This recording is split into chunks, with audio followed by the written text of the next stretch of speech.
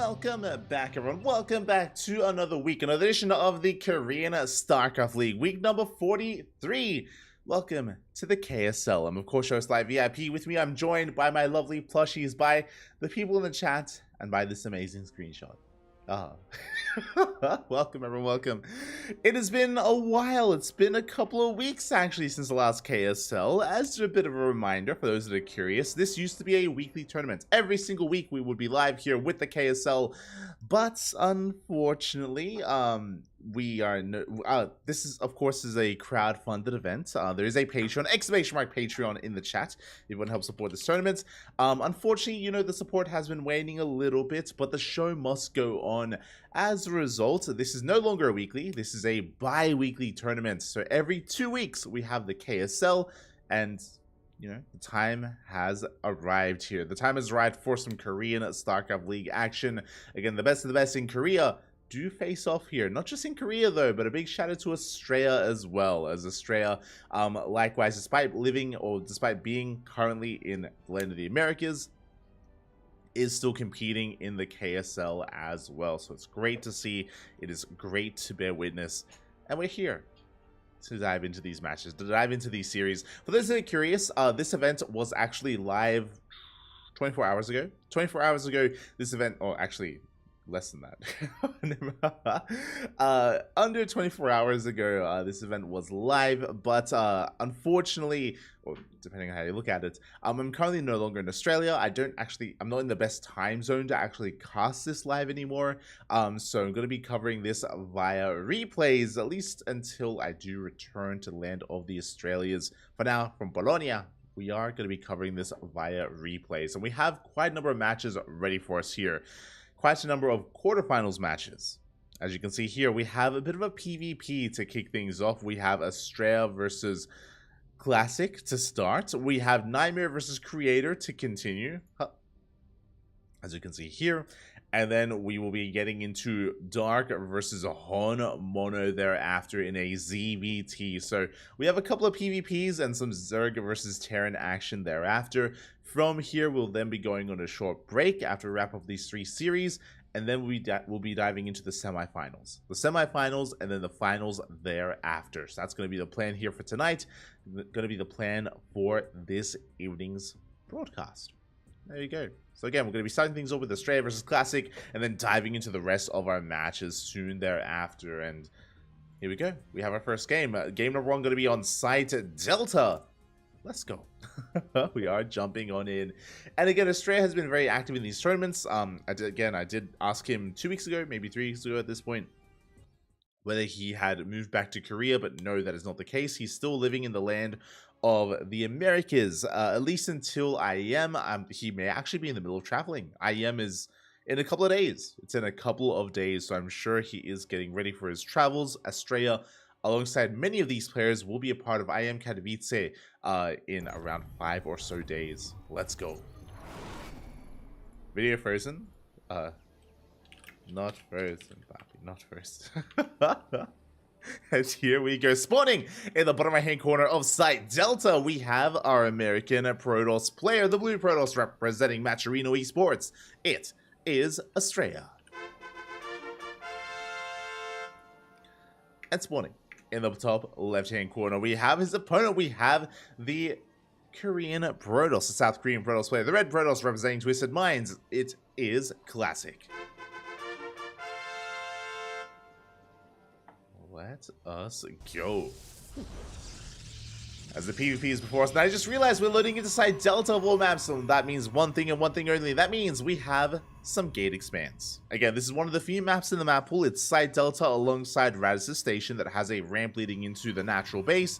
As a result, this is one of the few maps where you can actually see some standard gate expand openers here all around. It is considered safe to do so, but just because it looks like a gate expand, it doesn't mean it will be. We can always still go into a 1 base all in.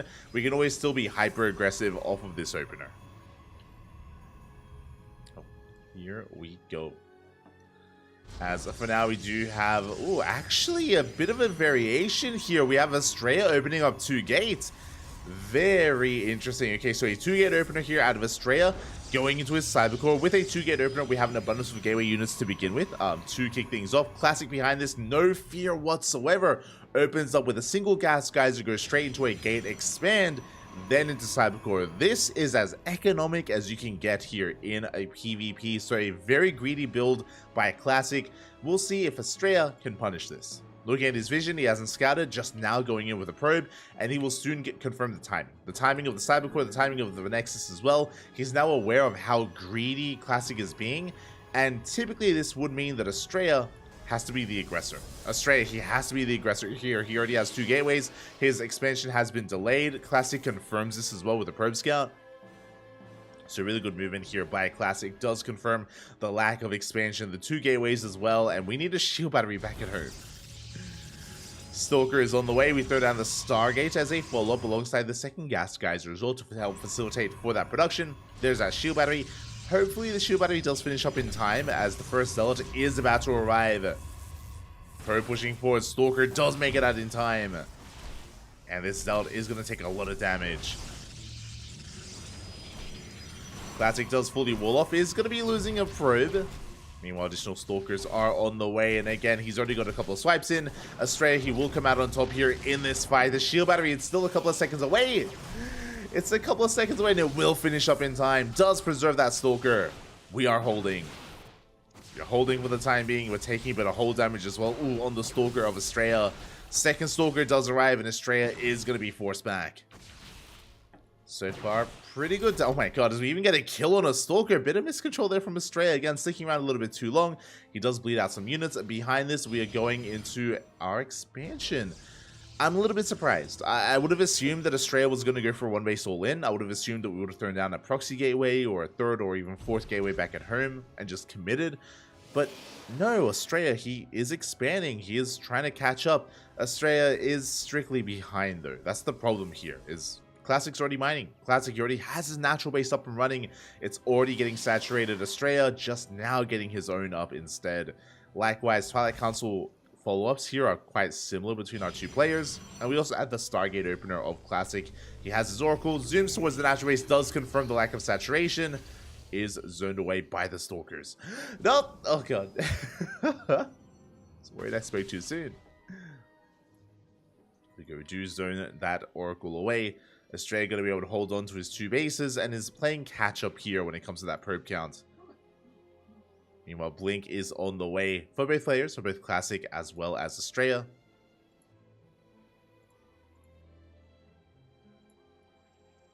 We do fan out our units here. Meanwhile, hello Classic. We throw down a pylon, we throw down a proxy gateway.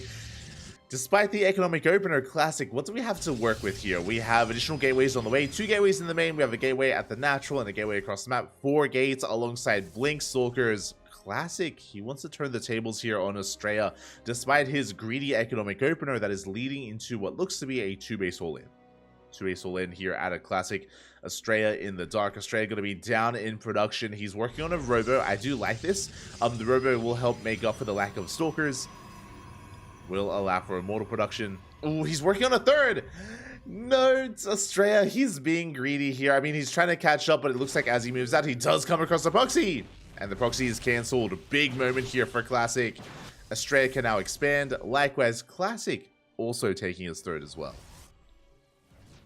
A big moment there for Estrella, but oh god. No shield battery at the national. No Stalkers either. The Oracle goes ham. 5 probes go down. Very nice damage done here by Classic. Estrella hurting quite a bit. He's behind when it comes to his 3rd base timing. He's behind when it comes to his workers. He loses 5 more. 3rd base now on the way. And again, Classic did pivot away from his aggression. Does get 5 probe kills here in the natural, though. The Adepts, they go ham. Oh my god. The Adepts, they get a lot of damage here in that natural base. All it takes is 2 Adepts to one-shot workers, and they just went to town in that mineral line. Again, 5 workers did go down. You see Estrella going for a bit of a run by, a bit of a waddle by. Does get an extra probe for a Stalker. Not too bad nonetheless. And the game is settling down here. So thanks to those Adepts, thankfully they did kill a lot of workers. Thankfully Estrella is able to catch up in that economy. Ooh, even gets a kill on that Oracle. Does take a stasis to the face, but for the most part was worth it. Did kill the Oracle. I would still give the edge to Classic for the most part, but his lead isn't as large as it once was. Estrella, he's doing a great job here at just, trying to claw his way back into this. We have Immortal production, so even though Estrella is behind when it comes to the overall Stalker count, the Immortals do make up for that. Likewise, we have Forges being thrown down as well to help catch up in upgrades, to help get into 1-1. The downside for Estrella is Charge. Charge is well underway for Classic, and Chargeless can help refine your army and can be a more efficient army than just pure Blink Stalker Immortal. Essentially, Chargeless do an amazing job when it comes to tanking hits from both Immortals and Stalkers. They take a lot of damage, they take a lot of auto attacks to finally bring down. They're just a really great unit to help buffer and help support your army. They do an okay amount of damage, but really they're there to make sure that the Stalkers of Classic, they do hold fast. Stand strong. Okay. As Classic is going to dip on forward. Oh, as we do try to take down that shield, but we take a bit of immortal shots to the face. A bit less than ideal. Classic has to be careful. Cutting barely out of range of that immortal.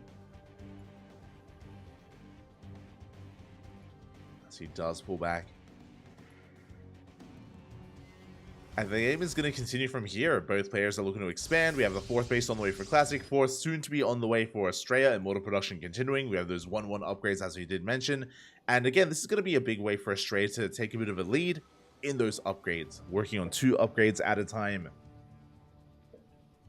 Something that Classic doesn't have available to him. Prism is on the way. Charge is done. I'm sure we would like to hit a timing with +1. We are moving out. Ooh, and Classic has to be careful to make not to hit an anti-timing. What I mean by that is that Estrella, he's going to be the first to finish up his upgrades. And there we go, 10 seconds. In 10 seconds, we will finish off with 1-1. Classic still a ways off, and if he does commit, he will have that upgrade disadvantage.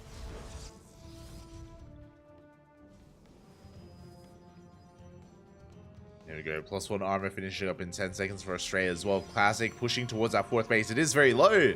It's going to be cancelled. Ooh, did I say cancelled? It's going to be killed even. That is 400 minerals down the drain. Big pig off there by Classic. Behind this, a couple of adepts, they do shade in. Ooh, with 2 adepts, they do one-shot workers, as we did mention. And we get 4, 5 probes. Up, we get 6, we get 7. We don't commit to the shade, and we just go to town here at the 3rd base. At the same time, Classic, he's committing. He's forcing his way in, does focus on that overcharge. Shield battery does fall. Immortal soon thereafter. The Zealots are going ham. And it looks like Classic may just barely have too much. The Zealots doing such a great job here at soaking up so many of those shots. Without an overcharge, without a shield battery, Estrella, he's being forced up against the wall. 23 probes go down. And yeah, there is just too much here. GG gets called. Classic does take game number 1. Whew. GG. GG, well played. Again, Estrella had certain things going his way. You know, he had the armor upgrade, of course. He had additional immortals, had the overcharge, but alas, the mass zealot force there of Classic did amazingly when it came to just supporting his army, buffering for his stalkers, and able to eventually overwhelm the army of Estrella. And yeah, Classic, I mean, he was in the driver's seat for most of that game. Estrella was doing a good job at making it competitive. Like, he was able to claw his way back in at times and able to help stifle the economy. But alas, you know, the size of the army is still what didn't matter at the end. And Classic takes game 1. Does take game number 1. And now we're diving into the rest of the series. Game number 2 going to be taking place on Equilibrium. Oh my god. Bappy. Let's go. Let us go. I thought it was an Elsa cosplay because he's frozen. You're an animal. Este Einstein. Fun fact, I actually haven't seen Frozen. One day I'll get around to it, I'm sure. But here we go. Spawning in the top left-hand corner of Equilibrium, we have our American Protoss player, the Blue Protoss representing Maturino Esports, down in this series, looking to fight back. It is Estrella.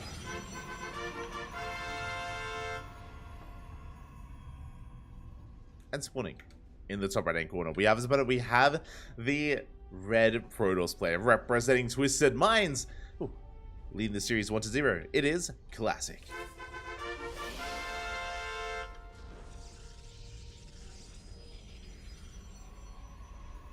Here we go.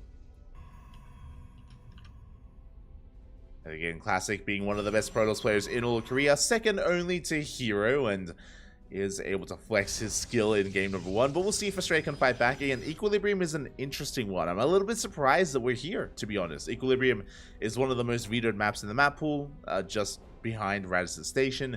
So for us to engage here is interesting just because of the gold bases. The gold bases add so much more complexity to this. We have, once again, Australia opening up 2 gateways. 2-gate opener here, and Australia once again opening up with the Australia Special. What I mean by that, when it comes to maps like this that don't have a ramp leading into the natural, Australia is the only pro player that consistently does this. Instead of walling off at the ramp, he does actually, he creates his SimCity here in his mineral line, around his base, making sure he's well fortified, well defended, but he just gives up on trying to hold on to that ramp. Very unique to Australia, isn't really incorporated by many or any other players, so it's a bit of a signature of his in PvP. Meanwhile, Classic is being greedy, very greedy, going for a gate expand on Equilibrium without a ramp leading into the main.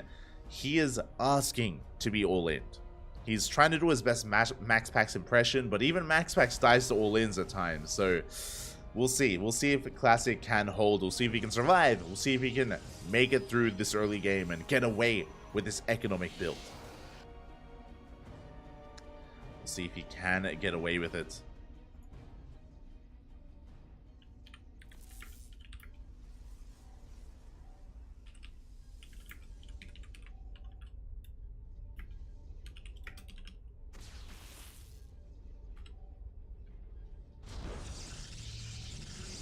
Here we go.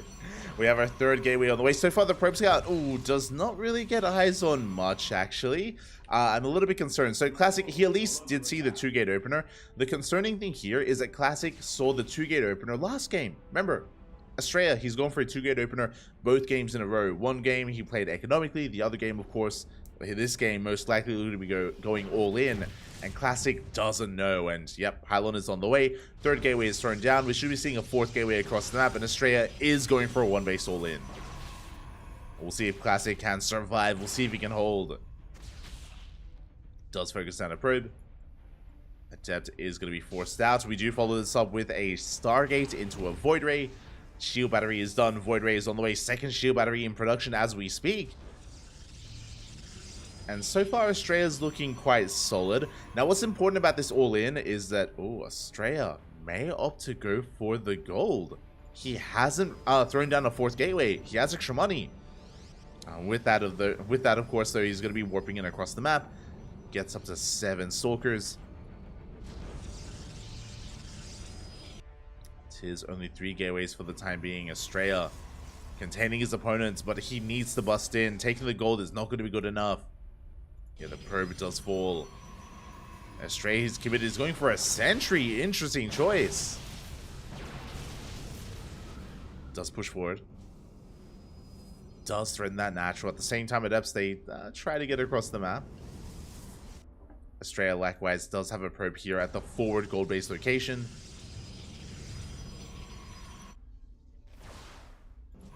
And we're just amassing more shield batteries, more void rays. I love that we're throwing down a cannon, or sorry, a shield battery in the main as well, just in case it's blink. It isn't, but just in case. Whether it's blink or maybe even a warp prism to juggle into the main, Classic is prepared. He is prepared for it. And the longer this goes on, the better it is for Classic, by the way. He's amassing more probes, he's up on bases, up in economy, building up more void rays. Australia needs to make something happen sooner rather than later. I do think the best case scenario for Australia is if Classic moves out, but he shouldn't though. That's the thing. He should be sticking here at home. Look at the units tab. We have, my god, 16 Stalkers here for Australia. That's an insane amount. We're getting within one-shot range. We can soon one-shot those void rays. We can see Classic being a little bit adventurous. He does get dragged out of position. We're coming in. We're coming in from behind. We're trying to catch out this army outside of range of the shield batteries. And we do end up catching one of those Stalkers. Oh, we get a Void Ray as well. It does get focused down. We get one. We get a Stalker. We get a Void Ray. Cybercore under fire. And we can one-shot those Void Rays. Another one falls. Warp Gate is denied. We're down to 3 Void Rays. And again, Classic, he was punished for exposing himself, for moving out of position.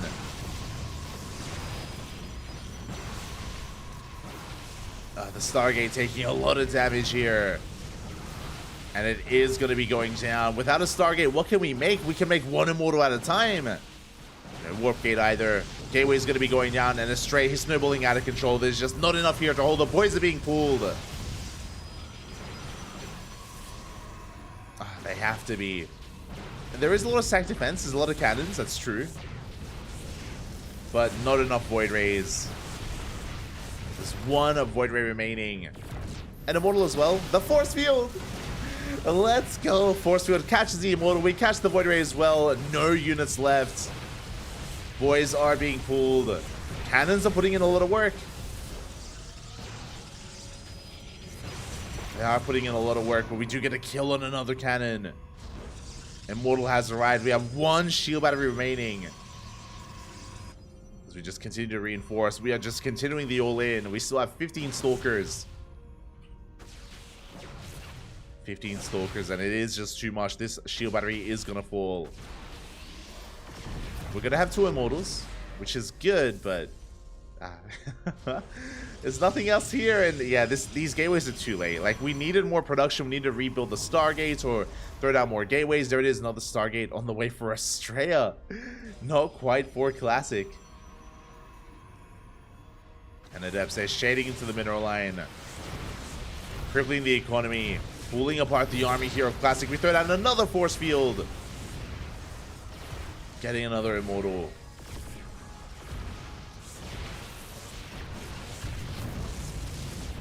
Ooh, and that does depower the Robo. Oh my god.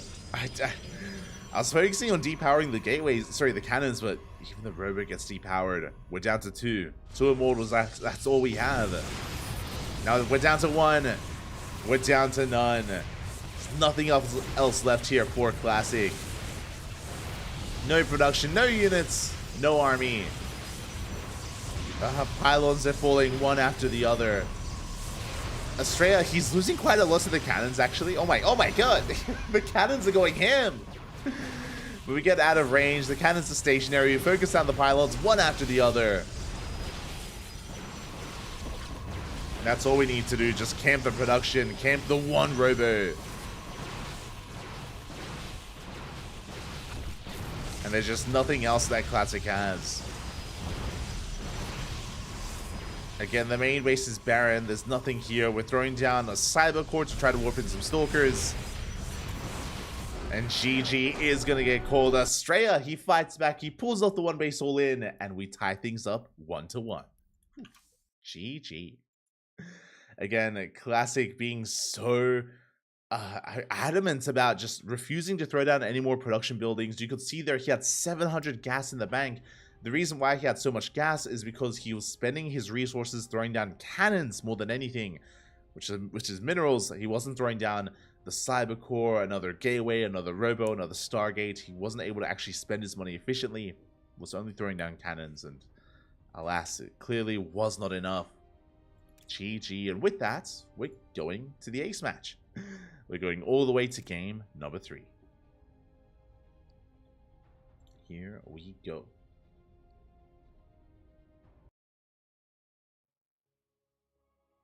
We are getting into that 3rd game, and how will the story end? Who will all in who? And is Classic going to go for another risky build and go for another gate expand? We're here to find out. As we are getting into game number 3 and spawning in the bottom left-hand corner of Solaris, we have our blue Protoss player representing Matcherino Esports. It is Estrella. And spawning in the top right-hand corner, we have the red Protoss representing Twisted Minds, tying up the series 1-1, forcing the ace match. Oh, Estrella forced the ace match, but being forced into the ace match, that's what I meant to say. It is classic. This time with a pylon on the high ground. Classic going for his own gate expand, or his own gateway on the high ground setup. Should be a 2-gate opener from Classic. Meanwhile, Estrella once again throws down his own pylon in the mineral line. As we did mention in that last game, this is very unique to Estrella. He's the only pro gamer that does this consistently, and that is to, instead of setting up a 2-gate opener here at the ramp, he does throw down his buildings in his mineral line, and he creates SimCity around his Nexus instead. It's an interesting choice. I understand the logic here. So the reason for this is that it means that your production isn't exposed. It means that if you do get all in, then your buildings themselves are, you know, a little bit closer to the chest, and they're a little bit safer as well. This is also slightly more efficient. The way this works is that because the buildings are so close to your mineral line, once a probe throws it down, the probe doesn't take long at all to go back to mining. So it is slightly more efficient here. Estrella has slightly more money than his opponent. Meanwhile, Classic goes for a gate expand. Oh my god! He's crazy! Goes for a gate expand once again. 3 games in a row. 3 games in a row, gate expand. It's a different variation from Classic this time, just because the gateway's on the high ground. This does mean that the natural is more exposed. This base is more compromised. But, bold move here at a Classic. Very, very confident play. Is that confidence warranted? Remember, once again, 2-gate opener out of Estrella. Moving out with his Stalkers. Estrella, he's being baited into another all-in. He's being baited in, and the question becomes, does he take the bait? Does he go for it? I mean, it worked last time. Yeah, he's doing it again. He is going for another 1-base all-in. Now, a pylon has been thrown down. This looks like a proxy robo location. Wouldn't be opposed to a robo here or even a gateway. We'll see what we do commit with. But now, 2 gateways back at home. And Estrella will soon throw down his next building. And there it is. Twilight Council. Blink. It's going to be a blink all-in here from Estrella, which means we do need another gateway across the map. Classic does get eyes on the pylon. On at least the pylon, the Stalkers do arrive. They're going to be able to shut down this probe. Probe does fall. Classic slipping out across the map with his 1 Adept. There it is, a 3rd gateway here for Estrella. So it's going to be 3 gates for the time being. Looks like he, just like the last game, he may opt to not throw down a 4th gateway. Meanwhile, Classic, he starts working on his Void Ray. Now again, because of this positioning, the first pylon can't really support with cannons, so we did have to throw them down a little bit further back. I said cannons. Shield battery stack defense is what I meant to say. Shield batteries are ready here on the low ground. Again, they are that much more exposed. Like, there's no wall here. The base itself is looking very vulnerable. And the Adept has been found. There it is. Blink is on the way, as we did mention. 3 gates in total, 3-gate blink. We have the pylon, but only to reinforce here. So far, not really supporting any additional production buildings. This Classic does push forward. Once again, gets baited out into the open. Not the first time this happened this series. The Void Ray taking a lot of damage already. But we do pull back to the shield battery just in time. Classic needs to calm down. 3 cannons on the way. Now, remember, what's worrisome here is that last game, there was no blink. So Estrella, he committed to a frontal assault. This game, we have blink, which means we can dive into the main. And here in the main base, where's the stack defense? Where are the shield batteries? Where are the cannons? There's nothing here in the main. Classic looking very vulnerable.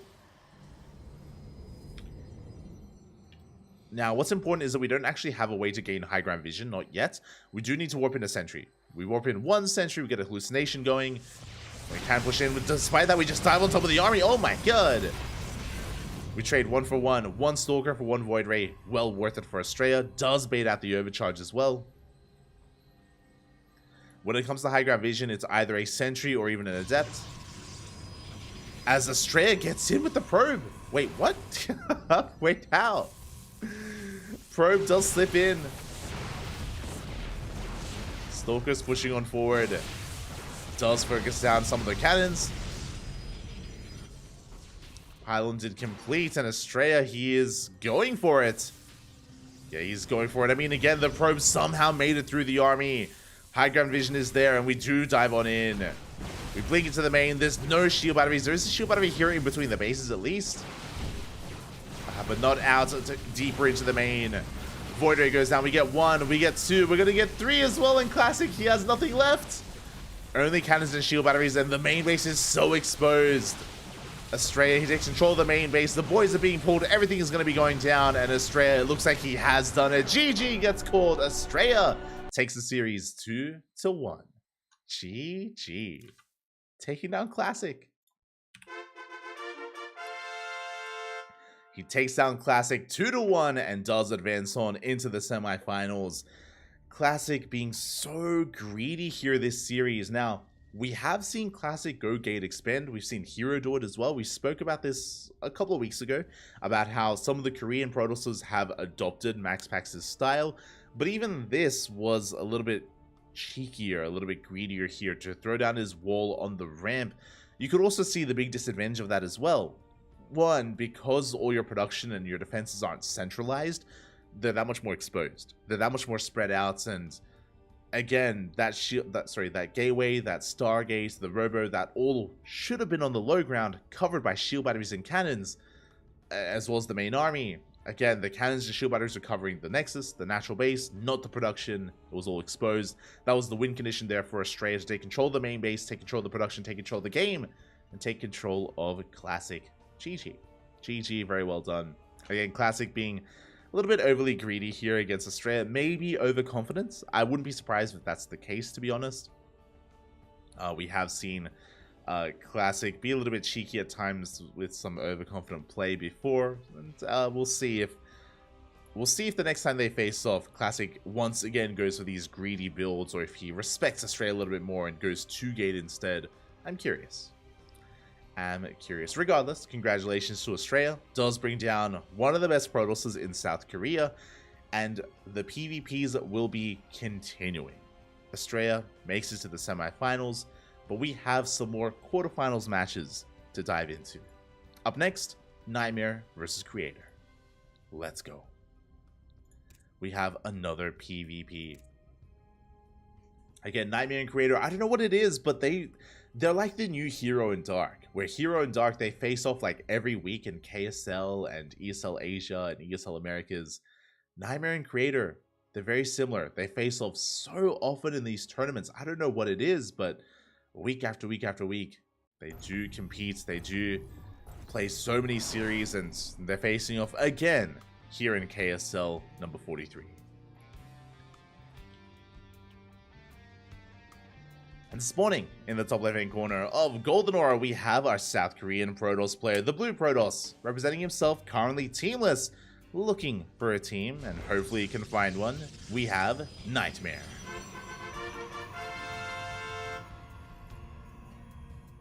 And spawning in the bottom right-hand corner, we have his opponent. We have the Red Protoss player representing Club NV. It is Creator.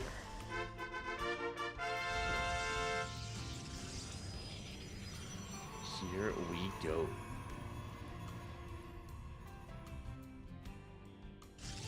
As this should be a much more standard PvP here between these two players. I mean, still aggressive, don't get me wrong, but as you can see here, I don't think anyone is going to try and go gate expand. Like, Classic's playstyle in that last series is kind of what led to his downfall there. Again, being so greedy, baiting out these all-ins, and Estrella was able to snowball out of control with them.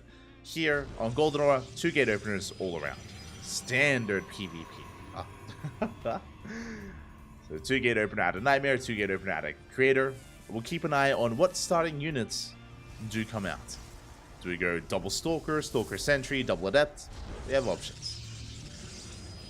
We do have options here.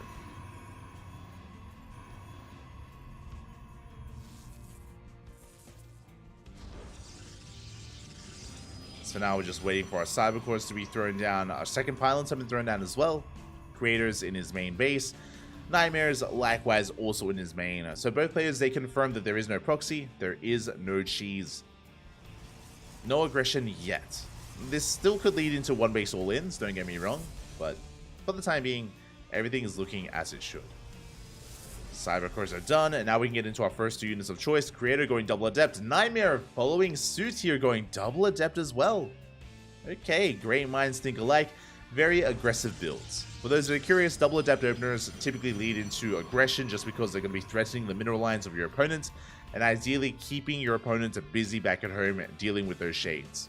Two adepts do one-shot probes, so they do have to be taken seriously. They do need to be taken seriously here.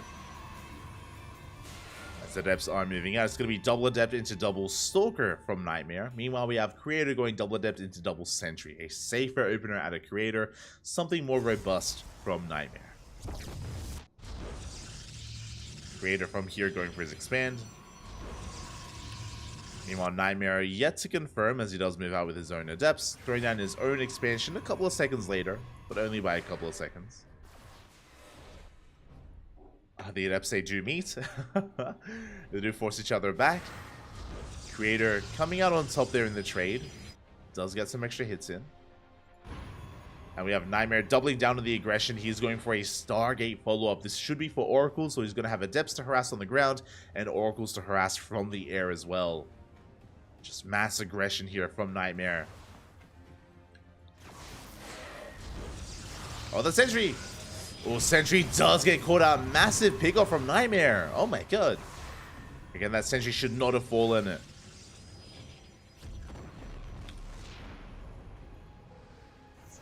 As we are forced to warp in once again.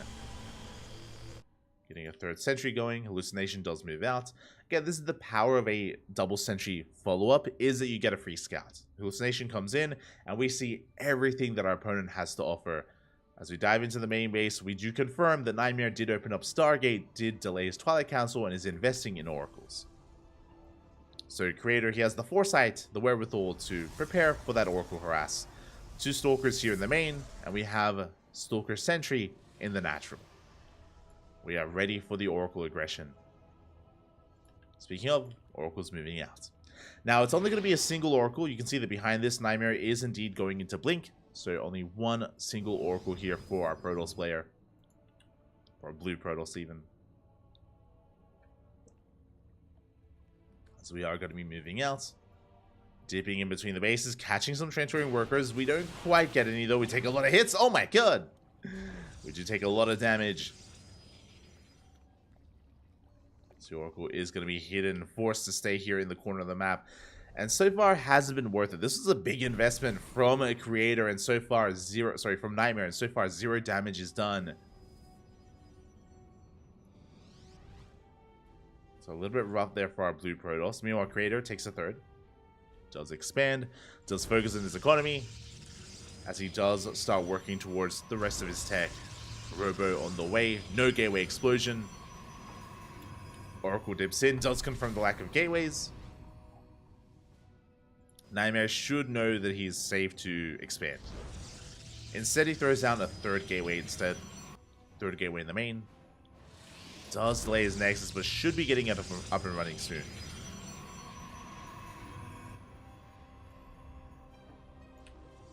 Should be working towards it. Creator, he checks the triangular third location. Confirms there's nothing there. Confirms the lack of gateways, so he should be aware that the expansion has been taken towards the left-hand side.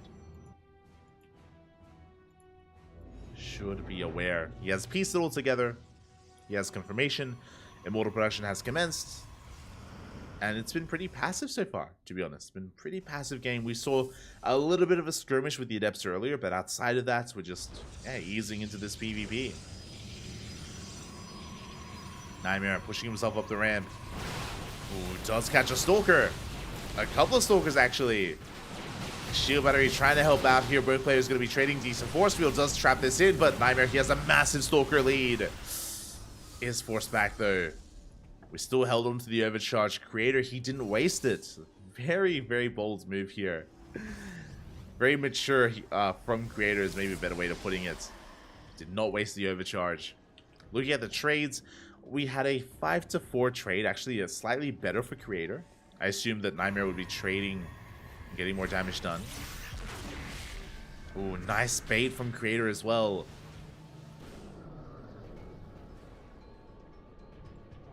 Does force back that Oracle. At the same time, the Immortal did take a massive volley. That Immortal very low, but does survive. Did barely survive in the end, and both players are working towards Immortal production. We have Charge on the way, Forge still on the way for Creator, so Nightmare will have the upgrade advantage. He has +1 well in production. But Creator did get the slightly faster third. Has been mining slightly more for longer, as we're getting into a pretty comparable economy. And again, the big point of deviation is going to be that +1 timing. On top of that, Creator, he does have an Immortal lead. But what good is an Immortal lead if you have Disruptors? The Bay is on the way. Nightmare taking up towards Disruptors. Can he get there in time, though? Now that we're getting on 3-base saturation, both players are working on their massive gateway explosions, and Creator should be pushing soon. And if he hits before Disruptors get up and running, then, I mean, Nightmare, he's going to be quite vulnerable. He's going to be vulnerable until that point. But we're taking, we throw down the Templar Archives, 4th base is on the way. Creator isn't pushing. He's posturing with his army, that's true, but he's not committing, he's not warping in, doesn't have a prism to reinforce.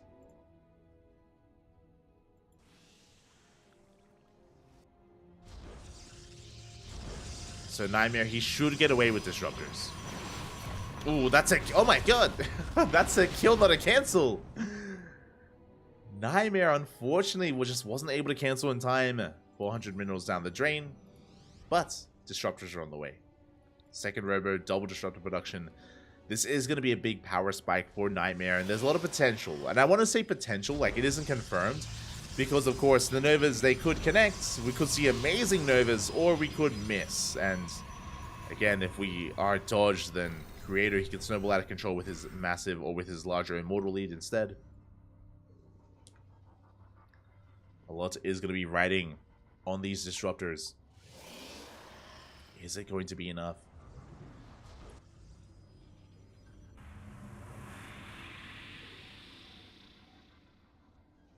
As we are still just building up. We have a 4th Nexus on the way for both players. Well underway for Creator. So again, because he killed the base of his opponents, Creator, he will have the better economy, the larger army as a result. It should have the larger army at least.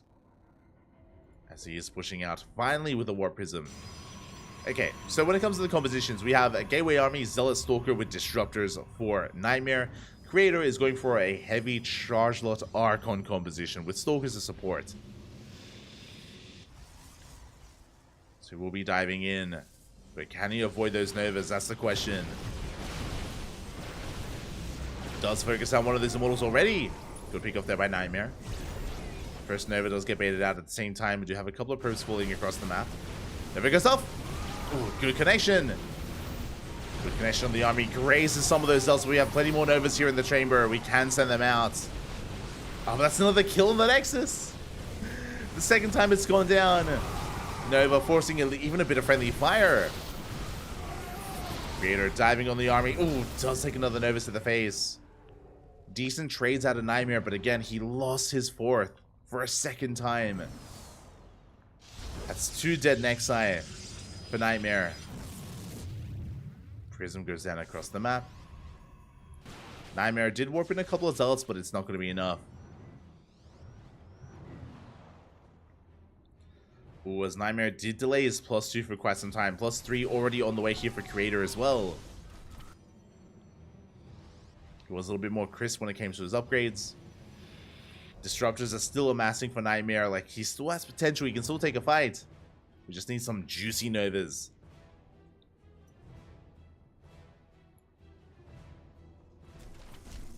Can we get them here? As we do have a bit of a Zealot run by coming in. He's shut down. Creator taking a massive lead. Oh my god. That was so risky. Did focus out a Disruptor. Another Nova, not quite going to be going off. Nice snipe there out of Creator. Sniper, good sniper overall. Nova once again only connecting with an Archon. Well, much better connection though. Oh my god. Does take down the Zealous, does take down an Archon. But good target firing here out of Creator over and over again, just focusing down those disruptors. And now he's arrived with his own. The connection, massive connection here. The flank is real, and Nightmare, he's just falling apart. Once again, that is the third time that Nexus has been killed. He's been perpetually stuck behind a base, stuck on 3 bases. Creator, he's taking a fifth Nexus on the way. Nova's going off. Nightmare, yes, he was the first to rush into disruptors. He had a massive disruptor lead, but it was not good enough. The connections, they weren't what he needed.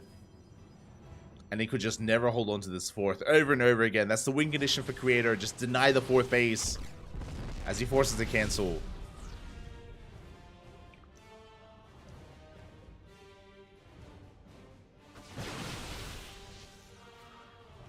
Does push on forward. And again, this all came down to the very first denial of this base. The first time it was denied, it did just slow everything down for Nightmare. And Creator, he's maxed out. He's maxed out at this point, reinforcing even further.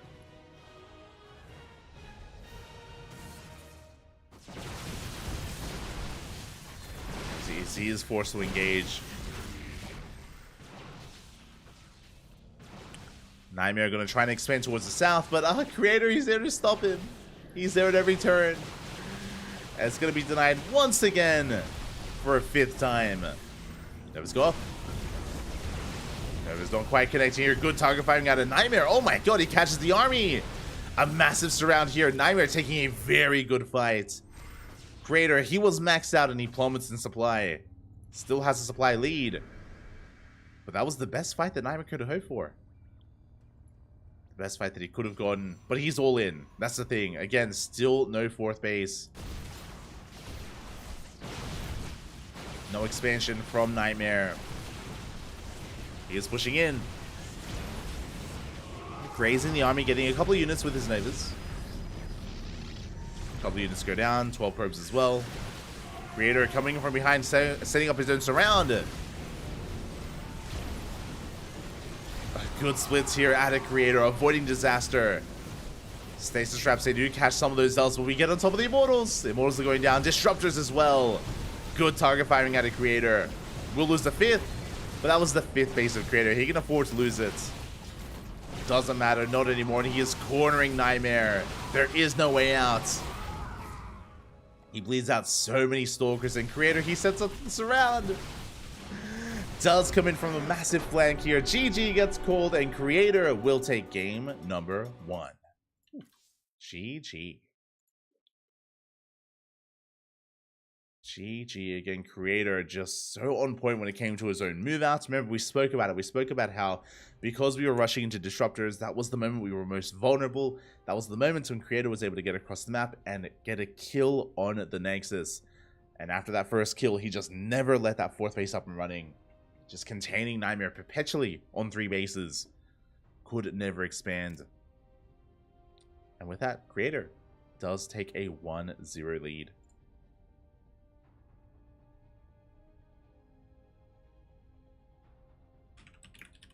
Hold on, I need to fix up. I need a... God damn it. Team NP. I need to fix up the player logo. Team logo. That's it. There we go. Beautiful. Getting into game number 2. Gonna be on Oceanborn. Let's go.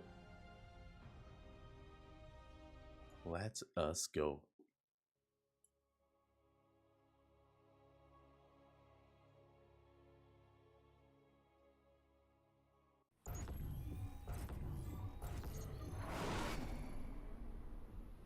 And spawning in the top left-hand corner of Oceanborn, we have our South Korean Protoss player, the Red Protoss, down in this series, hoping to fight back here, hoping to force the ace match. Can he pull it off? We have the teamless Protoss. It is Nightmare.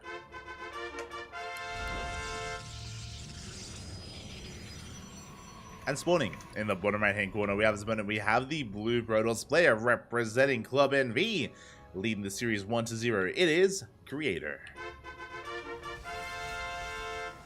And again, these two players, they do go back and forth in series. We've seen Nightmare and Creator trade blows week after week, time and time again, whether it's KSL, whether it's ESL Open Cup Asia, whether it's even ESL Open Cup Americas at times as well.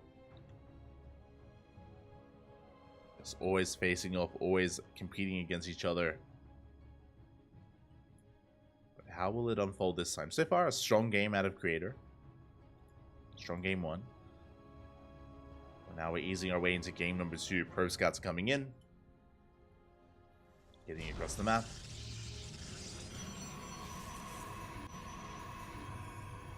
This Creator, he does dip in towards the main base. Likewise, so does Nightmare. 2 gate openers from both players, as to be expected.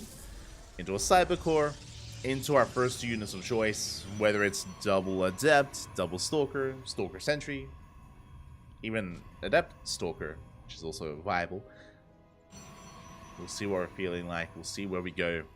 Remember, last game, both players opened up double Adept, and Nightmare was the player that committed into the Stargate into Oracle production.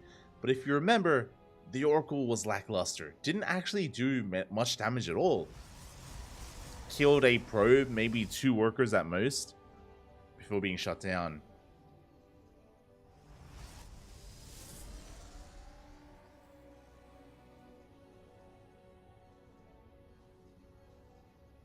Before being shut down, and once again, okay. Same opener out of Nightmare. It is double Adept into a Stargate. It is going to be leading into Oracle aggression 2 games in a row. Hopefully this time, Nightmare is a little bit more successful. Hopefully. Meanwhile, we have our first units here from Creator. It's going to be Stalker Sentry, so a relatively safe way to open up. We spoke about it. The power of the Sentry here in the early game is a free scout of your opponent's Boss Hallucination is going to be able to confirm whatever your opponent is up to.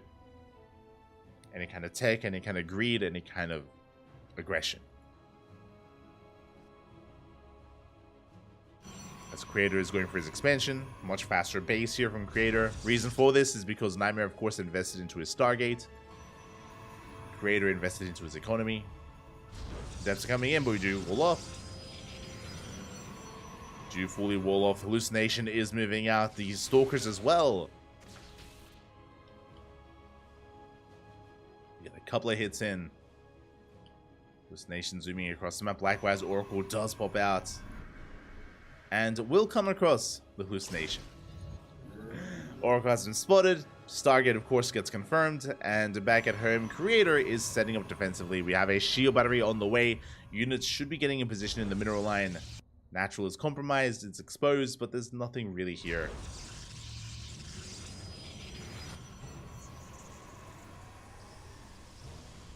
So we do pull back, we do defend. Oracle gets no damage. Behind this, Nightmare working towards his own base and working towards Blink. Again, just like the last game, same build. Same build out of Nightmare. Ooh, as he does collapse on these Stalkers, gets one! Not a bad pickup. Does get one of those Stalkers. Threatens another shade towards the main base to do fully wall off.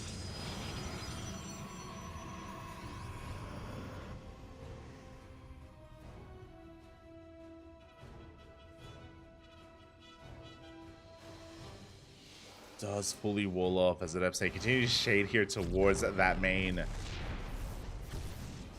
Creator, they're not budging. Oracle does dip in. Ah, we're gonna get a couple of probe kills at least. A couple of workers.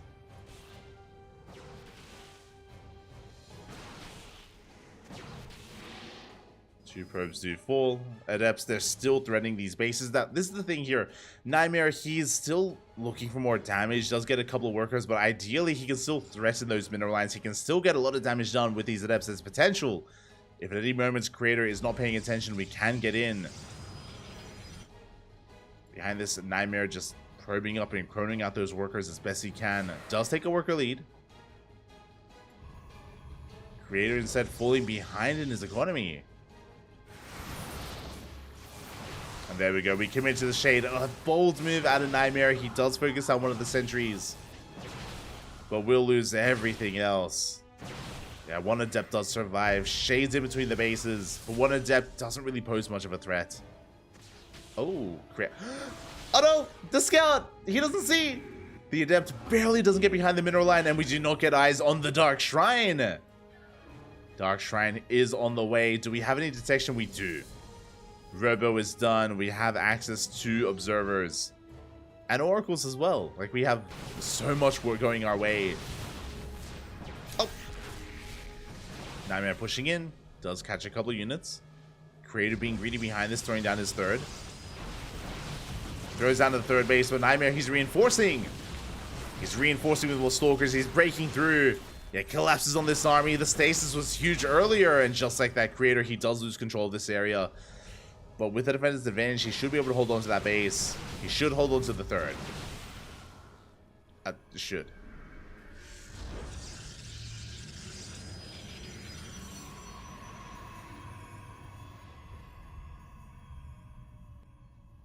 As Nightmare is getting into his own third nexus behind this. Dark Templar are warping in. Across the map. Again, unfortunately, we already have the Robo. We have the Oracle back at home. We haven't scouted the Dark Shrine, but we're ready for it regardless. Nightmare, he does dive in. He has double the Stalker count of Creator. And this third base, it's going to be cancelled. Again, Nightmare, he has the production advantage. He has 4 gateways as opposed to the 2 of Creator. DT does waddle in. Ooh, even forces a recall.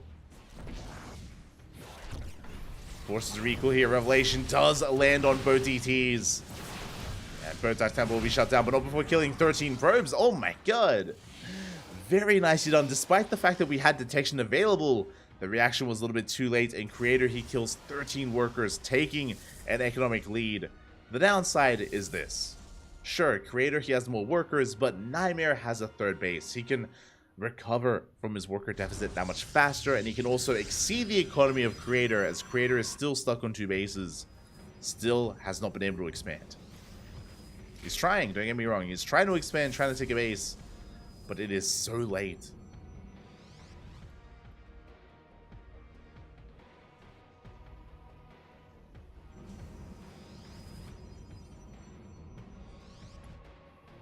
It's so late here, and Creator is going to be pushing out. Again, going to be applying some pressure. He needs to. He needs to try to punish his third base if at all possible. Looking at the units tab, Nightmare, he has a Stalker lead, plus Shield Battery, Overcharge, Stasis Traps. Yeah, pushing in is going to be a tough ask. Creator going for a proxy, though. Getting up to 5 gateways. Can a Creator pull this off?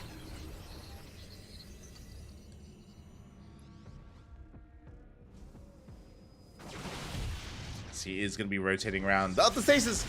Big stasis on the army! Again, Creator, he already had... Oh, I was going to say he already had a Stalker deficit, but no, he does take a Stalker lead. Most of that advantage, though, is stuck in the stasis.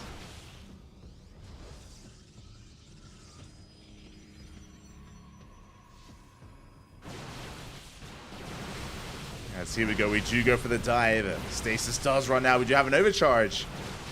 There it is. Overcharge is Paul Creator. He's committing. He's trying to commit. But alas, the concave is too good. The overcharge as well. And Nightmare does force Creator back. He's holding. He is holding on again. Nightmare, he has had the better economy for longer. He's been mining for longer. Creator finally gets his own third base up and running. So he is pushing his way in. A much better concave here for Creator. But the Immortal has arrived. Immortals have arrived. So they have 2 here with the main army. Yeah, Stalker's going to be clashing. Again, a better engage overall here by Creator. Does have a massive Stalker lead. He dives on the army. Gets an Immortal. Gets 1. Gets a second Immortal as well. But he's bleeding out a lot of units. Bleeds out a lot of Stalkers. Nightmare, he takes an army supply lead. Behind this, working towards our own Robo, Forge, tech in general on the way here for Creator. Creator didn't realize how all in he was. No upgrades, no Robo. It's huge.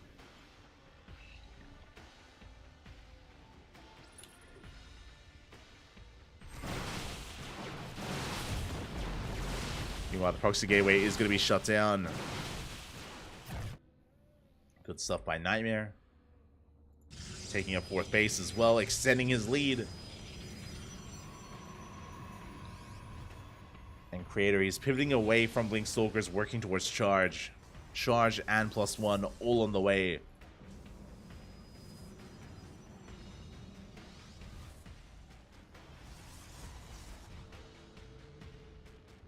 Speaking of, did we forget? Oh.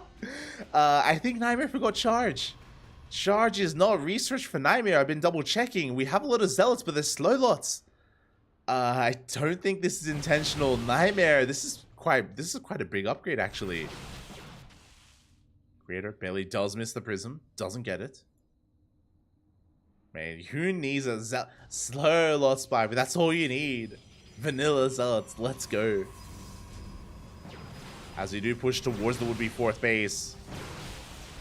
Trying to force a cancel at the same time. Creator Key comes in from behind. Does get the prism. Prism goes down.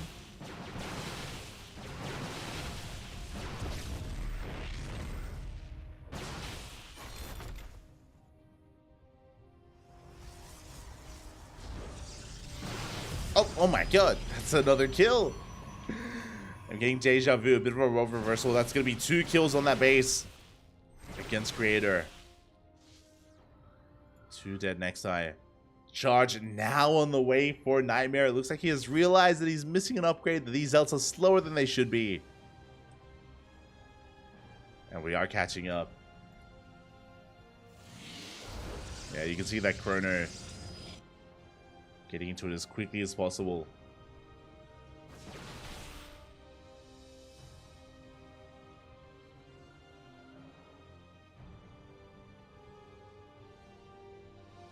Both armies are going to be backing up. Nightmare is going to be the first to remax. Remember, he's been on 4 bases for longer. He's had a better economy for longer. Creator, he may be up in probes, but they're long distance mining. Like, they're not mining efficiently whatsoever. So it's a little bit deceiving.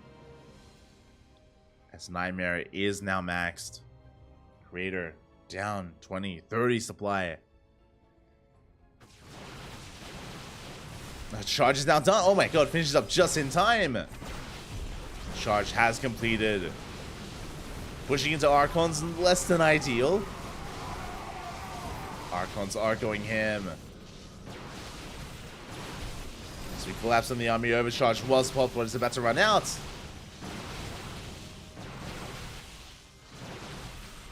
Overcharge does run out. Nightmare rotating away. Catches out the army as well. Much better engaged here at a Nightmare. The Concave is on his side. We dive on the army. We surround the Archons. The Archons go down. The Immortals as well. And Nightmare, he just has an overwhelming army. He's breaking on through. There just is not enough. GG gets called. And Nightmare will take game number 2. Tying up the series 1-1. GG. A solid game there. Out of Nightmare. Again, he was able to get into additional gateways first, able to punish some of those later expansions of Creator as well. And yeah, really gained quite a lot of momentum in that last game. Creator, unfortunately, was on the back foot. Again, a bit of a role reversal where in game 1, Creator was denying the 4th over and over again. Very similar story here, where because Nightmare had map control, because he had momentum on his side, he would just deny that Nexus as often as possible. And as a result, we're now getting into the ace match. We're getting into game number 3. Let's go. It's going to be on Alkione.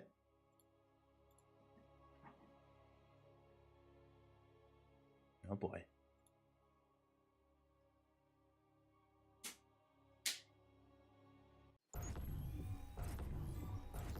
And we'll see how this story does end as we load into the ace match. And sporting in the top right hand corner of Alkyone, we have the red Protoss player, who currently teamless, but does have the series 1-1, does force the ace match. Can he go the distance? Can he go all the way? It is Nightmare. And spawning in the bottom left hand corner, we have his opponent. We have the blue Protoss player representing Club NV. It is Creator. And being forced into the ace match. When it comes to this PvP, I know that I think I would favor Creator overall. I do think that he's the more well-rounded player, but the reality is that Nightmare, he is a bit of a PvP specialist. We've seen Nightmare bring down players like Hero, like Classic, like Creator as well. PvP seems to be like his stomping ground. I'm still uncertain if what I like more from Nightmare, either his PvP or his PvT. Like his Protoss vs Terran is terrifying. It's very impressive, and we've seen him bring down Beyond multiple times, Gumiho multiple times, Cure as well. Nightmare is a force to be reckoned with in both of these matchups. Less so in PvZ, but we can get into that later. We can get into that at a later point if we do get into a ZVP here with Nightmare. But now, it's all about the PvP instead.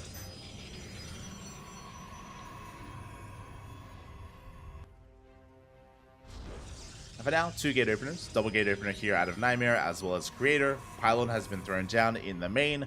Likewise, Pylon is also on the way in the main base as well. There is no proxy. No proxy, no one base all-in yet. One base all-ins are still possible, but keep an eye on our players.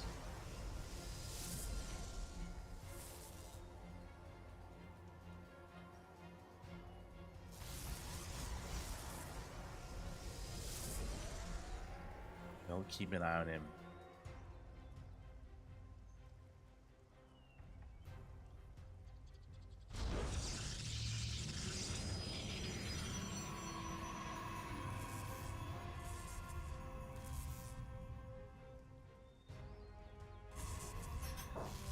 Behind this, here we go. It's going to be a double Adept opener out of Nightmare. Once again, oh, yo, we're going for the same build. 2 games in this series so far. We've had a double Adept opener into a Stargate, into Oracles, of course. Meanwhile, do we do it here in game number 3 as well, as the probe is going to be shut down? Creator going for a Stalker, or double Stalker opener himself. Going, or setting up for map control. Expansion on the way. Nightmare, show us what you got. And it is going to be an expansion. Okay.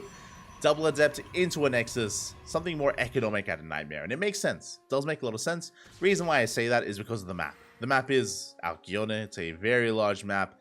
Long rush distance by ground. Known for its macro play. Twilight Council will be our take of choice for Nightmare. We should soon be seeing a Twilight Council from Creator as well. We should be. Oh, he's going for a safety shield battery. Nightmare, he was denied the scouting earlier, so he's going for a safety shield battery. A little bit wasted this time here for Creator. Good force fields. Good force fields are used, but at the same time, Creator, he breaks through. The shield battery is seconds away from finishing, and it will not be done in time. Another sentry goes down, but the army is forced back. Creator, he does hold on, he does survive. So Nightmare holds on, he does survive. Creator reinforcing with another Stalker. Keeping the pressure up, keeping the pressure on. Yet it's still only 2 gateway versus 2 gateway. Good control. Another Stalker falls for Nightmare. Oh, and my apologies. I assumed it was going to be Blink, by the way. That is not Blink. That is a Dark Shrine.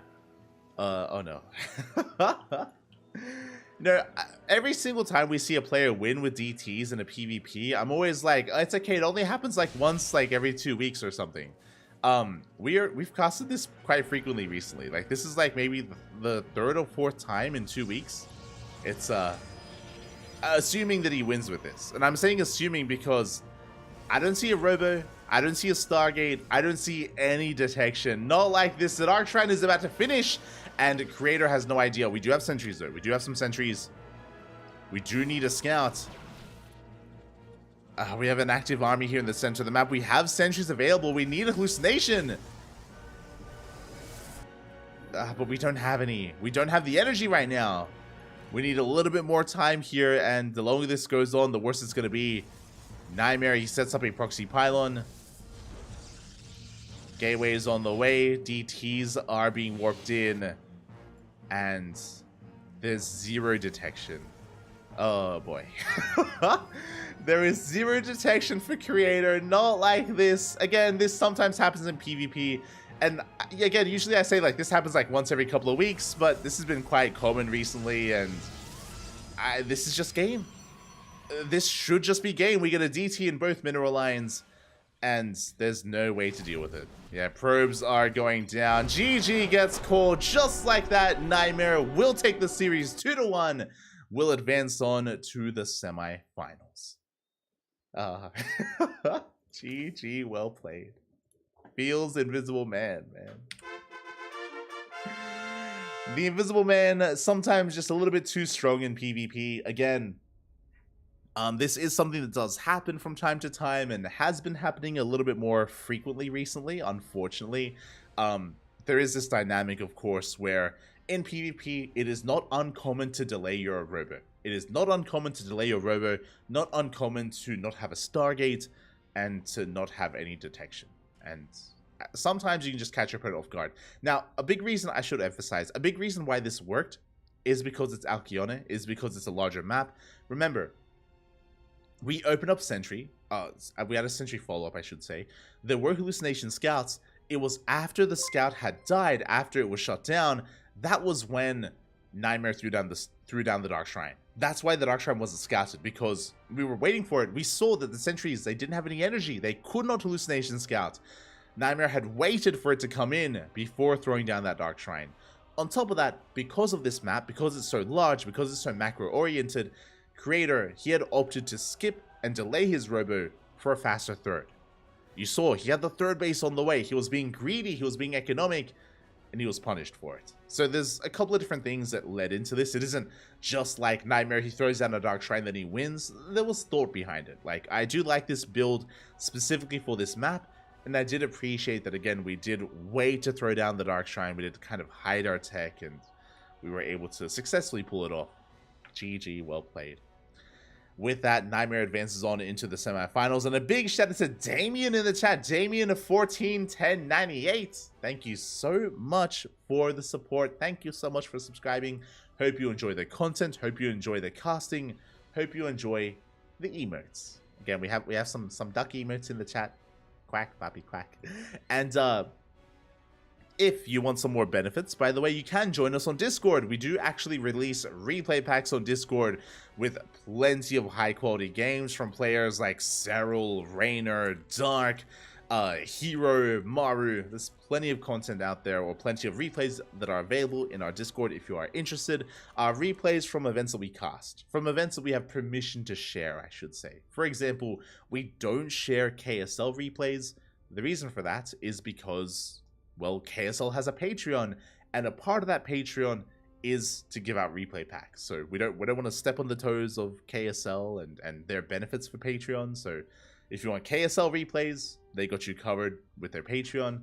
But for basically all other events, we do share replays over on our Discord to our subscribers if you're interested. But thank you, Papi, thank you. Thank you so much, as we are now getting ready for our next game. We're getting ready for our next series here. We're almost done with the quarterfinals. Almost. We just casted Estrella, take down Classic. We just casted Nightmare, take down Creator. And now we have one matchup left. We're done with the PvPs, for now at least. We're done with the PvPs. We're getting into a ZVT instead. We're getting into Dark versus Hon Mono. Let's go. Let us go. Again, this is a new Dark, by the way. Dark recently announced that he did join a new team. Dark, now, I say a new team, a team that used to support StarCraft back in the day. It is a team based in Hong Kong, if I'm not mistaken. I remember back a couple of years ago, before Juggernauts had formed, that Go-Go Joey was supported by Talon Esports, And that is going to be the new team of Dark for this next event. Again, it does sound like Dark is only sponsored for IEM. Dark is poised to start his military service soon, so again, we'll be busy with that. But until then, Talon Esports is going to be supporting him. So big shout out to Talon Esports. Great to see, great to hear as we get ready here for game number 1.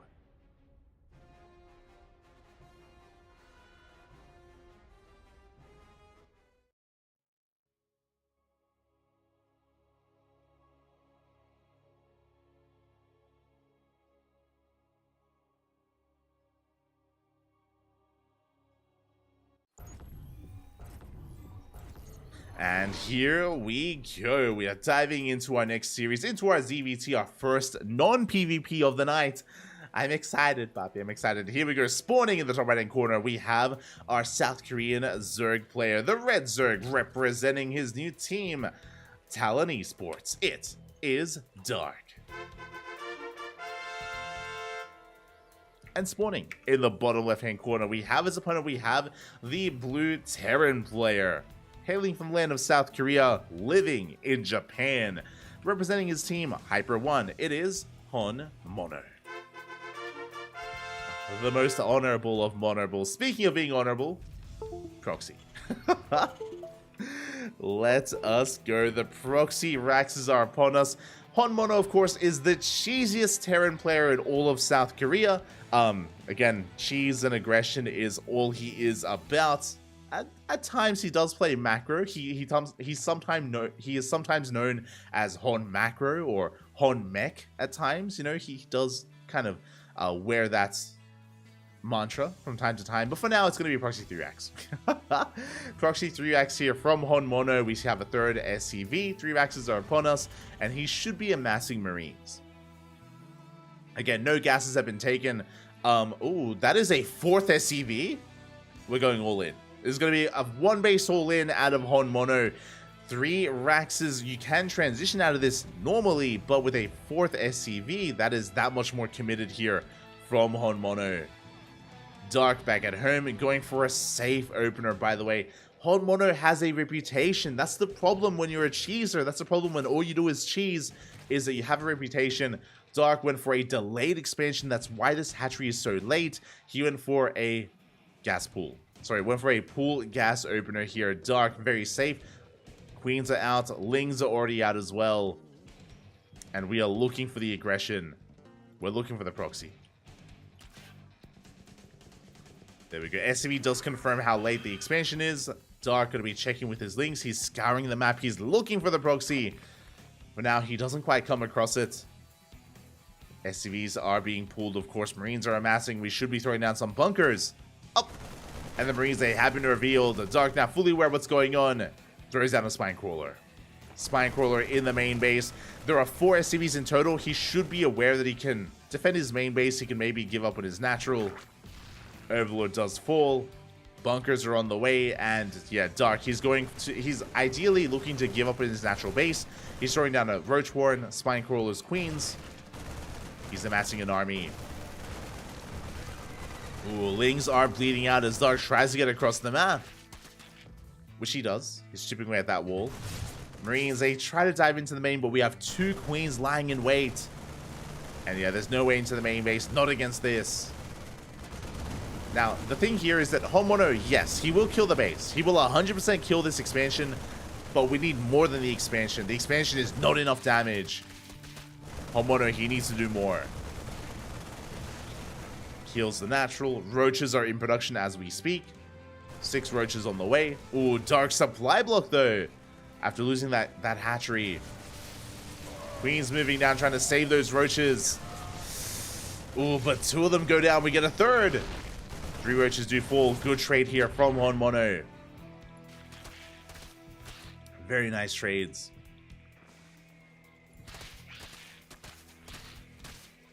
So we do have Dark still forcing some more spine time here across the map. Marines, they're racing back. Oh my god.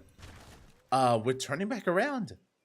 Hon Mono, he's racing back home. Interesting choice. So typically in this scenario, we would see the Terran player throw down 3 bunkers. 3 bunkers here and contain their opponent for as long as possible and then transition back at home. Instead, Honmono, he races back home. He doesn't contain Dark.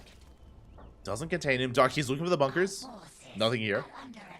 No bunkers to deal with. Dark, I'm sure, content about that. And Honmono, he's going to try and, again, work on that next step back at home. Factory is on the way. Dark, he re-expands. He's moving out with his army. Moving out with his Ravagers. Moving out with his Roaches. CC is on the way for Honmono. But can he survive? That's the question. Dark, he's rotating over with his Overlord to get high ground vision. Oh, this is smart. So Honmono, he has his Marines hidden here at his natural. His goal is for this army to actually try to focus down this wall, and then Honmono comes in from behind and he catches the Ravagers. Again, Honmono, he does see the Ravagers. He's going to try to come in from behind, try to catch out this army. It looks like, oh, he barely will get one, potentially. Pile goes off, does connect. One Ravager does fall. We get the Overlord as well. Good pickoffs here by Honmono. Gets one Ravager, almost gets another. Not quite able to. Cyclone does arrive. Gets another Ravager. Oh, these are some rough trades here for Dark. A third, a fourth Ravager goes down. But we're still trading well. Surprisingly so. Good control here out of Dark. He does kite away. Takes down the Cyclone. Big pick off. Cyclone goes down. Most Marines as well. The one Ravager does survive. And we're rallying more Roaches across the map. Honmono is still on one base. Getting into additional Cyclone production. Takes down the final Ravager. And back at home, Dark is saturating a little bit. He's droning up his natural. At least a handful of drones. And yeah, Dark, he's backing off. He's coming back home and he is just droning. We're going into a longer game. We are getting in towards the mid game here. As Honmono, he expands, he takes his natural. Likewise, Dark taking his third. Now, these floating Raxes are going to be able to confirm this.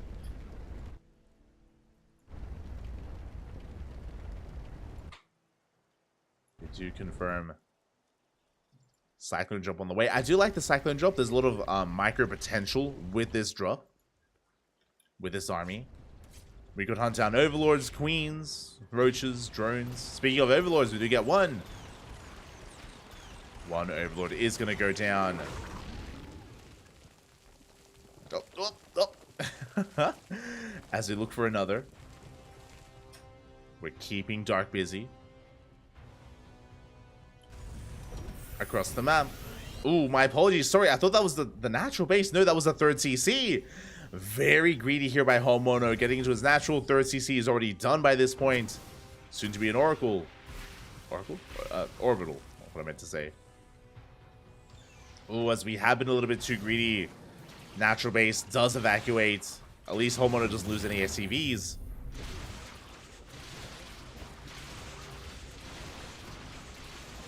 There we go. We do shut down those rocks. Pushing towards the base. There is a tank on the high ground, so Honmono is going to be able to hold on. Does defend his main. Banshee's on the way as well, and I believe Dark does not see. He has an Overlord. He's dipping in. But he doesn't get eyes on the production.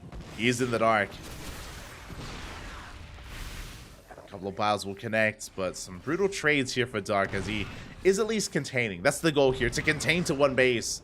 Doesn't matter how many orbitals you have. Doesn't matter how many SCVs you have. You cannot mine. Banshee is revealed. Big scout here from Dark. He can start up Spores, Queens, and be ready for this.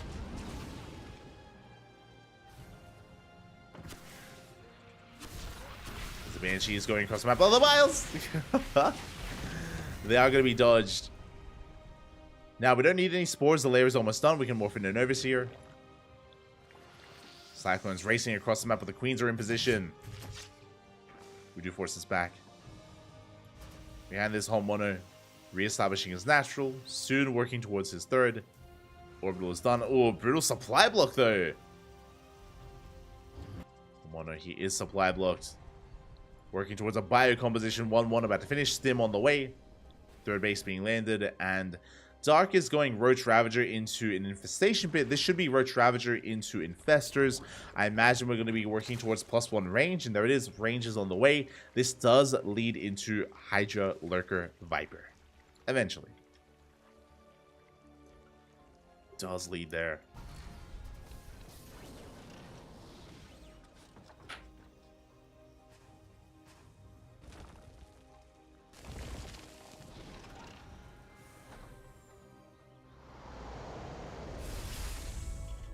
As Homeowner, he's establishing his third base. Again, he's holding his own for the time being. I mean, Dark is ahead economically. That is true. He has a fully saturated third, and Dark should be working towards a fourth. He's being very larva efficient with his Roach Ravager. And his fourth base soon to be on the way. Homeowner in position to delay it. Oh. So do throw down that fourth. Good split here by Dark. He does leave a couple of roaches behind, just to make sure we're in position. Queens in the main base as well to deny the drop, and there we go. Infestors are on the way. I love the Infestors here incorporated by Homeowner. Banshees have arrived. Queens are rotating over, but these Banshees, they should force a cancel. It's gonna be close, but the cancel should be there. Oh, that's just barely in time. Just barely we do cancel. Queens, they finally get here, and we should be able to expand. Big scam. We do confirm the Infestors. We confirm the Infestation Pit. No Hive yet. But we are at least aware of the composition and aware of the potential for Dark.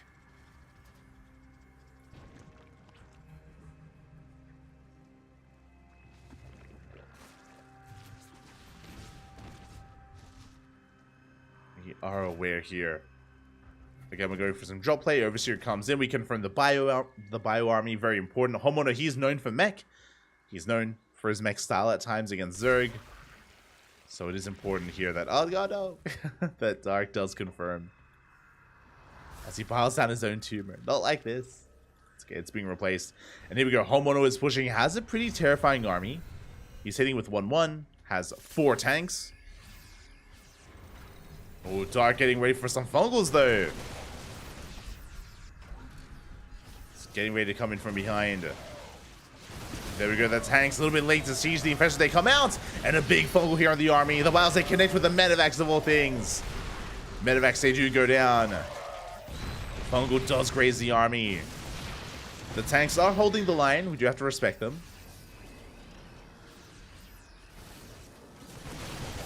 But outside of that, yeah, there just is not enough bio left on the ground. The Fungals have been too good, and Dark, he shuts down this army, cleans up the Marines, cleans up the Marauders. One Medivac does survive. Reinforcements are on the way, but there just is not enough on the ground. Hot Mono, he had potential with this army, but the Fungals were brutal. The engagement was brutal, and he will lose almost everything. We have a handful of units left, a handful of units remain. But again, it is not going to be enough. Only a single tank survives. And behind this, Dark, he's on 5 bases. Homeowner, he has been making non-stop workers. You know, I have to give credit where credit is due, and that is the fact that Homeowner, his macro has been pretty damn solid here when it comes to his SCVs. 70 workers, 4th base is being taken. Not the gold, unfortunately, but a 4th base nonetheless. The problem, though, is the army.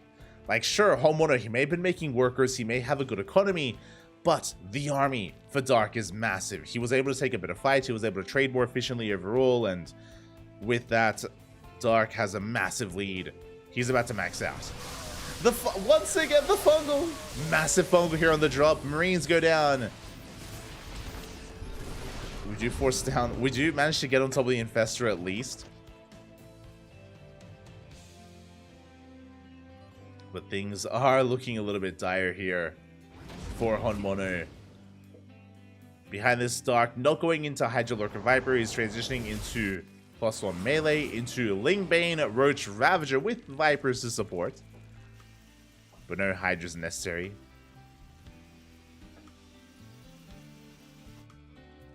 Not anymore. Nidus Worm on the way. Dark, he wants to try to turn up the heat.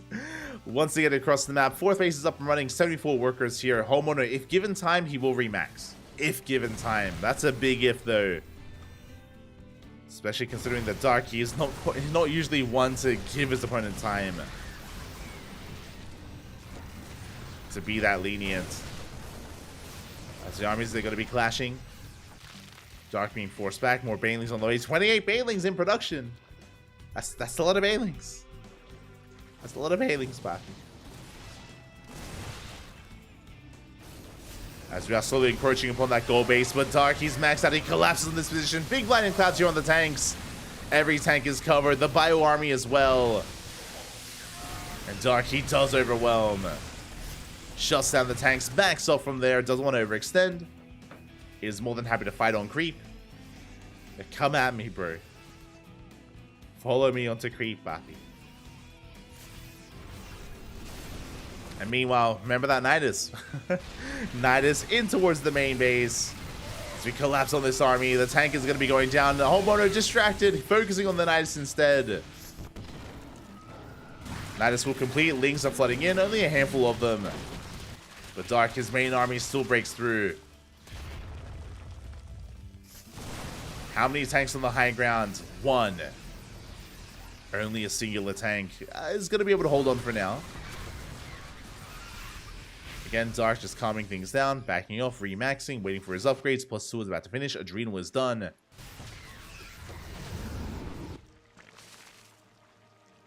And 2-3 is on the horizon. Homeowner going for a massive doom drop.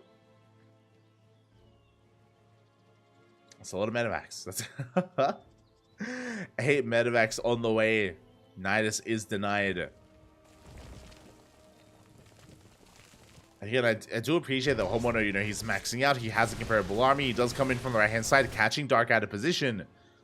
But Homeowner, he still hasn't really touched the economy of Dark. Not yet. Oh, no! Homeowner with almost nothing to defend back at home. The tank goes down. SCVs are exposed. Marines overstimmed.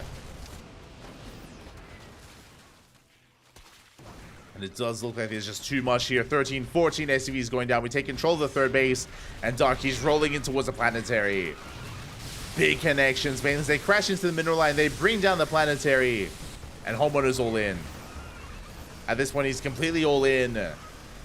It's all or nothing. Dark, does he turn around? The answer is no. Doesn't even turn around. He has to be careful, though. That's a pretty terrifying army. Terrifying army pushing him up. Banelings that we connect here. The Banelings that do connect here. We take them to the face. Ling Bane rolling in from behind as well. There is no way out. The splits are good, but this is all we have. And Darky will clean this up. He races back home. He has a massive economic lead. And this is all we have left. Homeowner is down to 15 Marines, 10 Marauders, 2 Liberators. A good amount of medevacs, but just not enough to support them. Or not enough to be supported.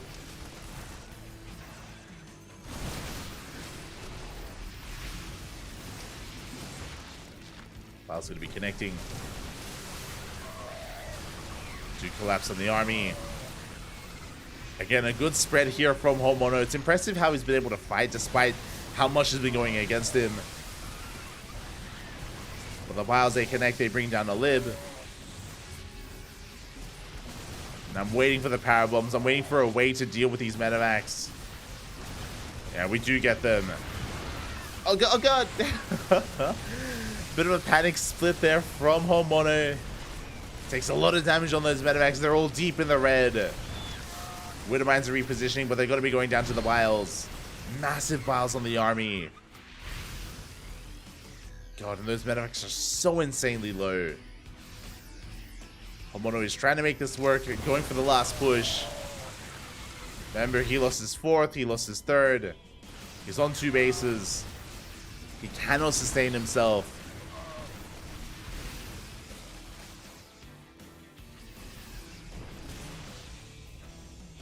We're floating over the 4th. Yeah, it is a fresh 4th. I think it's the 3rd base floating over as it did take a lot of damage.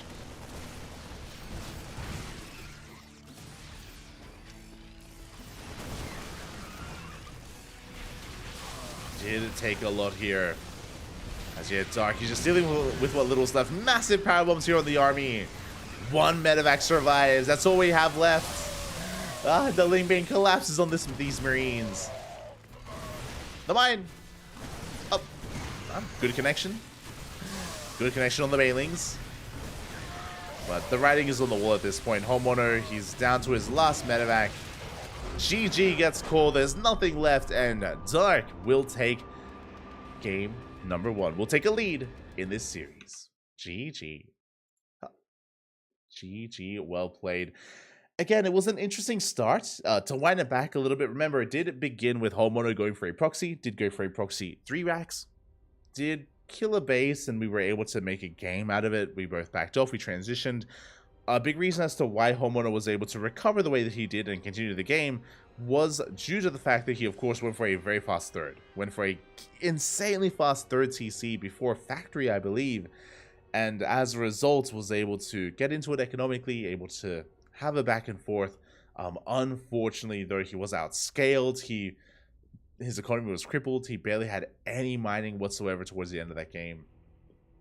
He was pulled apart. It was impressive how well he was able to fight, but again, there was no longevity to the army of Honmono.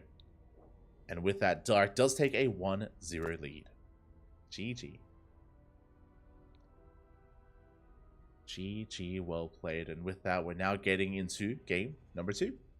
Let's go. It's going to be taking place on Golden Aura.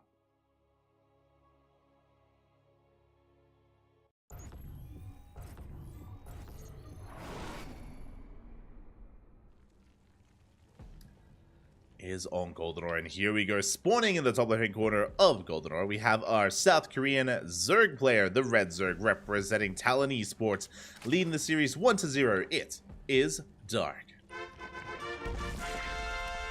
Oh, interesting. Going for a 15-15. And spawning in the bottom right-hand corner, we have as opponent, we have the South Korean Terran player, the Blue Terran, representing Team Hyper 1, living in the land of Japan. It is Honmono. I love the reactions in chat.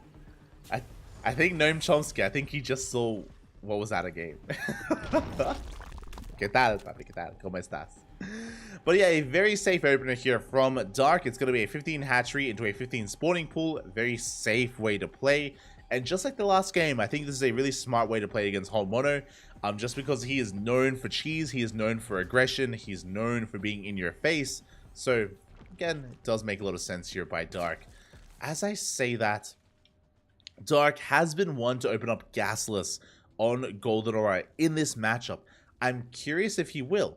It's a 15-15 to begin with, but do we go for a hatchery before gas? That's what I'm curious about. Back at home, it's going to be a Rax Expand. This time a standard opener here from our Terran player. Nothing too crazy, nothing too wild. This time, no cheese, no proxy. A little bit disappointing, but it's okay.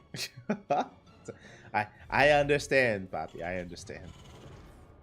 So there we go. CC on location. Gas is being taken before the third. So Dark, he's not opening up gasless.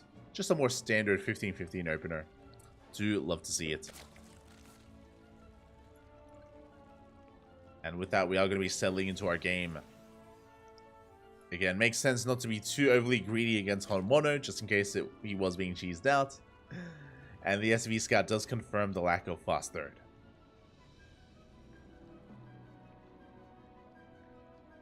I think Dark Talon would be better. Yeah, these team, you know, one of these days, Dark's team is gonna have an in-game clan tag.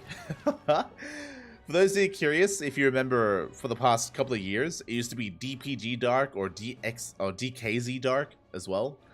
Just because Dragon Phoenix Gaming and Dragon Kaiser Gaming never had in-game teams. Or in-game teams, so no like logos or anything like that. Similar with Talon Esports, Dark just adds the name of his team to his name in-game, because there's no in-game team. Shaking my head. Shaking my head. It's similar with, I mean, obviously Hero, because he's also on DKZ. And same with Team Liquid, actually. Team Liquid, They do have the Team Liquid team inside. I think they have the Team Liquid team in Europe, but I don't think they have it on NA. So I think on NA, that's why you have like Liquid Skillus and Liquid Clem and Liquid in front of their names, instead of it actually being in game, which is kind of weird. Kind of weird, not gonna lie. I'm shaking my head, mana. Get on that. God damn it. I almost said shaking my head TLO, but TLO's on Shopify. And Shopify, they've got it down. They've got their in-game team. They know how to StarCraft.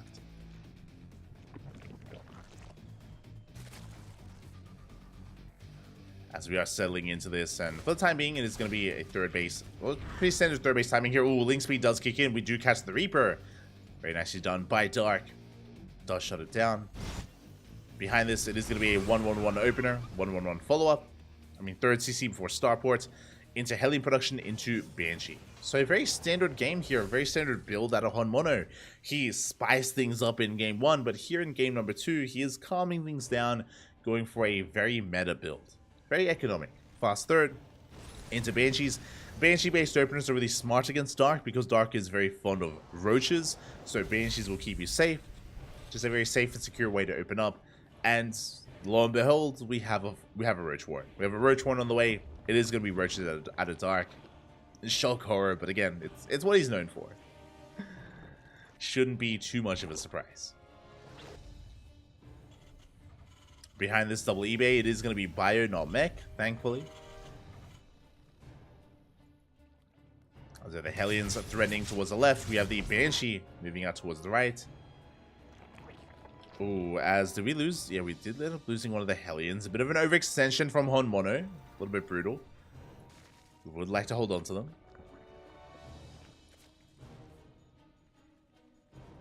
That needs to be an emote. You're an animal. Ay, ay, ay. As Honmono is just landing his third base on location, getting into the rest of these Raxes. It's going to be a 3-1-1 setup here. Soon to be a 5-1-1 setup on 3 bases. And we're getting into our game. We're getting to StarCraft.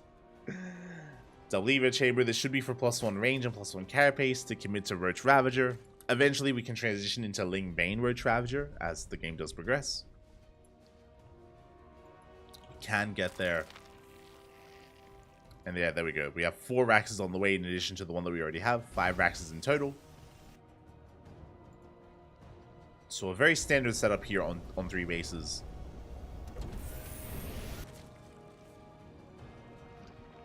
Very standard, as Dark is going to be refining his army a little bit further here. Infestation bit's on the way. Now this is for a Hive, that is true, but the Hive is going to be delayed because this should be for faster infestors.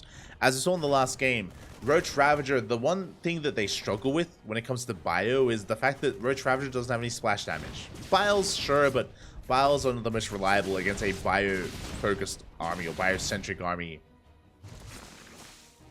Biles are not what you really want to be relying on.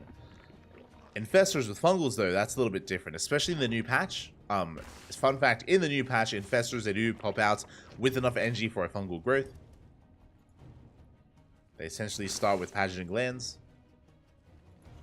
And there it is. 2 infestors are on the way. Behind this, now working towards the Hive, Baneling Nest. So it is going to be Roach Ravager into Ling Bane. With, of course, the infestors to support.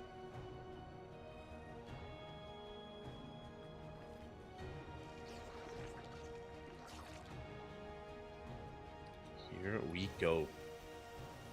Behind this, Honmono has been pretty passive. I'm a little bit concerned. Honmono has been very passive. We're just chilling, building up on 3 bases.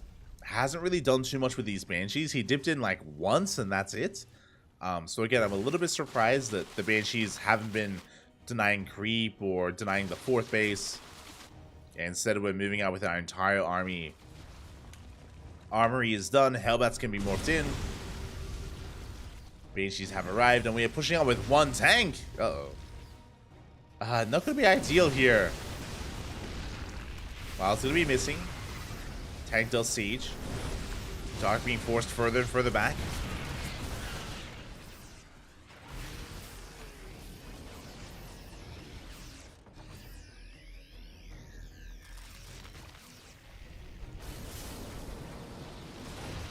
is forced further back here as we do see Homeowner pushing towards the left-hand side.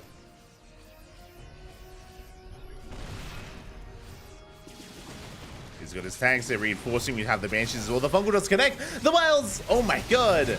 They do graze those Banshees. One Banshee does go down. Bathing speed still not done, by the way. We're building up towards that Ling Bane. We're actually working towards Ultras. A very greedy move here by Dark. At the same time, a massive Ling counter stack. I was wondering, where were the Lings? They're not here. They're across the map instead. We get a kill, not a cancel on a CC. 400 minerals down the drain. 6 SCVs go down. And the Lings, they do back off. They live to fight another day. The Homeowner, who was forced to turn back around. The entire army came back home, which means Dark, he gets away with his 4th, his 5th, and his 6th. 6th base is being thrown down. We're up 3 bases compared to the Terran. Dark, he's snowballing out of control. He collapses on these tanks. And we get 1, we get 2 tanks. Just barely. Very big pickups here from Dark. Fusion, oh my god, what? A fusion core on the way. Okay. I imagine for Liberator range, another base is denied. And at the same time, Lings, they do collapse here on the 3rd, and Homeowner is being pulled apart left and right. He just cannot keep up. SCVs are falling. And how many tanks are remaining? We have 2 tanks here in the main, and those are, okay, 4 tanks in total. So we have the other 2 tanks on the low ground. But again, Dark, he's maxing out. He's on 82 workers. The ideal worker count. He got away with his Hive, got away with his Ultra Cavern. Vipers are amassing energy. Ultras are on the way. Kindness Plating just now starts up. And Homeowner, he's still stuck at home licking his wounds. Throwing down his 4th base on location. Throwing down his tanks. This tank line is solid, don't get me wrong. But what can deal with the tank line? Vipers. We don't have any Vipers here. Ooh, this is a brutal trade. Bit of a brute force way of dealing with it. Not the best trade from Dark. Again, we have Vipers. We can just Blinding Cloud. We're making this a little bit harder than it needs to be. Bailey's roll in. Massive connections. We bust into the mineral line. 21 SCVs go down. And where are those Vipers? They're coming. They're finally on the way. And with them, we can break this location. The high ground will not matter. The tanks will not matter. It's going to be all about those Vipers. All about the Zerg army. The Swarm. Here we go. Dark, he is committing. He is pushing. Honmono has a comparable army size. That is true. It's a comparable army, but it's not going to be enough. There we go. The Blinding Clouds are thrown down, covering every single tank. Tanks are going to be going down. The Vans, they crash into the mineral line. We catch a lot of mules. Oh my god, and the splits, they're not there. No splits whatsoever. We take the Baileys to the face. We take the Baileys to the face, the Ultras as well. We're kiting our hearts out, but we're down to 1 Marauder, 0 Marauders. GG gets called, and Dark will take the series 2-0, advancing on to the semi-finals. GG. GG, well played. A solid series out of Dark. I do want to give some credit to Homeowner though, because yes, here in Game 2, it was a little bit more one-sided. Game 2 was 100% more one-sided here in favor of Dark. He was so much more in form, just able to pull apart his opponent left and right. Game number 1 was closer on Alcyone. Game number 1, Homeowner was able to actually get into his game, was actually able to threaten Dark, deny bases, go for drop play. Yeah, he wasn't looking too bad in Game 1. Was actually keeping up from time to time with Dark. I was very impressed. Very impressed on Alcyone. Golden Aura, a little bit less so, you know, was Golden Aura.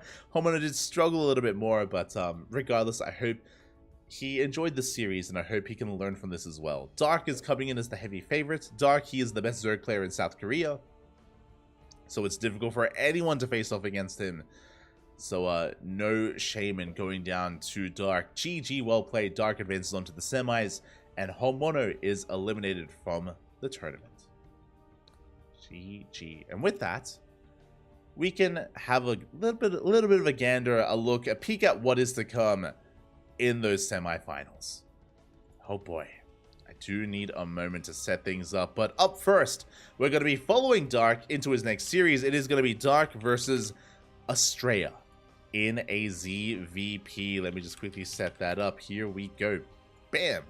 Dark versus Estrella is going to be coming up next in a ZVP best of 3 semifinals match. If you weren't here for it, we casted Estrella earlier, and Estrella, he did take down Classic in a Protoss versus Protoss matchup. Very impressive. Classic was the favorite player, and Classic, he was denied. He was shut down by Estrella. A big win for our American Protoss. The NA Hope was amazing to see. Likewise, we have another series thereafter. We have the lower semifinals, which I am setting up as well. It is Dark's ex-teammates. As I quickly try to get eyes on things. It is going to be a PvP between Hero and Nightmare. We just casted Nightmare earlier. He did bring down Creator. It was a close series. It was a very close PvP, but Nightmare did come out on top. So he will be advancing on to the semifinals to face off against Hero as well. Boy, it is not going to be easy. Not whatsoever. So that's what's to come. That is what is to come here. Both semifinals and then the finals thereafter. We're going to be going on a short break. We're going to be going on a very short break. So take this moment to hydrate your hydras, stretch roaches, massage your marines, get some snacks, and of course posture check as well. We're going to be going on a short break, and when we return, we will have the second half of the broadcast. See you soon. See you soon. Ha.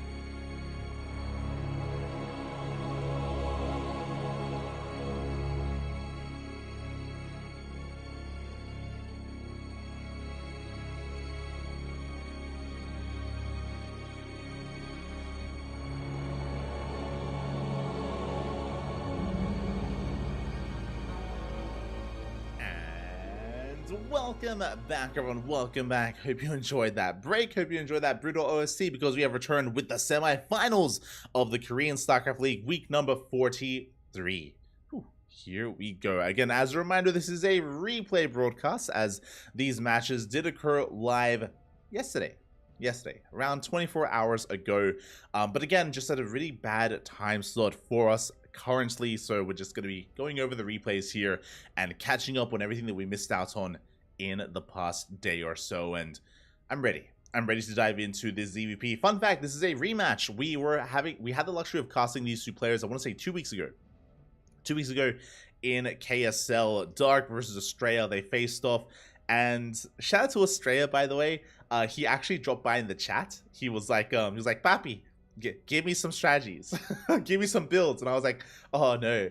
And jokingly, I said on Alcyone, you should go for if Dark goes for the goal base, which he usually does on Alcyone, you should respond with a gate forge expand, like a cannon rush, a macro cannon rush essentially, because Classic and Hero do it.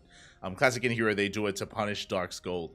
And I also said, you know, we haven't seen your infamous like double robo quadruple disruptor drop opener before in a while. It's been a while. And he's like, okay, didn't work.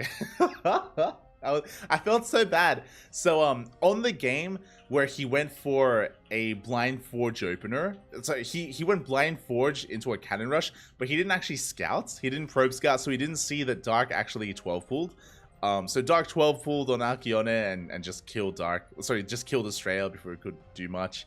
And on the game where Estrella went for the double robo opener into double disruptor drop, into quadruple disruptor drop even, in that game it was on Oceanborn, and Dark went for a Ling all in. He went like it was a very short series. It was like a 10-minute series, and Dark, he went for like a Queen Ling Flood or a Ling Bane Bust, if I remember correctly. And I felt so bad. Like Estrella, he popped by in the chat afterwards, and I was like, oh, I'm so sorry. Like I was just having fun. And he's like, no, it's okay. It's okay. Like I wanted some inspiration. Like, it's all good. So yeah, that's what happened the last time they faced off. Now we'll see what happens this time, as we're getting into game number 1. Gonna be on, I'm getting deja vu, Oceanborn. Oh boy. Oceanborn is up next.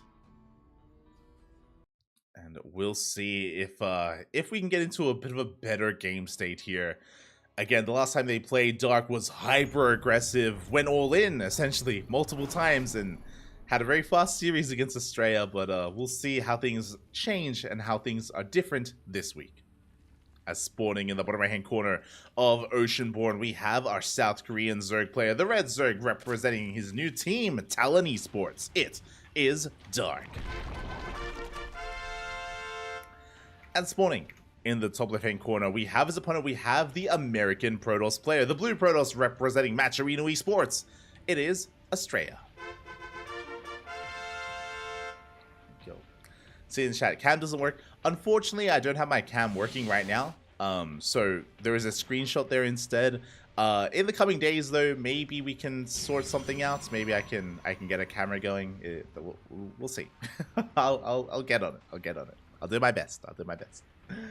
But for the time being, we are just diving into our next game here, or into our next series, into the semifinals. Dark going for a 15-15. 15 hatchery into a 15 spawning pool.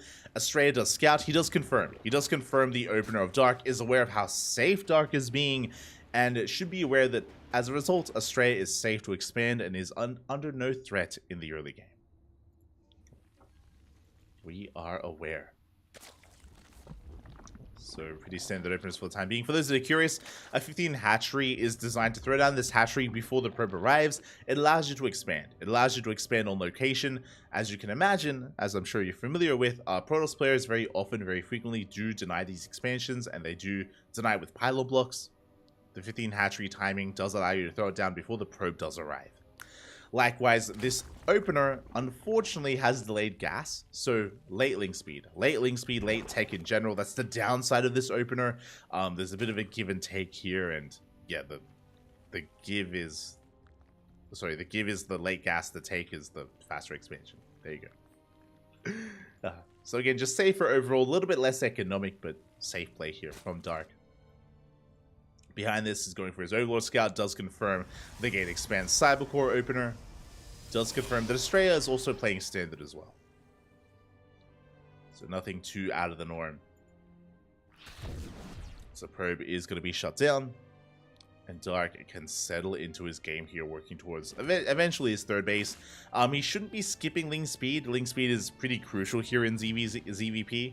There are some players that have tried to, but again, Ling Speed can be so versatile when it comes to Ling run-bys, when it comes to denying this third base. Speaking of, Estrella going for a third before... Oh my god!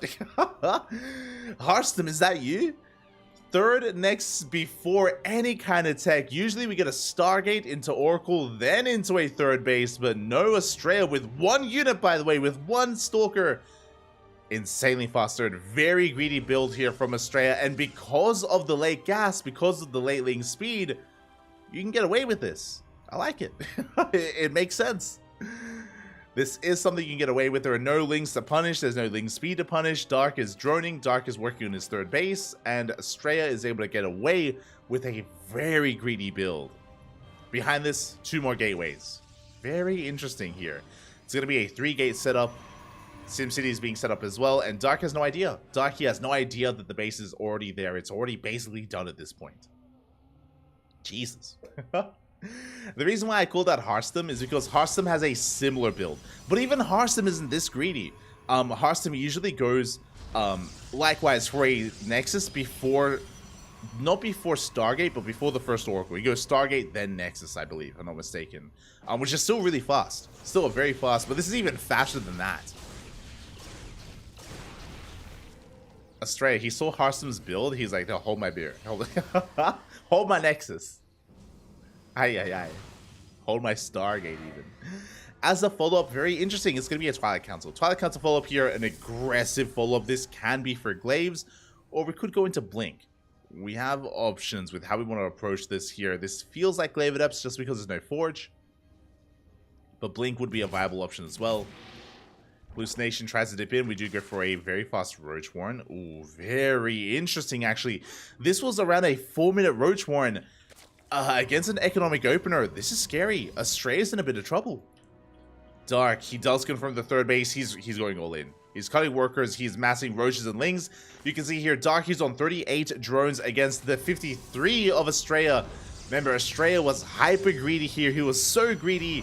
And Dark realizes, and now Dark is here to punish. Dark, he is here to completely punish him and to go all in. Estrella, he throws down 3 shield batteries. I'm loving the shield batteries here on the high ground. Oh my god. I love the positioning here on the high ground. They're going to be safe, but is it going to be enough?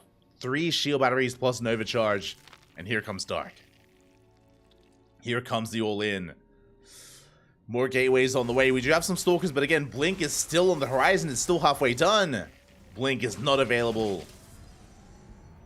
And Dark, he is here to push. How many Ravagers? We have 4 Ravagers in total. Soon to be 5, soon to be 6. Boys, they're being pulled. They have to be. Wild's going to be connecting here with the shield battery. Shield battery is going to be going down. One of the Ravagers does get surrounded. Up at the Lings, they flood on in. Every probe is going to be falling.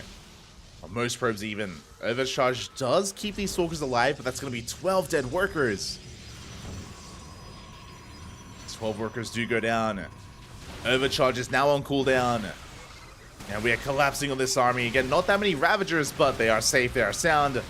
When they do connect with those Stalkers.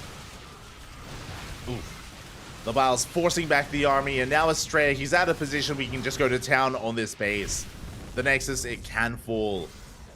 As I say that, Dark, he's backing off for a moment. He's consolidating his army. He's droning. Oh my god.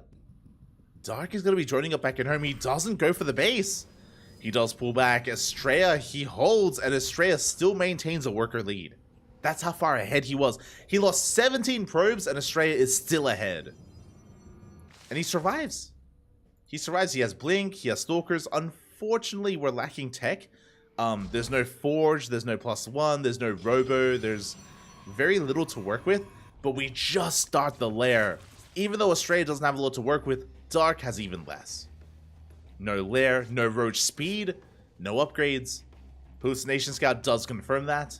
And Estrella, he also confirms the droning. He confirms the fact that Dark is saturating his third. So Estrella, he is free to probe up his own base. Robo is on the way. Still no Forge, unfortunately. But Estrella, he's in this. He's very much so in this game. As from here, if you wanted to, we could take a fourth. I would like to see a fourth base from here. I would still like to see a Forge, maybe double Forge to catch up. As the game will settle. Again, Dark being very safe with how he was playing this out. Again, I do think he could have gotten a little bit more damage done, especially after he forced the Blink into the main. But Dark, again, was just playing safe overall. Wasn't feeling too confident about his position. I would assume, my assumption here is that maybe he didn't want to force an all-in from his opponent. I would assume, as we're making more roaches, roach speed on the way, +1 melee as well. God, that's a lot of stalkers. That's how many? Oh my god, 30 stalkers. 30 stalkers available here for Estrella. Again, they are still 0-0. No upgrades in sight. Oh, Bile does connect. Decent force field, but this is a brutal ramp to push into. The choke point is insane. Estrella trying to force his way through, comes in from behind with those zealots.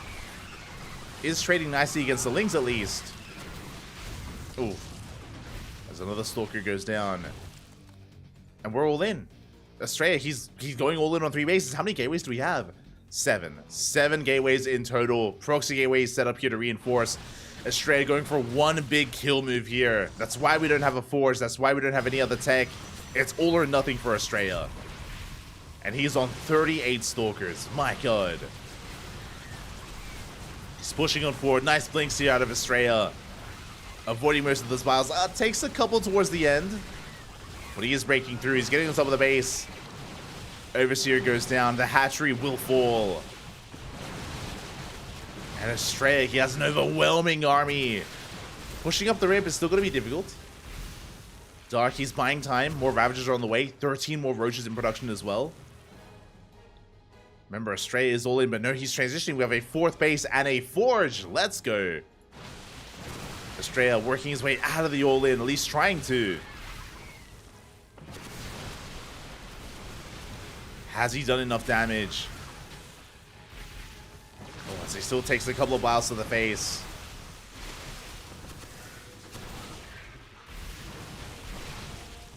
And trying to force his way in. Decent blinks overall. He's shaving off a lot of Lings at least as well. But Infestors are in production, and Infestors, they can lock this army down. That's really what we're waiting for. Good biles as well. We're buying so much time. We're forcing out so many blinks, and here comes the Fungal. Up. The Fungal will connect. Massive biles here on top of the army. Massive connections as well. A big chunk of Stalkers go down. And that's the moment the Dark was waiting for. Another Fungal. Another Fungal does connect, and we have one more in the chamber. We're holding on to it. Holding on to that Fungal, forcing back the army. And Dark does take a supply lead. He may be on 3 bases. He may be down a base. But he's taking better fights. Oh. Up. And again, we're looking for the Fungal. We do connect with mainly Zealots, less Stalkers. But a good trade here from Dark. And more importantly, he keeps every Infestor alive. They survive. They're going to be able to regenerate that energy. 3 more Infestors on the way. That's a bit overkill, but they're on the way nonetheless. And Estrella, he's backing off. He's backing off. He's transitioning. He's just now starting +1. Ooh, this is a late +1 upgrade. 2nd Forge, Robotics Bay. Getting into Disruptors, I feel like are necessary. Disruptors will be necessary here as Estrella, he's in a rough position. Like, this transition is just really awkward. Does have a good economy. Can he make use of that, though? Can he actually get into his army? As he's making 1 Disruptor at a time. Link Scout does confirm the saturation. Dark is aware. Dark is double expanding. Taking a 4th and 5th base at the same time. And he's pushing. He gets eyes on the 4th. He knows what he wants. He wants that base. Does want to bring it down.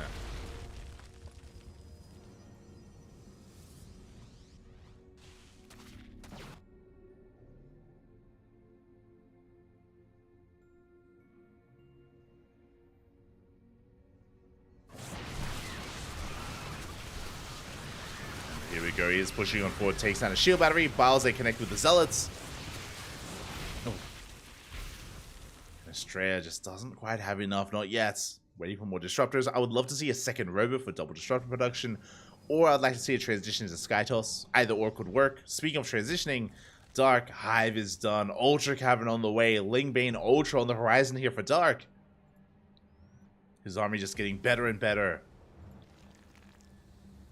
And Estrella, he's still playing catch up here tech-wise. His army is still lacking.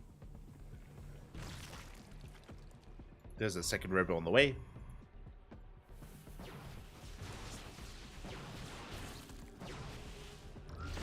Second robo in production. Nova's going to be going off, zoning back the army. And once again, pushing up this ramp is always brutal. He wants that disruptor up. But he won't get them. Barely doesn't. Oh, at the same time, a Baneling Rumbai does get in. The probes. Oh, we do connect. 23 workers go down as we connect here into the natural as well. Oh my god, at the same time, Zealots, they do wreak havoc here at the third base. A big warp into the main. Chaos ensuing. So far, Estrella does lose 24 probes, but Dark, he's losing a lot of drones. He loses 13 drones here in the main and the third. Zealots are breaking through. Estrella pushing in with his main army. In one fell swoop, just mass harass everywhere. Just chaos all over the place. Base goes down. Bit of a miss rally with that disruptor. Disruptor does fall. Both players are hurting economically. More drones are getting picked off. Nova goes off. Doesn't connect. The disruptors. Every single disruptor going to be going down. We have one disruptor left. Now none. We clean them all up. We connect with that fungal. And Darky's chasing Estrella down. Losing every single disruptor. He has one left. Decent connection. But only on Lings. And Dark, he can keep on pushing. Gotta be pulling back for now. Zealot Rumbai does distract him. As we collapse on the base. Clutch transfuse from the high. Oh my god, the range. The range from the transfuse is insane. I didn't know we could reach from that far. Jesus. But we do keep the base alive. Neural is on the way. Dark going for a big counterattack once again. And unfortunately, Estrella, he just doesn't have any more disruptors. I mean, he's got one, now two. And he's getting into immortal production. His army is hurting. Ultras are getting into the mineral line. Lings, they get a surround here on the left-hand side. Estrella, he's being pulled apart. That one Ultra harassing the burrow. I mean, true, that was recently buffed in the new patch. Ultras, they do burrow faster, specifically for Dark. I remember when that patch was announced, when that line was shown, I was like, yo, this is specifically a Dark buff, because Dark is one of the few that goes for Ultra harass like this. Does get shut down. We get 7 probe kills. Oh.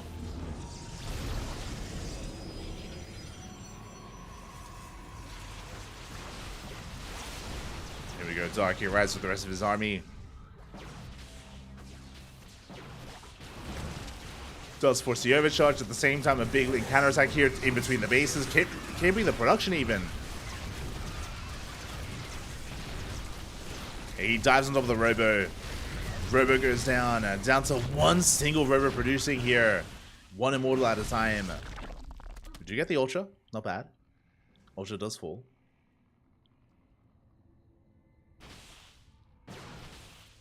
But Estrella, he's still stuck with these 4 bases. Still stuck on less than 60 probes. And Dark is freely mining on 5. We'll soon be taking his gases. Let's go +3. And he's ready for, once again, some more counterattacks. We've got Lings on the right. We've got Lingbane on the left. And we have the main army here in the center. We do run into the army. Banelings, they ignore them. They're going into the mineral line. They don't quite connect. They don't quite get in, but they burrow. Oh. The Banelings, they do burrow. And did Estrella notice? Does he see? Oh, he does. Oh, okay. He did notice in time. Shuts down the Banelings. At least some of them. We have additional Banelings here on the right-hand side. Does go back to mining. Oh, Does Estrella know? I think he does. Yeah, cannons are on the way. Detection. Morling Bane being set up. Darky is maxed out. That's a lot of immortals. That is a lot of immortals. They're pushing in regardless. Alas, it's just too much to work through. Neural is done. Banelings are rolling in. But they shouldn't make it through. Yeah, they connect with the main army. But 12 workers still go down on the right-hand side. The Neural on the Archons. Novas do connect. But the Neural coming in clutch, adding a lot of DPS here to the army of Dark. But he will lose every single infestor. I'm not too sure if that was worth it. Does lose his infestors. Estrella, though, he lost 12 probes earlier, and he just doesn't really have an economy. He's all in. He's moving out across the map. This is all he has. This is all Estrella has left. And Dark, the run by his haters don't stop. I mean, there's not much left to kill here, but we take down the cannons, the shield batteries as well. The mass link counterattack will shut down the fourth and will cripple the economy, making sure there is nothing left. Yeah, and we get 17 probes across the map. We get a full surround, the Nexus will fall. Estrella going for the base trade, or again, he's just all in. Does get an Ultra. Does get an Ultra. Nova, they go off, they connect with one Ravager. But we're still just bleeding out far too much. Estrella, he barely has anything left. He's down to one Immortal. One Immortal, two Archons. Now one. And now none. And GG gets called. There's nothing left here for Estrella. And Dark will take game number 1. GG. But Estrella, he was not looking too bad. He opened up with a very greedy build. An insanely greedy start there for Estrella. He was almost punished. Remember, Dark did go all in. Unfortunately for Estrella, if you remember, after Dark's all-in failed, Estrella went for his own all-in. He went for a 7-gate blink all-in. There was no Forge, there was no Robo, there was no Tech, there was no 4th base. Estrella went for a 3-base all-in, and he didn't kill Dark. That was the problem there. He did kill the 4th, if you remember. He did kill the 4th base, and he killed a couple of drones, but he wasn't able to break Dark, and as a result, it was Estrella falling behind, and Dark snowballing out of control. Dark was able to overwhelm Estrella with the better tech, with the better economy, as Dark double expanded thereafter and droned up. And Estrella took him so long to actually get into robo production, into upgrades, into any higher form of tech. Estrella, he had a harder time getting in towards the mid to late game of that game. But yeah, just a really wild game overall. Just a back and forth here. Like at first one player's all in, then the other, and yeah, just the pendulum swung one way and the other here between the players, and in the end Dark came out on top. But now we're getting into game number 2. Número 2. Dark, of course, leading the series 1-0, and we'll see what Estrella whips out here in game 2. What I love about Estrella is he has so many builds up his sleeve. So many builds are available for Estrella. So what does he whip out this time? Again, when it comes to the last game, that was the first time I've seen that variation. The third Nexus before... The third Nexus, it was a gate expand into a Cybercore, into a 3rd base, into 2 more gateways. Like, it was so greedy. All off of one gas. All off of one gas for Estrella. It was so insanely greedy. Again, I'll be honest, I haven't seen another Protoss player play quite like that. So, again, very peculiar, very... I don't know, unique from Estrella. Very, yeah, it's really cool to see. What's the word I'm looking for? Ingenious? Ingenious maybe? As we're getting into game number 2 and spawning in the bottom left-hand corner. Creative, yeah, maybe that's better. Spawning in the bottom left-hand corner of Alcyone, we have our red Zerg player representing Talon Esports leading the series 1-0. It is Dark. And spawning in the top right hand corner as he's going for the goal base. In the top right hand corner we have the American Protoss player, the blue Protoss representing Maturino Esports. It is Estrella. Going Nexus first. He's crazy. So, if you remember, this is the scenario that I was envisioning last time. It was 2 weeks ago when I asked Australia to go for a Forge opener to punish the gold base of Dark that he usually does on Alcyone. If you remember, Australia blindly went for a Gate Forge opener and he got 12 pulled and he died. Australia, he is not quite checking the gold though. He doesn't confirm yet. But again, even if he sees it, he can't quite punish it because of his opener. Oh, he's going! He does confirm. There we go. He does confirm the gold base. Do we go for the Forge? No, we go for a second gateway. Okay. It's going to be a 2-gate opener to try to punish this.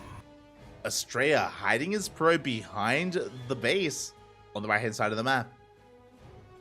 Do we have something in store for us? Do we have something planned? Dark comes in. And Dark, he will confirm the fact that, hold up, something is wrong here. And he will realize that the Nexus is already done. It's already done here as the Overlord comes in. This should not be happening. So Australia, a very greedy build. And he does throw down a proxy pylon. Pylon is on the way. We have 2 gateways already. We can go for a 3rd gateway across the map. Or, hold up, we're finishing up the Cyber Core. Do we go for a proxy Stargate? This wouldn't be a bad location for a Stargate, but we'll see. We do have 2 gases. We can afford it. Soon. Double adept opening here from Australia. Show us the Stargate. There it is. Stargate is on the way. This should be for Oracles. Should be for Oracles, and we're going to be seeing some mass aggression from Australia. Just double adept into Oracle Harass to try to punish this gold base from Dark. Again, it was a greedy opener out of Australia, that is true, but Dark, he trumps that with the gold. And Australia, he needs to stop this gold base. He needs to punish this, otherwise Dark will get out of control. He will get out of hand. Adepts have arrived. We do deny a lot of mining time. And we do commit to the Shade. 1 drone does go down. We do pick off 1 worker. Adepts dipping in between the bases. Overlord being forced back. We do have soon our first Oracle on the way. We're supply... No! A brutal time to be supply blocked. It does delay the Oracle by quite a bit. Adepts are getting surrounded. They get called out. And the Oracle is actually poised to go further in towards the main. Not towards the natural. Not towards the gold. It's a tough decision to make, but damage is going to be done. Yeah, the Queen moves out of position. Dark, he's hyper-fixated on the gold, not on his main base. The Oracle is on the way. Looks like 1 Queen is going to come out in time. But 1 Queen's DPS won't be enough. Good positioning here by Australia. Does trade nicely here against the Lings. The Oracle dives into the main base, does focus down 3 drones. Gets 3, gets a 4th drone, just barely. Gets a 5th, a 7. Oh my god. 7 workers go down. Very nicely done, and the Oracle does survive. A 2nd Oracle on the way, another Warping of Adepts. And again, can Dark defend? Can he hold? As we come into the Shade, boys are being pulled. We get 1, we get 2. Only 2 drones. The Roaches, they came out just in time. Oracle comes back into the main base. More workers going down. 12 in total. Good damage. 12 drones have fallen. But Dark, he's still amassing an army. He comes across the proxy location. He will shut down this. He will shut down the Stargate.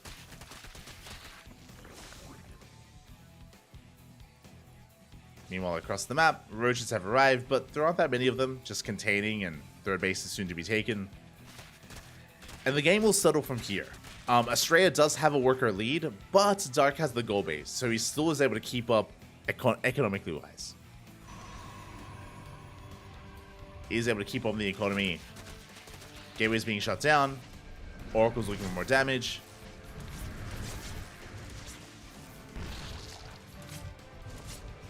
Oof, as a bit of miscontrol there by Astray, he does walk into that Queen.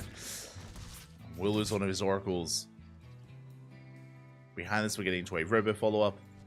Interesting, no Twilight Council. That's a bit odd. No Twilight Council by Estrella. This looks like potentially... I mean, we could go into Colossi, we could go into Disruptors. I'm curious what kind of army Estrella is working towards. I'm feeling Colossus, but we'll see. We shall see as Darky's amassing more Lings. There we go. Forge now on the way. Bay is thrown down. Very late Twilight Council. It looks like we should be working towards those Colossi. As the third base is getting up and running.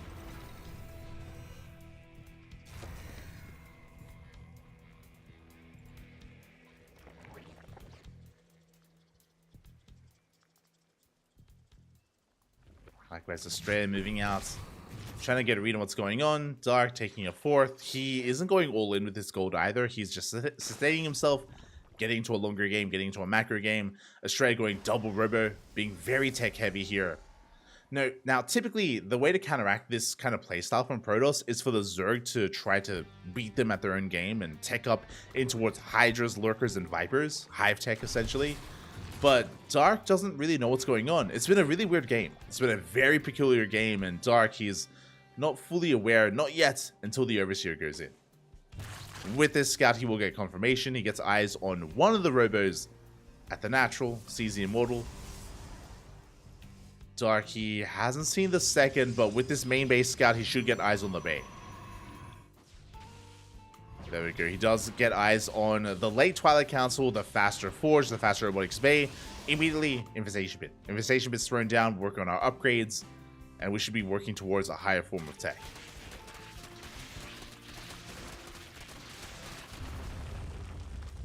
Dark moving out with his army.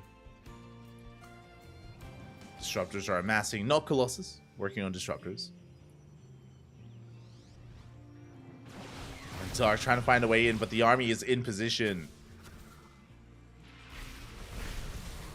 As he tries to bow down that Oracle. Everyone's on the way. There's that Hive. And just rushing into Hive tech. Should be rushing towards Vipers. That'll be a good answer to these Disruptors. We have not teched up into a Hydra Den yet, but we are working on +2 range. That tells us that we are making our way towards Hydras. Ooh, as that is a kill, not a cancel. Kill on the Nexus. 400 minerals down the drain. That is a big loss. A big loss and a big delay. So a nice pick up there by Dark. Still working on Ling Main Roach Ravager. Still waiting for his Hive to finish up. Estrella is soon to be pushing. He does have the supply lead. And how many Disruptors does he have? My god, 5 Disruptors. That's a lot. That's a lot of Disruptors, Pappy. Oh, good force fields as well. Very nicely done. Beautiful Novas alongside the massive connections here on Dark. At the same time, he does fight back with those Baileys, but Dark, he's in trouble. He's in a lot of trouble here. Novas once again connecting. And Estrella, he's looking to overwhelm. He's looking to snowball out of control. And can he break through? The Lings have fallen. We have 16 more Lings on the way, 11 Roaches. But Dark, he has to give up on the gold. The gold base is evacuated. At the same time, the Bailings! They don't even have Bailing speed, but they crash into the mineral line. They depower the Robo. And they get 10 probes, 11 probes even. So Dark, he does deal some counter damage. Remember, the 4th base is still not quite up and running. Oh, these Disruptors are looking quite exposed. There's not a lot here. Nerves are going off here in a panic. The hatchery getting very low. But this army is looking so vulnerable. Estrella, he's overextending. Yeah, we're collapsing on this army.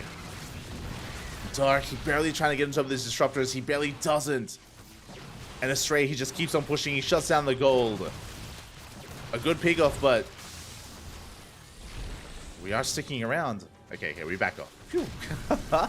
I like this. You know, we kill the gold, we back off, and we preserve the Disruptors. That's what's important. Look at the Unisource tab. Only 1 Disruptor went down. A very good fight, very good trade here for Estrella, as he does pull back.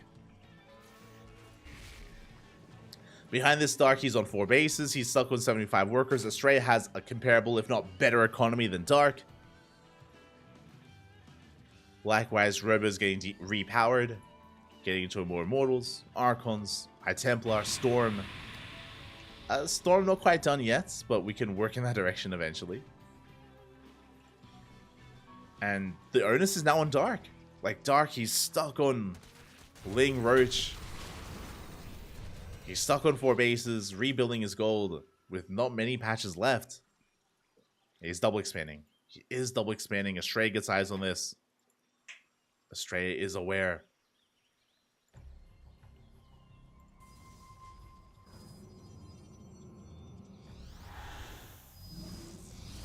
And we'll see how Astray does approach this scenario here. Okay, he's going to be rotating over with his main army. So his main army is going to be threatening the fresh 5th. The 5th base of Dark. This Prism could threaten the main base, as we have eyes on the main army. We have a harassing force towards the left. Keeping Dark busy. Oh, mainly Archons against Lings. And Dark, he goes for this round. Okay, he collapses on this army. He will clean up the Archons and the Zealots as well. A good trade there by Dark. At the same time, the main army pushes in. We force a cancel. That was not a kill. So Australia does deny the 5th. That is true. Sorry, deny the 6th base even. But the wall is not a wall. The Lings, they flood into the natural and the 3rd base. We force a recall back home. Dark, he gets his goal base back up and running.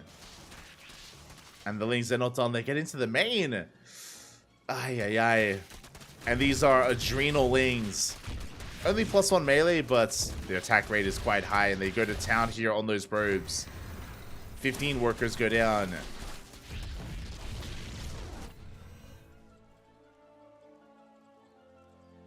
And Dark, sure, his 6th base was denied, but I mean, he was double expanding. He's still, I'm sure, content with that extra hatchery. Dark maxing out. Astray pushing onto creep.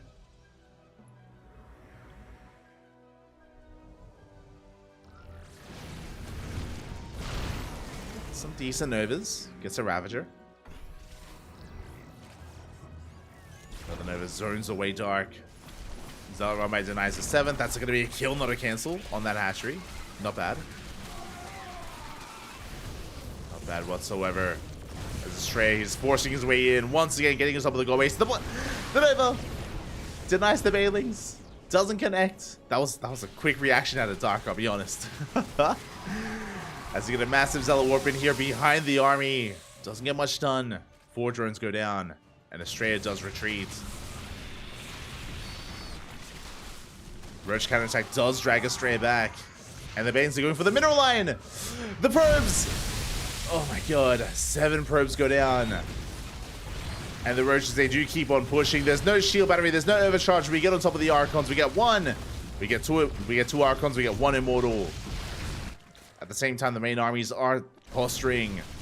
And Astray, he's losing far too much. He did not react hard enough. He did not respect the push. And every probe is going down. 17 probes fall. That's an entire mineral line. And these Roaches just, it took too long to deal with them. They're finally being cleaned up. Oh, not even. They're still there. They still have control. Behind this, the Prism is stuck in between the bases. Dark to defend. And Estrella, he's just trying to look for a way in with his main army. Estrella suddenly that much more committed. As he moves out, Morling counters the High Templar. Morling counterattacks as we catch the High Templar. 1 goes down, 2 go down. We almost get a 3rd. Oh, we even force a recall. Oh, but there are Lings to defend, Lings to deal with this. We get 1 disruptor. We get up. A 2nd, a 3rd disruptor go down. This was a bit of a botched recall. Not ideal. The disruptor count almost gets reset. It does. We're down to 1. 1 disruptor. We had 5. We're down to 1 disruptor. A brutal choke point as well. Bars will connect. Bailings, they crash into the Zealots. And this Nexus, it's so low. And Dark, he wants it. He wants that base. He wants that Nexus.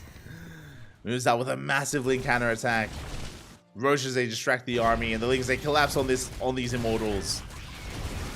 They collapse on the Nexus. Nexus goes down. The Immortals as well. We get one, we get two, and an Archon. The value here from Dark is insane.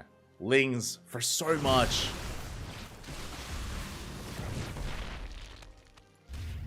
The main army is terrifying. Like, remember, Storm is done. That's a lot of High Templar, Archons, Immortals. This main army is brutal, but wherever the main army isn't, I mean, that's where Dark is. It's like he just keeps finding more and more damage. Astray, he was in a good position a good couple of minutes ago. Not anymore. Now Dark is remaxed, goal base back up and running. Double expanding, still trying to get a 6th base. Dark doesn't have the best economy, but he has a bank because of how efficiently he's been trading. And now Dark, he's working towards the Ultra Cavern, a Spire, Greater Spire even. All the tech is available here to Dark.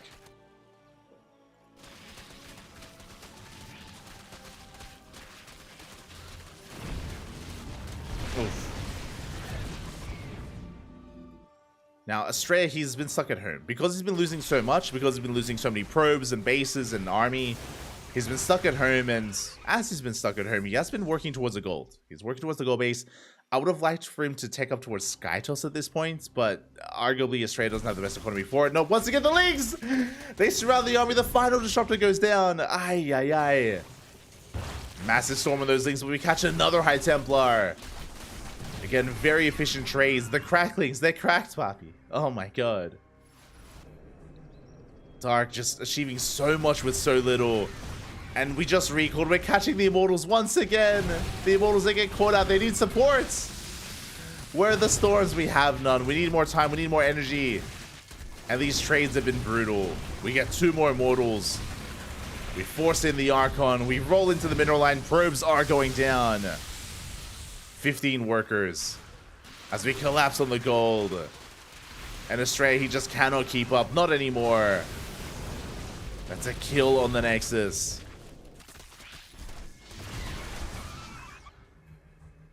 Dark's just having his way with him again.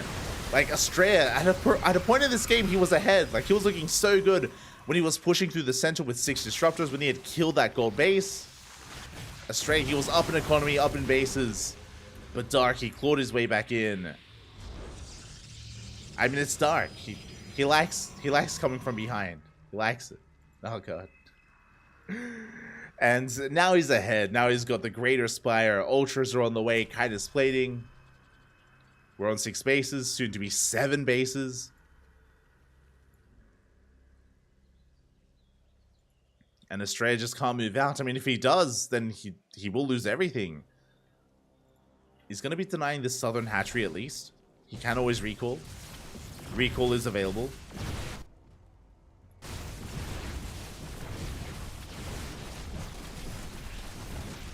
Has once again a massive Link counterattack. Astrea, he needs to come back home. But he may just be too little too late. Where's the recall? Yeah, as we lose 13 probes. Ay, ay, ay.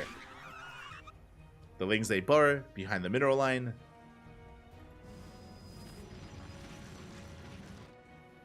And this is going to be the nail in the coffin. We have Broodlords on the way. And there's no answer. There's no answer to Broodlords.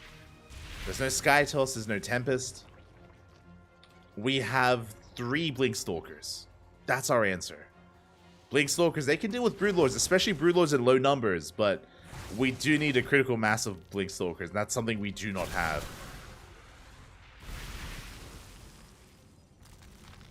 I mean, Storms can be okay. But here we go. The Broodlords, they have arrived. They reveal themselves. And Astrea, he has to back off. He has to respect the Broodlords. Cannot engage. He's trying to push in.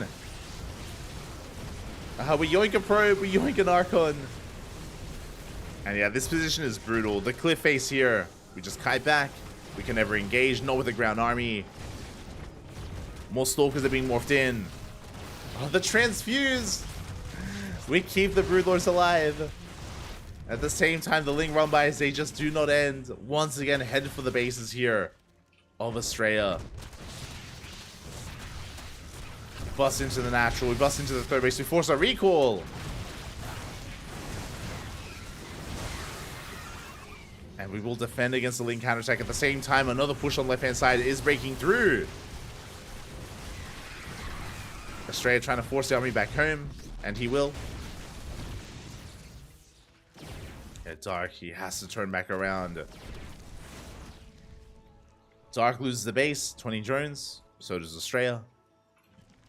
But again, Dark, you can afford these losses. Estrella cannot.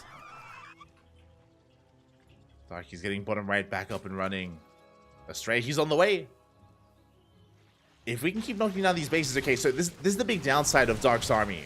His Broodlords, of course, they're so immobile, they're so slow. The Broodlords have a hard time keeping up. And so far, Estrella abusing the immobility here of those Broods. Estrella, he's still in this. He takes down 2 bases. The Ling Rumbai are brutal. They always have been. They're still getting so much. They get an Archon. Almost a second. So close. But Estrella, he's down to 34 probes. Dark, he's down to 46 drones. Again, both players are hurting economically. In a head-to-head fight, I favor Dark. Like, Dark, especially with the Broodlords, like, he does have a pretty big advantage. But as we've been seeing, Estrella doesn't have to fight head-on. He can avoid the army, can go for these kind of counterattacks, go for these fringe bases. The gold, it's added minerals. Dark, has very limited income right now. Bottom right is the base for Dark. And if Estrella can deny the bottom right over and over again, then he can bounce back. He can claw his way back into this.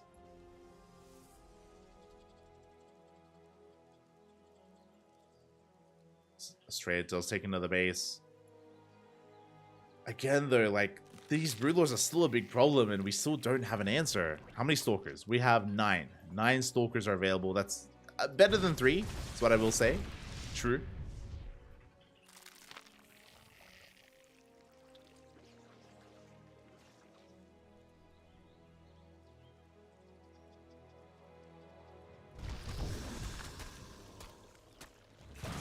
So yeah, this is the problem. The Broodlords, they do bully back the army. And this base, it's under threat. We got a Head Templar. Yeah, the Broodlords, they get eyes on the Nexus. And we're going for it. We're going for the base. At the same time, Estrella going for a big counterattack.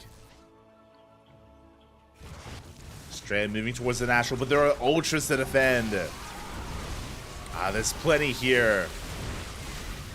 Ultras and Ravagers. Estrella rotating everything over. Trying to collapse on these Ravagers from behind. There we go. The surround is being set up, and can we pull this off? We get an Archon. Sorry, we get an Ultra. Ultra goes down. The Broodlord's also coming from behind, though. The sandwich gets sandwiched. Oh, God. Not like this. Who surrounds who as the Broodlords? They do come in. They force back the army. They get an Archon. And we force a recall because Lings, they went ham. The gold's still not back up and running. We even borrow the Ling. Slick moves out of Dark.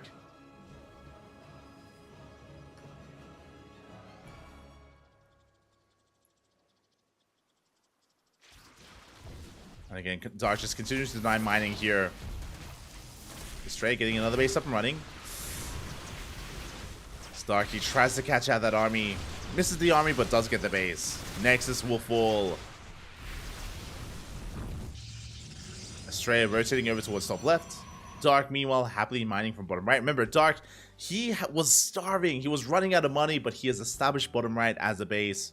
He does have it, and he's taking one of Estrella's bases. Oh, trying to at least. Oh, that's a kill. Kill, not a cancel. 300 minerals. Not too bad. Good pick off there by Estrella. Again, Estrella, he may be down 30 supply, but still can hold his own. I'm still not convinced that he can win head-on against all those Broods. There are 15 Brood. Oh my God. At one point we had 6, now we have 15 Brood Lords. We have 8 Stalkers, 9 Archons. Again, the Archons should never be able to engage with the Broods. The Storm's good feedbacks here on those Queens. The army on the right-hand side does run into the Broodlords, and again, we just cannot deal with it. Oh no, we stop moving! A bit of miscontrol here out of Astray, and he loses almost every single High Templar. Yeah, every High Templar does go down. Massive Ultra counterattack. We get into the mineral line, 18 probes go down. Massive swipes here from the Ultras. And Darky just keeps on pushing. Again, 15 Broodlords, soon to be 18 Broodlords. Sorry, did I say 18? Yeah, 18. That's math. So we keep on pushing. We shut down another base, and Dark has maxed out. How did he max? The efficiency. Like, Dark has just been trading so efficiently. Keep some Broodlords behind. We'll defend with them.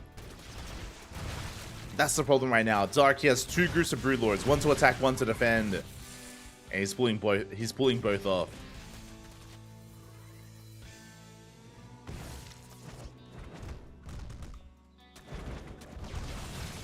The Archons are getting caught out. Big Rumbai gets in, 23 probes. Estrella down to 1 mining base. That's all he has left. And Estrella, he had his moments. Once again, in this game, he had his moments here. He was ahead at certain points.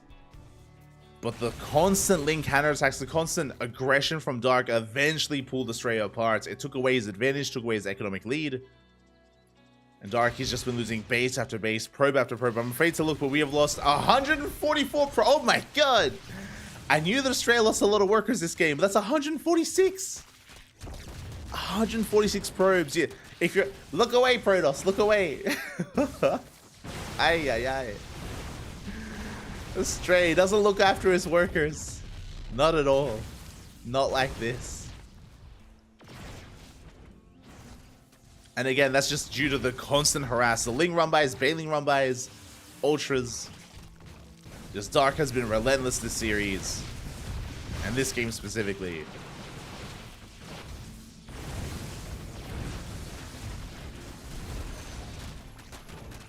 So we get into main, 1 Archon goes down. Would you recall? At the same time, second army's pushing in. But it's going to be a one-way trip. Again, we're chasing this down with Broodlords. Estrella trying to free this army. Whilst they are connecting. So many High Templar go down. Dark, he didn't lose a lot of tech. He lost his Greater Spire. That is true. Greater Spire did go down. But it doesn't even matter. Because we have a death bull of an army. We have 18 Broodlords. Has a single Broodlord died this game? Nope. Not a single Broodlord has died this game. Not yet. Can Estrella kill 1 Broodlord? Oh, I think we can. No, I spoke too soon. Oh, it's so close. Not a single Broodlord dies. GG gets called, and Dark will take the series 2-0. GG.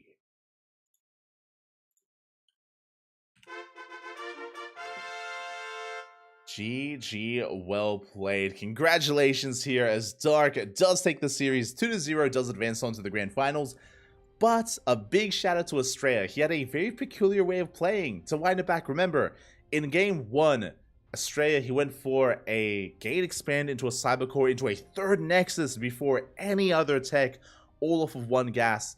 Here in game number 2, Estrella, he went for a nexus first, a straight up nexus first, into a proxy Stargate, into a proxy 3rd gateway, into mass aggression, and he was doing a good job punishing Dark. He was doing a great job when it came to killing workers and getting into a longer game, making sure that Dark didn't snowball out of control with his gold base. At a certain point, Estrella was able to take a massive supply lead and economic lead as well, but it did slip away. The constant aggression, the constant run-bys and harassment from Dark was just too much, and GG. GG, well played.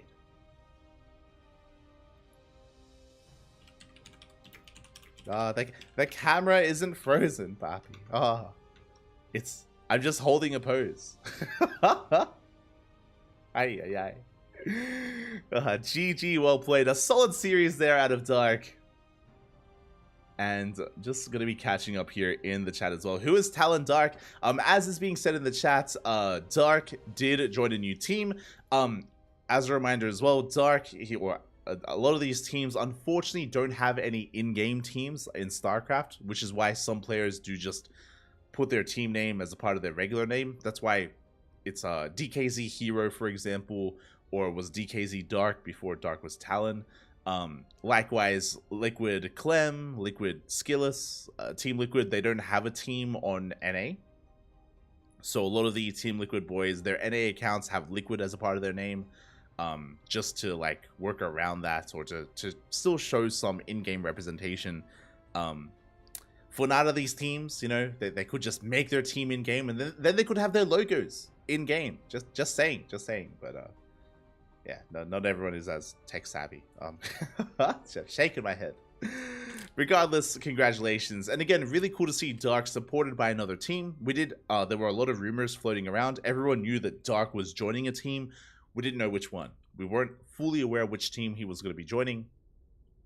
So really cool to see that Talon Esports is gonna be supporting Dark in his endeavors in IM Katowice. We don't know if Dark is gonna be supported after that. We don't know if the current theory, at least my theory, is that Talon Esports, they're sponsoring Dark for the tournament. I don't know how much further than that though, because of course Dark is going to the military this year. It's going to the military. We don't know when, but we know it's happening, and as a result, Dark, he did allude to that in his tweet. He did allude to the fact that military is coming soon. TM is coming soon. Regardless, though, really cool to see Dark, and you know, we need to get as much Dark as we can while we have him. While we do have him. Light after every Dark game looks the same. Oh, Poppy. Colossal, you know, Papi, you know. Dark, he makes me feel a certain way. I can't contain myself. Shaking my head. Ay. But with that, Dark advances on to the grand finals. He's waiting for his next opponent, waiting for the winner of this very series. We just wrapped up earlier with Nightmare versus Creator. Nightmare barely brought down Creator in a best of 3, went all the way to the ace match, and Nightmare just advanced on to the semis, where he's going to be facing off against Hero in another PvP. Let's go. Some more Protoss on Protoss action. Dark have made it longer than anyone. We were saying this last year. True. I mean, it's not on Dark. Like, to be fair, the way that it works is that, you know, the military, or they give Dark a date. They tell him, okay, like, this is when you're going, and I mean, he knows. We don't. So we'll figure it out. Shall figure it out here. As we have our next series, we're going to be diving into this PvP. Hero versus Nightmare. Game 1 going to be on Golden Aura. Let's go. I find the pose to be appropriately representative of light. I think so too. I like it. I like it, Papi. I like it. It's beautiful. That's me. It's every day. All right, let's go. As spawning in the bottom right hand corner of Golden Aura, we have our South Korean Protoss player. The red Protoss representing Dragon KaiZ Gaming. DKZ. It is Hero. And spawning in the top left hand corner, we have his opponent. We have the blue Protoss player representing himself, currently teamless. It is Nightmare.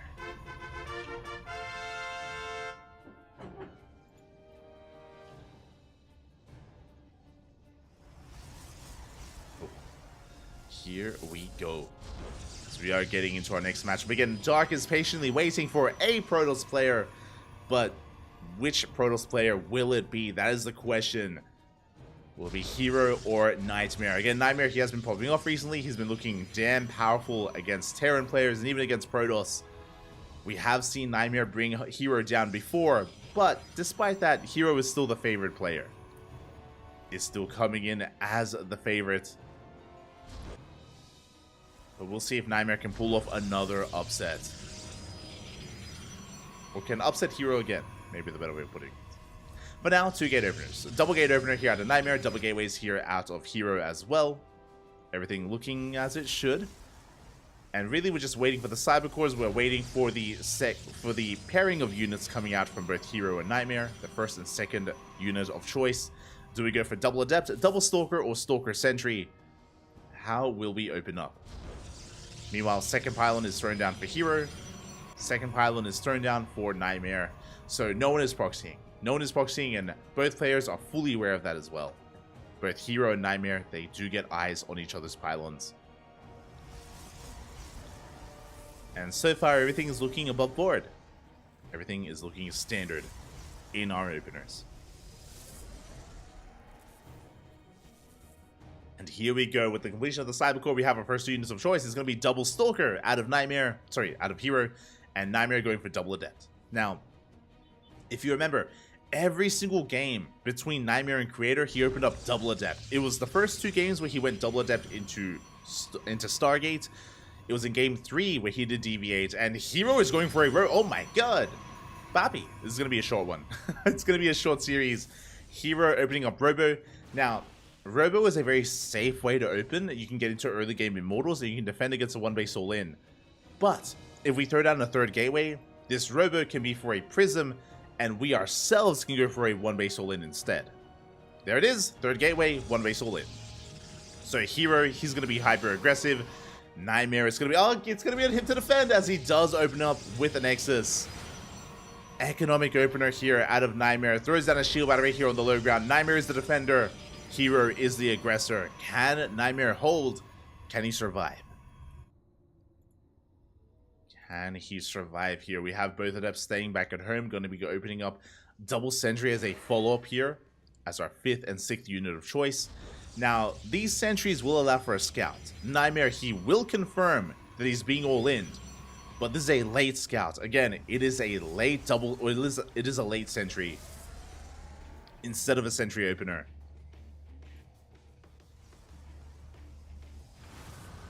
Oh boy, and we do need a little bit more time to gather up energy for the hallucination. Prism is on the way. The army is amassing as we speak. How many Stalkers? 7. We have 7 Stalkers here for Hero against the 3 of Nightmare. And remember, we can bypass the wall. We can go straight for the main base. Force field. It's a double force field! Nightmare doesn't know. He's in the dark. He sees the army, yes, but he doesn't see everything. And the force fields, they are wasted. No hallucination scouts, and we're going straight for the main. Yeah, massive warping into the main base as well. Nightmare, he's in a lot of trouble. Boys are being pulled. They have to be. Probes off the mineral line. Good target firing out of Hero, but damage is being dealt. And Nightmare, he's forcing Hero back. Gets a kill on 2 Stalkers. Oh my god, gets a kill on the Stalkers. They're coming from behind. But it feels like Hero, he's lost too much. He's lost far too much here. Prism does survive, but Hero, he gets knocked down to 4 Stalkers. He had a Stalker lead, but no longer. And we have to keep going. Again, Hero, he's losing momentum. He has to keep the pressure up. But again, really good reaction out of Nightmare. Really good pro pool as well. Adepts, they will commit. And the Adepts, they will kill some more workers in the main. At the same time, Stalkers, they do drop into the main base as well. But yeah, there's just not enough of them. Nightmare, he's holding. Nightmare is holding strong. Hero back at home. Immortal production has commenced. Immortals will help, but again, Hero needs to achieve more with his first push, and he just hasn't. He kills an Adept. That's something, but still not enough. Nightmare still maintains a worker lead. He's up in bases. He's soon to be up in tech. Blink is on the way. 3rd gateway as well to keep up with the production of Hero. And the longer this goes on, the worse it is for Hero as well. He's got 2 Immortals. Another warp in. Hallucination comes in. Nightmare, he confirms lack of expansion. He confirms that Hero is still very much so all in. We could do with a shield battery in the main. There we go. Shield battery in the main base to help defend. Move out is spotted by the hallucination. Hero, how can we make this work? He is ahead in army supply. Looking at the units tab, Hero, he is up thanks to those immortals. Oh my god. The immortals do pack quite a punch.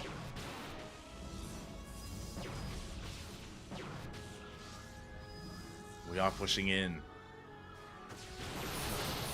So far, decent force fields. We can juggle, of course. Micro out of Hero does preserve his units. But Hero, we need to keep on pushing. Overcharge was spent, was wasted. Does run out. We dive on top of the army. Massive blink here from Nightmare. He focuses down the prism. And can he get the immortals up? Barely doesn't. Oh my god, the immortals, they get so much damage done. But they will be cleaned up. They do get focused down. The immortal count is reset. Nightmare has a Stalker lead. Okay, he's up on Stalkers. He will clean this up, and Nightmare, he will hold. GG gets called. Hero doesn't have enough. The all-in fails, and Nightmare takes a 1-0 lead. Whew. GG. GG, well played. Again, the first push of Hero was the most important one. Like, momentum is so important when you're going all in. And Hero, he bled out, I want to say 4 Stalkers. I want to say he lost 4 Stalkers with his first push when he was trying to push up the ramp and try and drop into the main base at the same time. It was just a little bit too chaotic. He bled out too much. And after that initial hold, Nightmare was looking good. Nightmare was looking solid. The first hold was the hardest, but from that point onward, Nightmare was able to stabilize, and with that, Nightmare, he needs one more. It's a best of 3, by the way. Best of 3. Uno mas is all Nightmare needs to advance on to the grand finals. And again, Nightmare, he has been making it to the finals more and more regularly in recent times. We'll see if we can do it again. As we are getting into game number 2 on hard lead. Here we go. Wow, Nightmare killed so many Stalkers. He did. Again, that first fight went so well for Nightmare. He did lose probes in that first fight, but again, he can afford to lose them. He had 2 bases. Probes, they're more of a resource than anything to throw away in those defenses. A solid defense out of him, and here we go. We're getting into game number 2, and spawning in the top left-hand corner of hard lead, we have our South Korean Protoss player representing Dragon KZ Gaming. The KZ, it is Hero. And spawning in the bottom right-hand corner, we have his opponent. We have the South Korean Protoss player, the blue Protoss player, representing himself, currently teamless. It is Nightmare.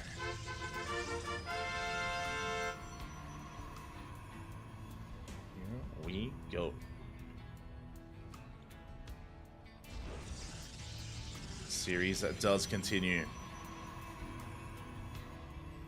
And for the time being, everything is looking normal. Both players sending out their probes, double gas opener into double gateway. We'll see if we do continue the all-ins. Is it going to be Nightmare's turn to all-in? That is the question. Again, PvPs involving Hero are usually hyper-aggressive. I mean, not just Hero, but typically including a lot of the Korean players. Typically are aggressive. We'll see if that trend does continue. Probe dips in. Nightmare getting a bit of damage done. As both players get into their bases. And we are just keeping an eye on the pylon counts. We want to confirm the placement of the second and the third pylon. Make sure that everything is on the up and up. And there we go. Second pylon has been thrown down in the mineral line. And likewise, second pylon also thrown down for Hero. So no proxy. No proxy from either player. And both Hero and Nightmare confirm that. So they can both rest easy. Now, as we saw in the previous game, just because there's no proxy doesn't mean there's no one base all in. We can still commit. We can still double down. And we'll keep an eye on our players here. Interesting. Very safe openers. This time, Stalker Sentry from both Nightmare and Hero. Remember, Nightmare, he went double Sentry quite late. He made them as his 5th and 6th units. This time much earlier, so he's a lot more tentative, a lot more respective of Hero's aggression here in Game 2. Wants to make sure he gets a read on what's going on. Third pylons have been thrown down. at their natural base locations, and both players will soon be scouting. So despite the map, we are loading into hard lead, one of the more aggressive maps in the map pool, has the shortest rush distance out of all maps out there. So all-ins are quite common and proxies are quite common on hard lead, but because of how we are playing, just really safe play and both players are expanding.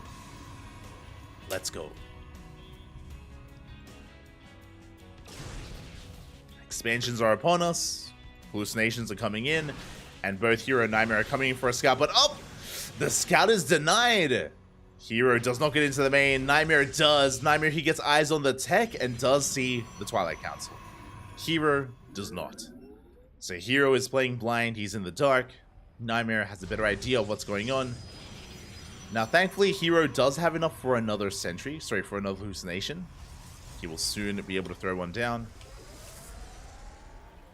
Until then though, he's still playing blind and is unaware as to whether or not Nightmare is going for a Robo or a Stargate, or even or Twilight Council. Hero did at least confirm the base, so he knows it's not an all-in. So Hero, he knows he's safe for the most part. Ooh, and he's playing even safer, going for a Robo follow-up. Very interesting. Both players are taking towards Blink. With this fast Robo, this can lead into faster Immortal production, and again, that will keep you safe against the aggression of your opposing player. Meanwhile, here comes that second hallucination scout. Hero does confirm the Twilight Council, confirms the lack of gateways, and is getting an eye on the third base, or whether or not there is one. So overall, just really good scouting here from Hero. There it is. He does split the probe towards the end there, and Nightmare is working towards the third. Hero should be doing the same. Now the downside is that Hero's third base is delayed because of the Robo. Did prioritize that Robo in Immortal production. Very safe play here out of Hero, building up the Immortals very quickly. This is very iconic to Hero. He is quite fond of getting into earlier Immortals. He can build up towards 3 or 4 Immortals and push out on 3 bases with a devastating attack. Ooh, as instead of a third, that's 2 more gates. Which is scouted, by the way. Oh my, Nightmare. So on top of this, he does confirm, does not take the third, throws down his own 2 gateways instead. Okay, so we're building up towards 4 gates. Hero will confirm. Does get eyes on the extra gateways. Does get eyes on the Robo. And the charge researching as well, which is cancelled. Big moment there. Charge is cancelled. Third base is on the way. Third base also on the way here for Hero. I think this is really smart. Like, Hero scouted the aggression of his opponent. I believe he didn't see the charge being cancelled, and instead, Nightmare, he just pivots away. He goes for a third base, goes for a forge. Nightmare is working towards a longer game. So is Hero. Very passive. In a way. Part of me wants to say that, oh, it's just a really passive game too between these 2 players. That's true. But both players are constantly scouting each other, and there's mind games going on as well. Like what we just saw, with Nightmare just pivoting away. He wanted to be aggressive. He does get out of that though. Likewise, so does Hero once he realizes. Just both players constantly checking each other. Waiting for the first player to make a big mistake. Or even a small one.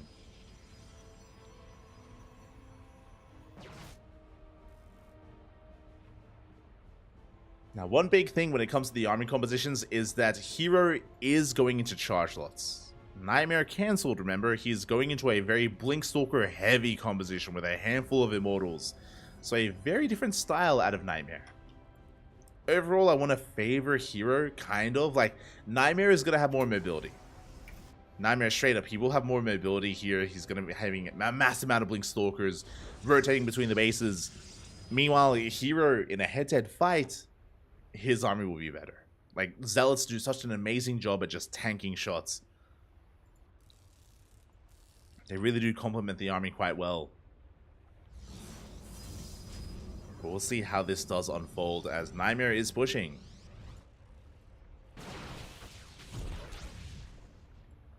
Does catch a probe, does lay the fourth. Good force fields, we do isolate those Immortals.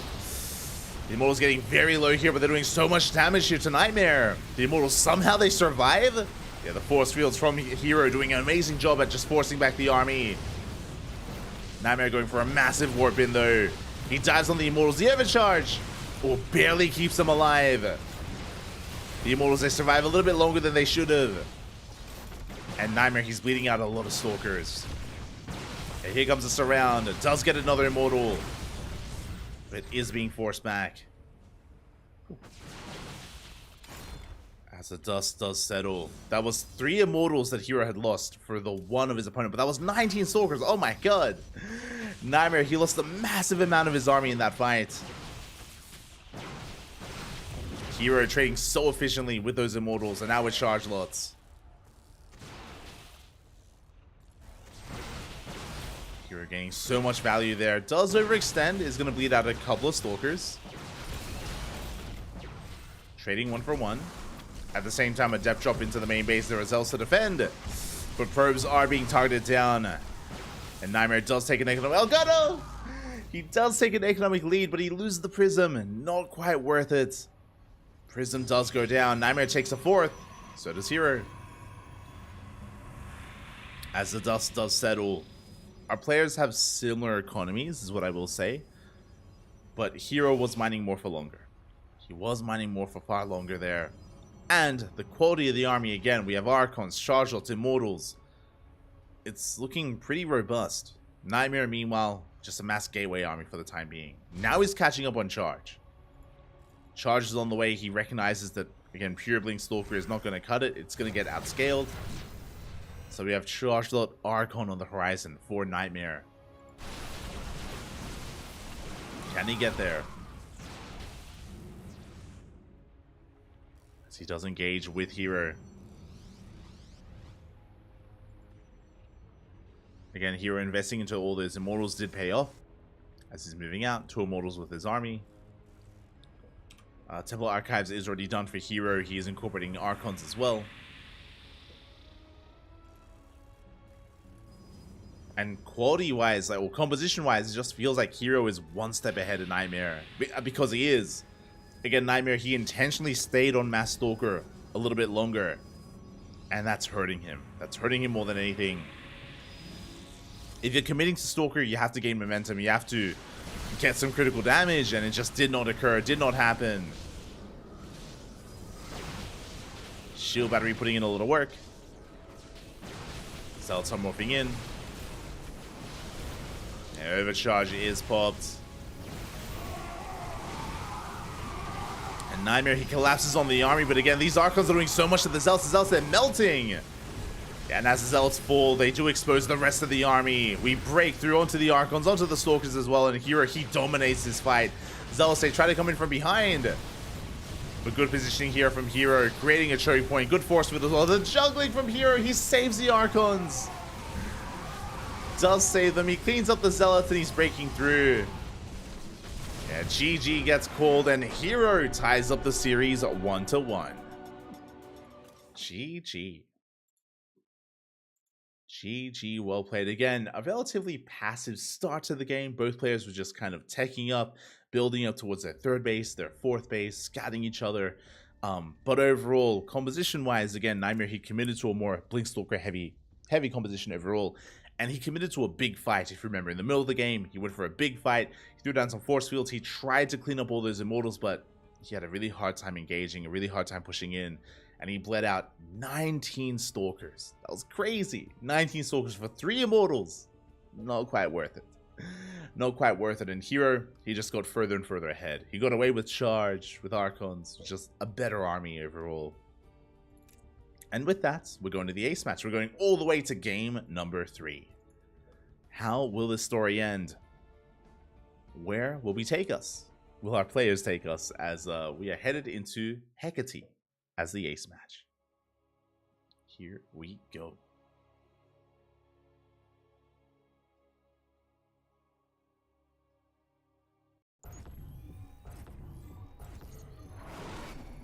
And spawning in the top right hand corner of Hecate, we have our red Protoss player representing Dragon KZ Gaming, DKZ, Ooh, fighting back and forcing the ace match. Can he go the distance? Can he face off against Dark in the grand finals again?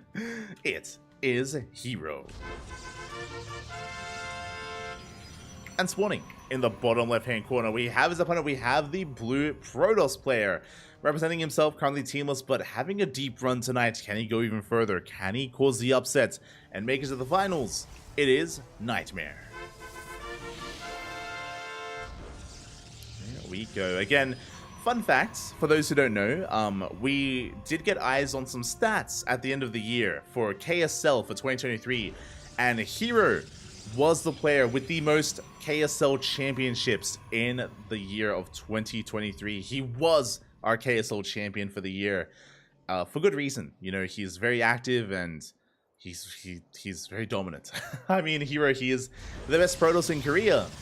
It's reflected in all of his wins, in all of his championships. But it's a new year. It's a new year. It's a new era. And is it an era of Nightmare? That's the question. Nightmare forcing the ace match. Can he keep on going? Can he bring down a player, the player with the most KSL championships under his belt? I'm here for it. I am here for it. Meanwhile, again, Hero is going to be coming in as the favorite player for this entire tournament. We've seen Hero versus Dark in the finals many a time, many a week, and they typically go in favor of Hero. But can he get there? Can he get to those finals? That's the question. As for now, standard openers. 2 gateways here from Hero, 2 gateways from Nightmare. We have, of course, our second pylons in the main for all to see. So no proxy, no fake proxy pylon either. And, ooh, we are going for a double Adept opener out of Nightmare. It's going to be Stalker Sentry out of Hero. So a very safe way to open up from Hero. He lacks DPS and firepower that a double Stalker opener would give him. Sentry opener is just very safe.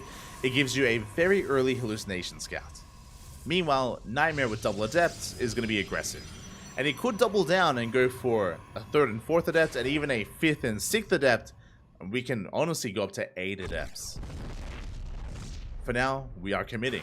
We have 2, and we have many more to come.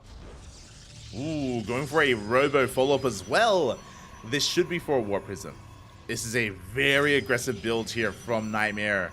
Hero dips in for a scout. He does get eyes on the Robo and the 3rd gateway. It's a 1 base all-in. 1 base all-in here from Nightmare. Hero back at home, walling off. Is going to be walling off, is soon going to be going for his own scout. There we go, he goes for his own defensive Robo. One is not quite like the other, but a Robo is very important here in PvP. If you scout an all-in, a Robo can and typically will save you. Defensive Immortals are key. Meanwhile, Adepts are moving out. Expansion is getting up and running. Again, a bit of a role reversal from game 1, where Hero is the defender, Nightmare is the aggressor. Nightmare, though... Oh, he cancels! The mind game. Oh my god. Nightmare, he had a 3rd gateway and he cancels the 3rd gateway. He does fake out Hero and he's going for an expansion. Hero scouts. Big moment here. Hero, though, he does come in with hallucination. He confirms that the gateway was canceled and he confirms that a Nexus is on the way. Suddenly, Nightmare, he transitions away from the all-in and Hero knows. Hero, he sees all. A big moment here for him. Which means he knows that he doesn't have to prioritize Immortals. There we go. Observer on the way. We don't need early Immortals. Hero knows he is safe to just chill, to probe, to focus on the mid-game. Okay, here we go. We're going for an Observer first into an Immortal. Still, we're going for that safety Immortal nonetheless. Adepts are coming in for some economic damage and for some scouting as well. We do threaten the shade. When we do commits, oh my god. 2 Adepts do 1-shot probes to get 1. Good positioning there from Nightmare. Very clutch warp in. Nightmare, he does shut down 1. He does shut down both Adepts. Very clean moves there out of Nightmare. Behind this, Twilight Councils are on the way. It's going to be Blink. Blink on the horizon for both Hero and Nightmare. Ooh, as the Prism does get in, and we have 4 Adepts wreaking havoc in the bases. Getting 2 probe kills, denying a lot of mining time. And looking to dive into that main as well.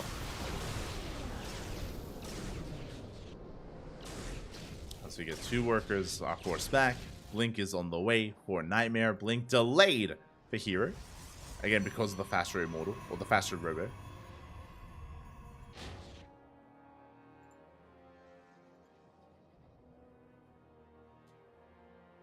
And we are settling into this. Again, Blink still just starting for both players.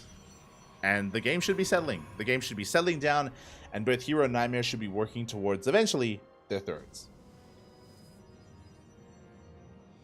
As I say that, Hero doesn't take a third base. He throws down 2 more gateways.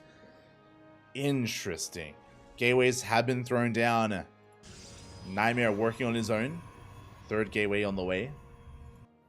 Hero should be expanding. There we go. 3rd base is being taken.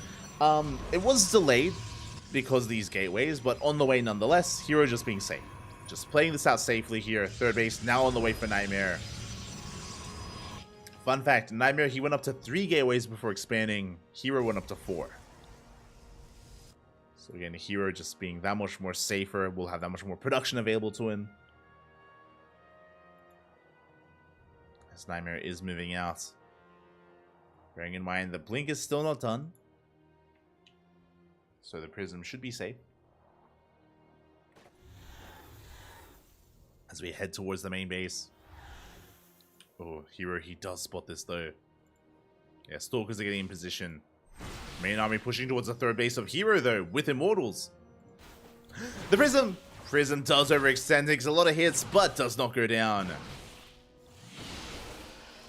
Adepts get into the main, and it looks like we do not get a probe kill. Whew. Clutch moves there out of Hero, does preserve his units, does preserve his probes. And Nightmare is reinforcing. That Prism is oh so very low. To be very careful with how we maneuver it. We have to babysit it as best we can.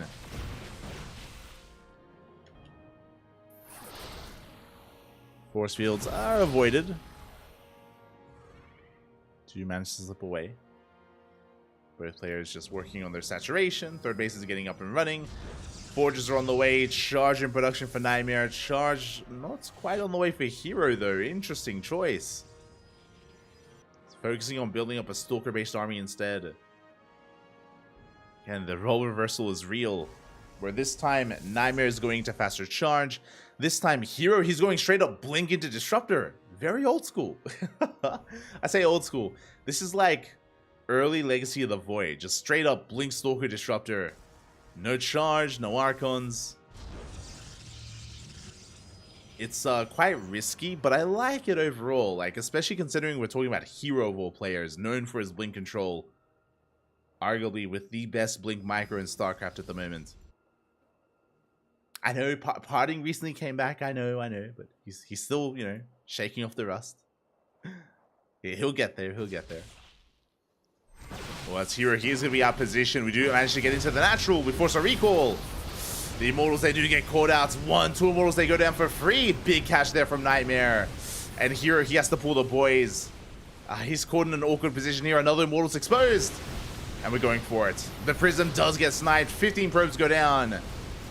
And Nightmare is taking a massive fight here. He's outpositioned his opponent completely. And Hero, he's in so much trouble. Loses all of his Immortals. Loses so many Stalkers as well. Hero, he loses control of his natural. GG gets called, and Nightmare, he goes in for the kill. And he takes the series 2-1. A massive upset once again. Nightmare, he makes it to the grand finals. GG. Oh my god. GG, well played. Nightmare in one swift move does catch Hero out of position. Hero, of course, on the right-hand side, recalled. As he was recalling Hero, he lost 2 Immortals. They were caught out immediately. And then the 3rd Immortal, or his army was split up. Force fields cut Hero away from his own natural base. And that was just the perfect fight. The perfect fight for Nightmare. In one swift move, GG. Nightmare, he takes down Hero. Let's go. Let us go. And I'm really curious, actually. I just want to double check because I remember we casted Nightmare in the finals recently. Was it in KSL? It was. Fun fact, KSL number 42. KSL number 42, Nightmare was our champion. Nightmare, in that tournament, he took down, fun fact, Nightmare, he took down Hero 2-1 again. So this is the second week in a row, the second edition of KSL in a row where Nightmare takes down Hero. He also 2-0'd Classic in that tournament. Fun fact, he 2-1 Classic this week. Oh wait, no, sorry. He 2-1 Creator this week, Creator. And in the finals of last edition's KSL, Nightmare took down Bjorn. And to be fair, Nightmare, he's known for his PvP and PvT. I'm still on the fence. I still want to say that Nightmare's Protoss versus Terran is his strongest matchup. Like, Nightmare, mate, he can take down Bjorn, Gumiho, and Cure on a semi-regular basis. Like, his PvT is out of this world. Likewise, so is his PvP. The downside is that Nightmare's worst matchup is his PvZ. Protoss versus Zerg is the matchup that he has to work on the most. And to be fair, Nightmare knows this. Like, everyone has the weakest matchup, and I'm sure Nightmare is actively working on his Protoss versus Zerg. So we'll see how he performs against Dark, as it is going to be a grand finals between Dark and Nightmare. Let's go. Let us go.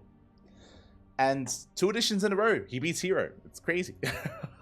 And 2 editions in a row, he makes it to the grand finals as well.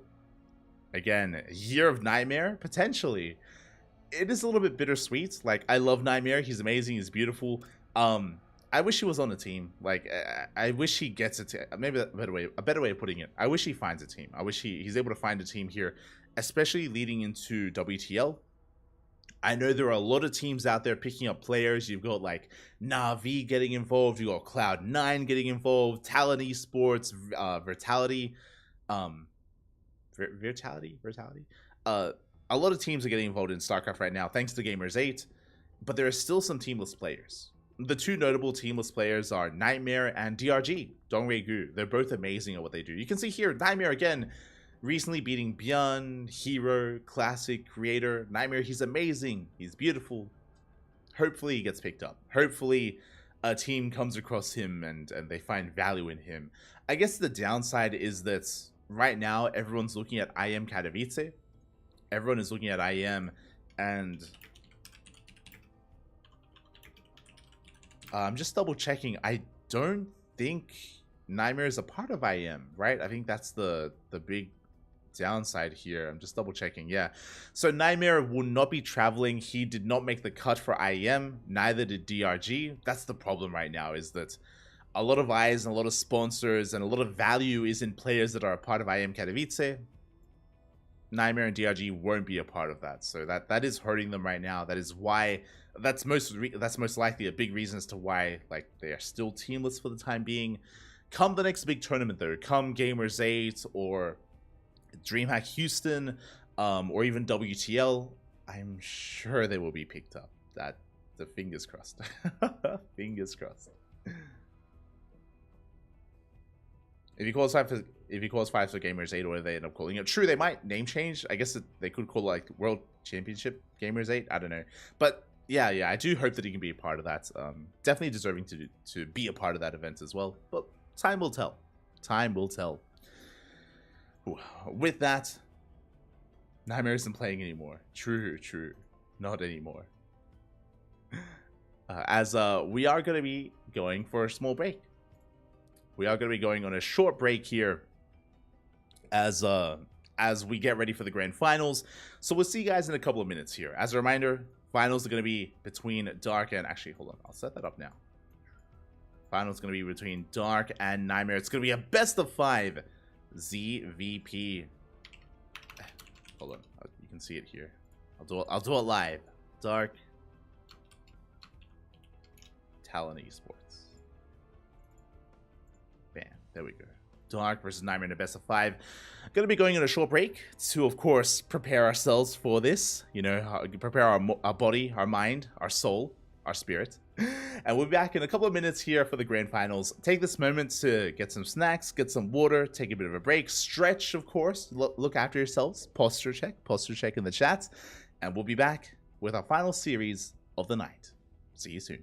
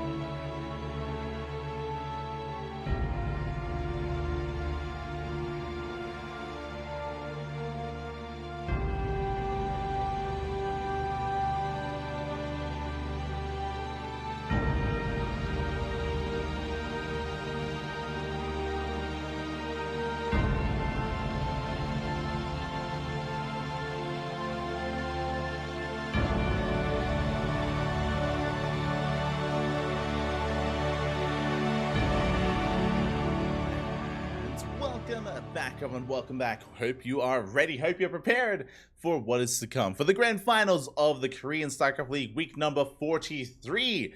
And we've had a pretty interesting event so far. We've had Dark, of course, making his way through towards through the semis into the finals. Had an amazing series against Australia. It was a 2-0, but if you missed out on Dark vs Australia, I recommend checking out the VODs because it was a fun and amazing series. Australia with very creative playstyles, with a very creative build in both Game 1 and in Game 2, did actually pose a threat to Dark and did hold his own for quite some time. So I do recommend checking out that Australia series. Likewise, Nightmare popping off in the PvPs as usual. Again, Nightmare, his best matchups are PvP and PvT. That is where he can punch up. We've seen Nightmare take down the best that Korea has to offer. When it comes to Protoss and Terran, he's brought down Gumiho, Cure, Byun, Hero, Classic, Creator. Doesn't matter who you are in Korea, you can be brought low by Nightmare. But Nightmare, the matchup that he has to work on, the matchup that he has been struggling in the most is PvZ. I say that, if you remember, in the most recent season of GSL, Nightmare did qualify for GSL over Solar. That did occur in Code A. Solar, he made it through afterwards. He did still qualify for GSL afterwards and won the whole thing, but did actually drop a series to Nightmare. So Nightmare, he has been working on it. He has been excelling and improving. That is true. But he's up against the best Zerg player in all of South Korea. He's up against Dark. Can Nightmare pull this off? Can he bring it home and claim a second win in a row? As a reminder, Nightmare is our reigning KSL champion from KSL number 42, where he took down Byun in those finals. Until then, though, very briefly, !KSL in the chat if you guys want a link to the Patreon. If you want to support this tournament, the KSL, the Korean StarCraft League, it is funded, it is supported by the community for the community. And so, if you do wish to, you can support the tournament. You can gain replay packs, and there are other benefits as well if you so wish. Again, you don't have to support it by any means, but there are different tiers, and there are different amounts that you can support, that you can help fund the event if you wish. If you do wish, up to you, of course. Up to you if you wish to do so or not. The events will be running regardless, but I did mention before that this tournament used to be weekly. The KSL used to be a weekly tournament, but because support and the hype for the tournament has died down over the past year, the overall support on Patreon has been slowly dying down month after month, to the point where this tournament is no longer weekly. To try to keep this going, it is now a bi-weekly. Every 2 weeks. Every 2 weeks we do host this event, at least until the Patreon picks up again. If it does pick up, then maybe this can become a weekly again. So, you know, there's value there. By no means do I want to like guilt trip you or anything. Like, regardless, the KSL, it's gonna happen. Like, it's happening regardless. Whether it's bi-weekly or weekly, it's still a thing. Would be nice if it was weekly, but you know, we're still here for some amazing StarCraft nonetheless. Still here for it. Ooh. And here we go. We're diving into our grand finals. We're diving into game number 1. It's going to be taking place on Hard Lead. Let's go. Let us go.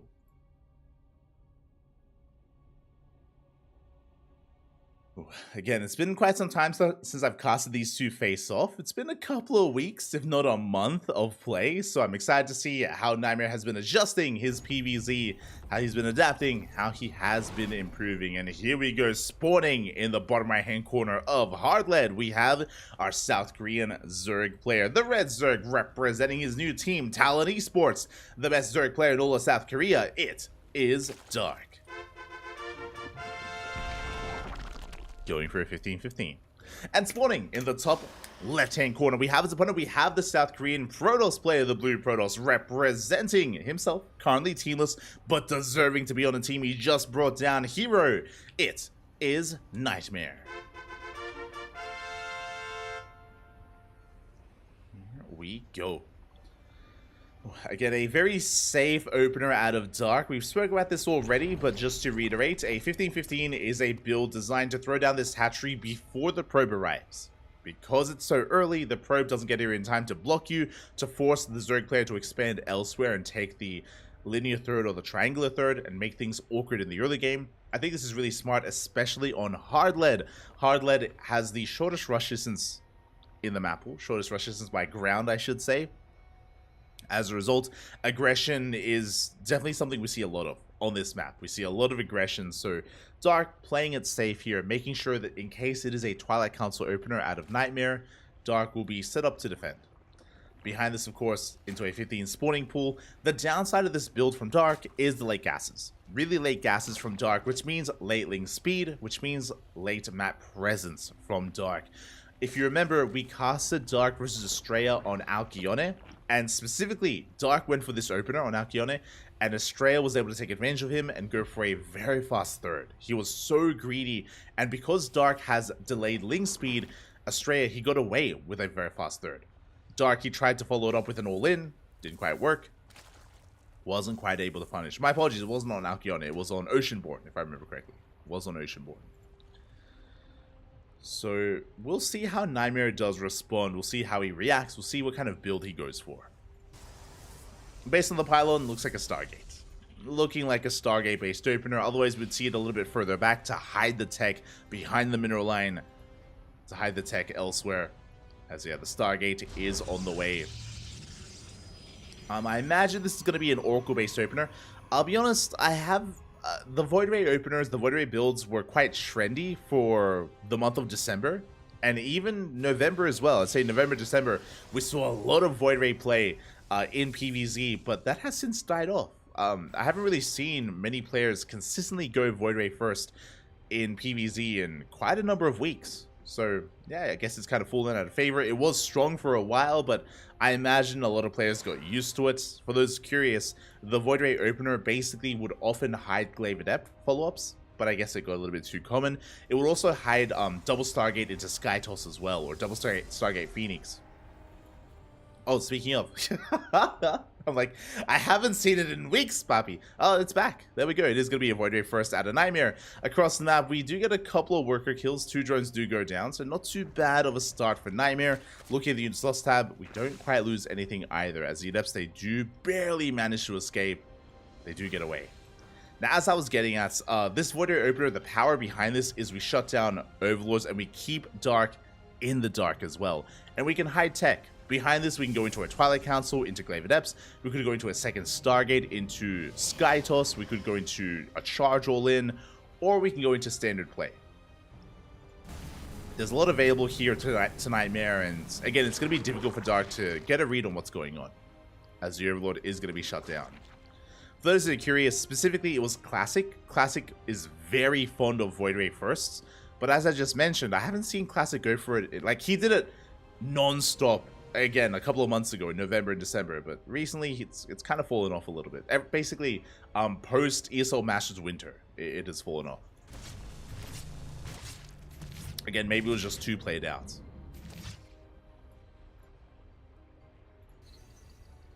So do you see an Oracle follow-up after that first Void Ray? Of course, Dark doesn't know. The goal here is that Nightmare, he's hoping that Dark skips out on Spores, because there's a Void Ray, and unlikely for there to be an Oracle. Behind this, third base is on the way. And Dark, he doesn't cut Spores. We have a Spore in the main, we have 2 Queens at the natural, and we have a only 1 Spore, actually. Okay. But 2 Queens at the natural, 2 Queens at the third. And we have a standard follow-up. It is going to be a Forge and Twilight Council. Again, just because you open up Void Ray doesn't mean you're hiding tech. Or, I mean, I guess it does mean you're hiding tech. But it doesn't mean that it has to be something, you know, terrifying and all-in. Could just be standard play. The point is that you're not fully aware. Don't know. As you get 2 drones in the main base. Oracle gets forced back. Likewise, the Void Ray gets forced back in the center of the map as well. At least Nightmare does keep the Oracles alive. And he's going for a massive gateway explosion, actually. Oh my god. 4 gates on the way, 2 already done, 6 gateways in total. Are we going for Blink? We are. Blink and +1 on the horizon, but a very committed Blink style here from Nightmare. He's going to be in the face of Dark, and if Dark is too greedy, if Dark drones up too much, he will be in trouble.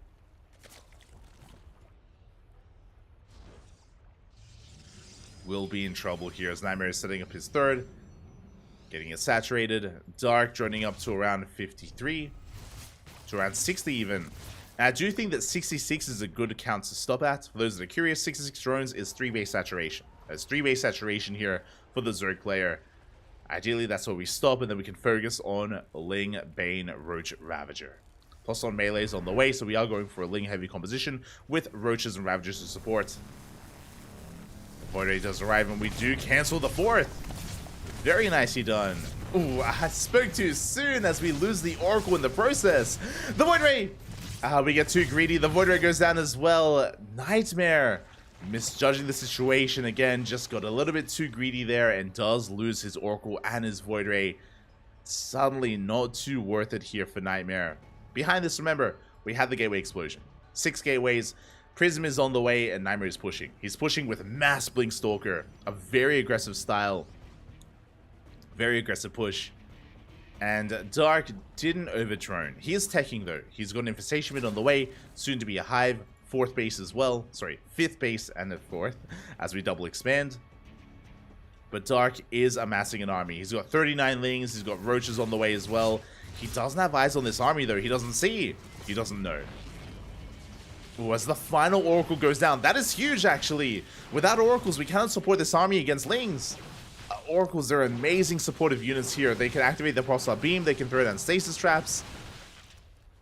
They shut down Lings so hard, but without any Oracles, Nightmare, this army is a little bit vulnerable. Stalkers have arrived. The Lings, they collapse on these Stalkers. Blink is used, and now we can just shut this down. And again, typically we would have 3 Oracles to support, but we have none. 0 Oracles are here. Stalkers are being chased down. Very efficient fight here. We catch the army. We force a recall. Ay, ay, ay. A couple of Adepts are warped in, doing what they can, but Dark, he's in control. He's in control of this game. And Nightmare, he bled out so much. Did see a couple of workers falling. Nightmare reinforcing. How many Stalkers did we lose? 8. Oh my god. 8 Stalkers went down. Expensive losses. Doesn't sound like a lot. It's like, what? Only 8 Stalkers? I mean, they're expensive. And the power of this build is that you build up Stalkers every time. You build them up. You preserve them with your blink control. And if you don't, then you lose, again, a lot of momentum. You lose a lot of control of the map. As we're getting into double Colossus production. Very tech-heavy style. Double Robo, double Colossus here on the way for Nightmare. That will help against the Lings. But Nightmare has to back off. And Dark has so much more freedom. He's happily droning up to 77, soon to be 80.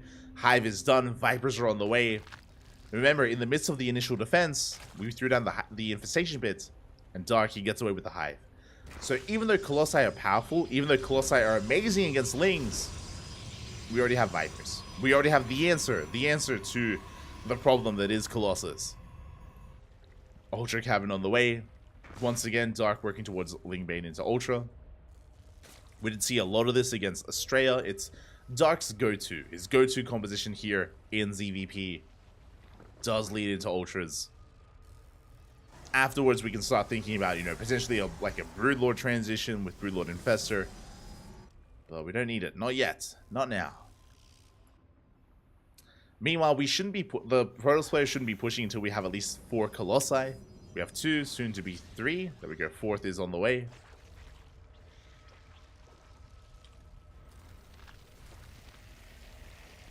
We are moving out. Looks like we will come across some of the Lingbane. We go Banelings. They have been spotted. We dive on the army. The blink is brutal though because we can die. Well, we can punish this. The Lings, they get a full surround. A brutal blink from Nightmare. At the same time, Dark, he does push towards the center base, and so many Stalkers go down. Oh my god! That was 16! 16 Stalkers did fall. A big blow to the army of Nightmare, and Dark, he is remaxing already. And Nightmare plummets in supply. Again, he was baited by the Banelings. He didn't know, he didn't see what the hell he was blinking into, and the Vipers, they're full of energy. We're looking to yoink. And there we go, we yoink in one of the Colossi. We get a second. There's 2 more behind this.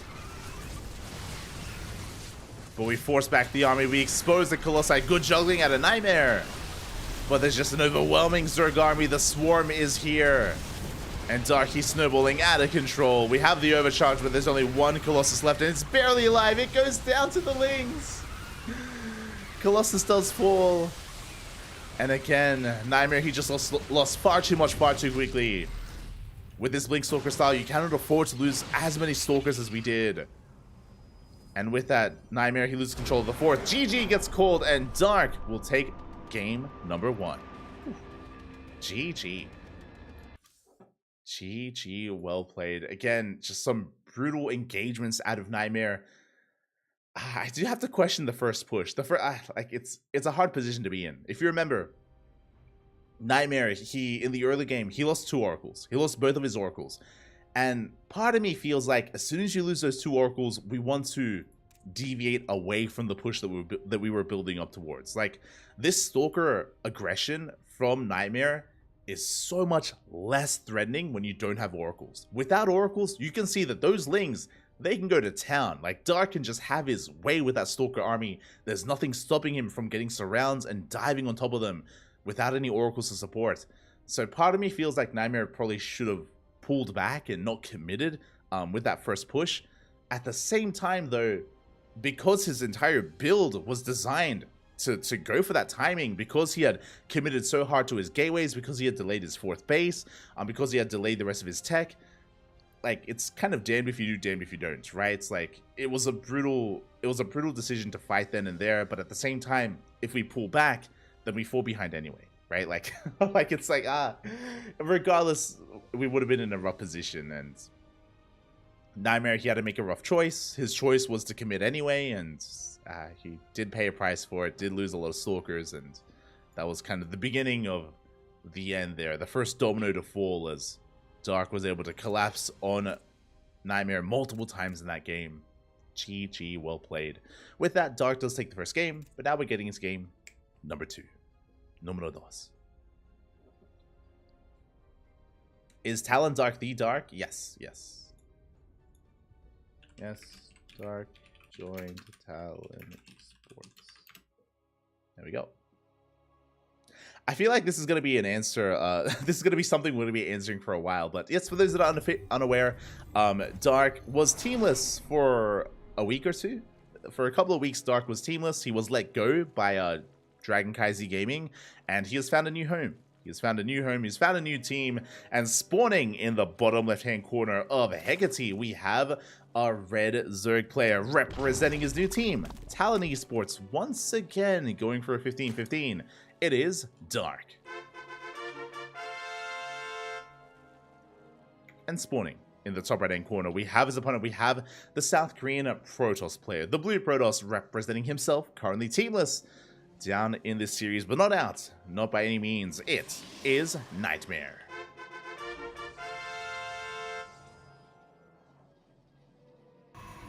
We go. So someone asking in the chat, is this live? The cast is live, but these are replays from matches that happened less than 24 hours ago. Again, we weren't able to cast this live, unfortunately, but we do have access to the replays, so hey, these games are less than a day old, and we are able to dive on top of this and bring you these matches here before you. Here before you, guys. We do have Dark again going for a 15-15 opener. Really safe build. I do like this. Nightmare, he's known for his aggression. Nightmare, he thrives in the mid-game mainly, and Dark, he just wants to be safe. Just wants to be safe overall. Wants to make sure that he deters any kind of Twilight Council play and Glaive Adept play. Wants to make sure he can securely get into the mid-game. Dark, this build may be putting him behind slightly economically, but Dark, he's willing to be put behind and willing to just be safe overall.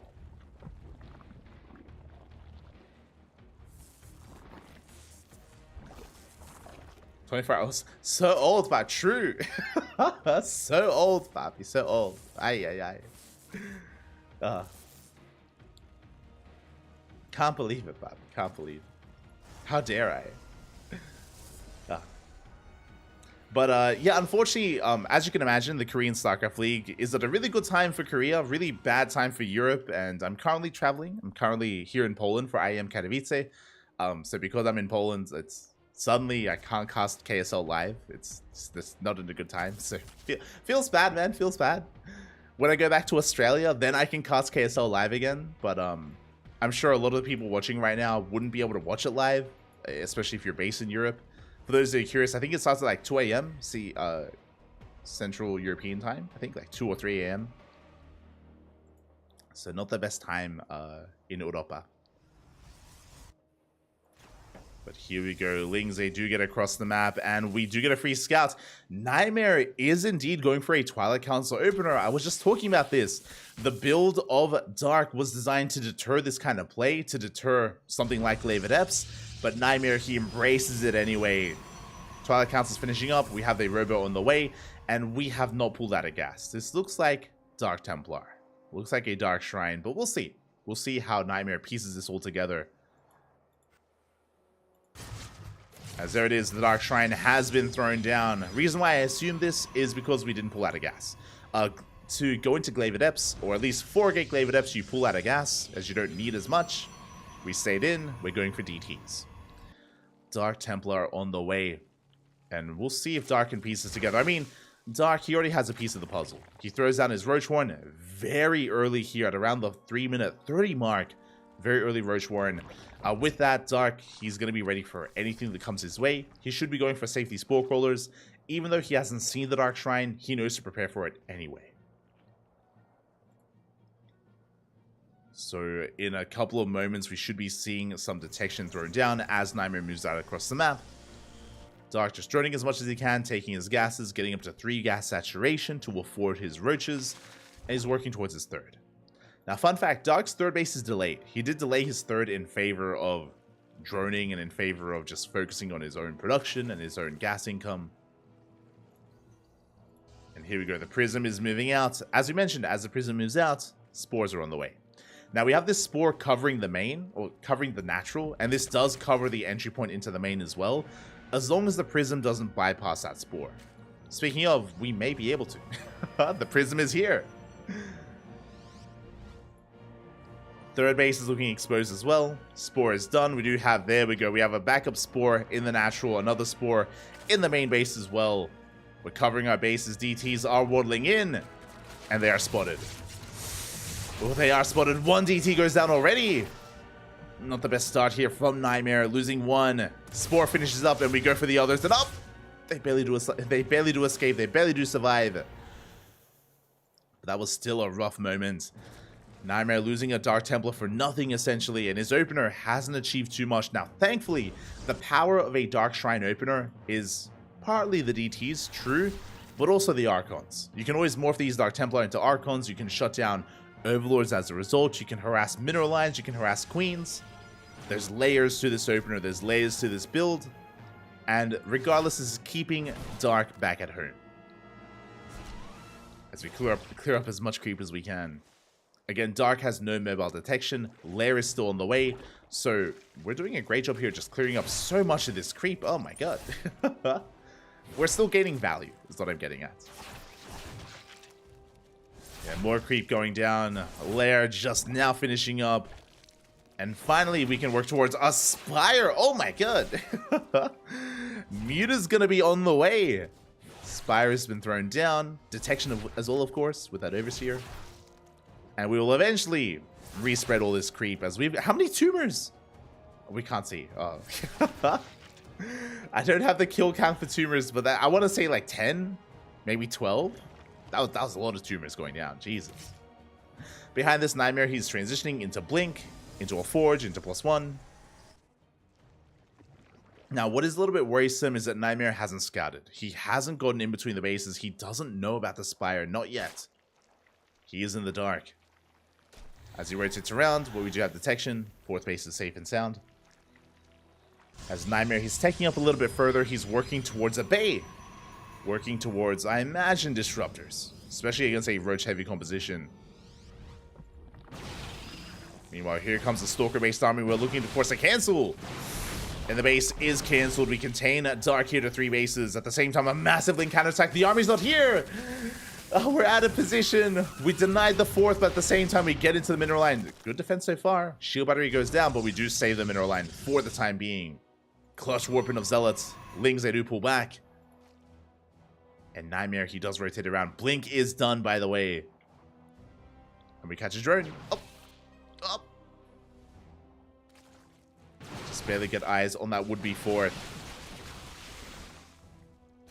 Our Nightmare doing well, containing his opponent. A couple of Lings do get caught out.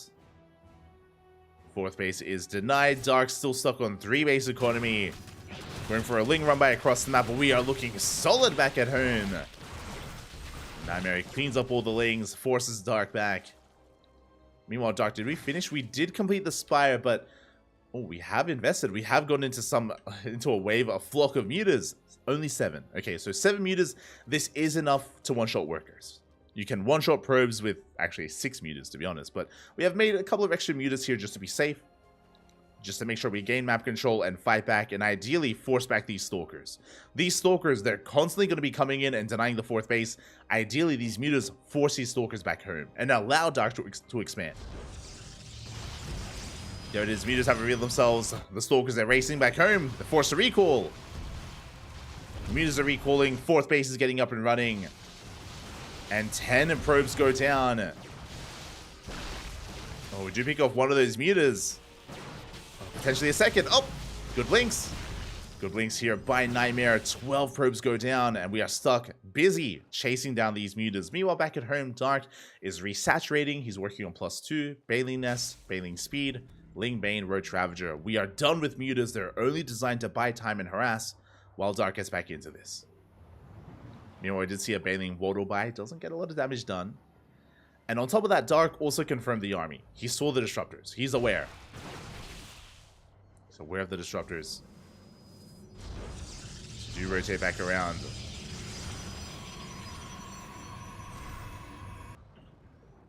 Likewise, we have Lings fanning out here for Dark. Oh my god, okay, we have mutas in the main, Lings towards the natural, and Lings toward the 3rd base as well.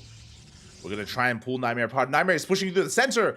He's out of position. Not like this. He is moving out. As he moves out, his bases are so vulnerable. And we're waiting to pull the trigger. Banelings are on the way. Nightmare, okay, is looking for the army. He's pulling back. Thankfully, he does come across some of the Ling Bane. And the army has been revealed. Dark, he's dragging the army further towards the left-hand side. Banelings, they do crash in. 10 probes go down. And we pull the trigger. We're going for the 3rd. Nightmare, he's racing back home. Does race back home. Mutas, they do get into the main base. Trading with the army. Good Nova here on the Lings. Good juggling as well. At the same time, Dark, he does come in from the left-hand side. Nightmare, he's holding on. For the most part, he is keeping up, but this base is getting very low. And the Banelings, they crash in. They roll into the mineral line. They crash into those probes. And it looks like we barely bring down the Nexus. Was this worth it, though? Because we are forcing an all-in. Nightmare, he lost his base. He's stuck on 2 bases. There's no turning back. We have to go. Vials are connecting. Ravagers are going down. The economy of Nightmare is in shambles. It's all or nothing. The mutas, they're still wreaking havoc. They're still in the main. And can Dark survive? It's going to be close. It is going to be close here. We are massing Banelings. Banelings, they're not ideal against Stalkers. Nova goes off. Decent connection. Another Nova zones back the army. But Nightmare, we have to keep pushing. We cannot pull back. As again, the mutas, they still confirm the lack of 3rd. 8 more probes went down. Nightmare down to 37.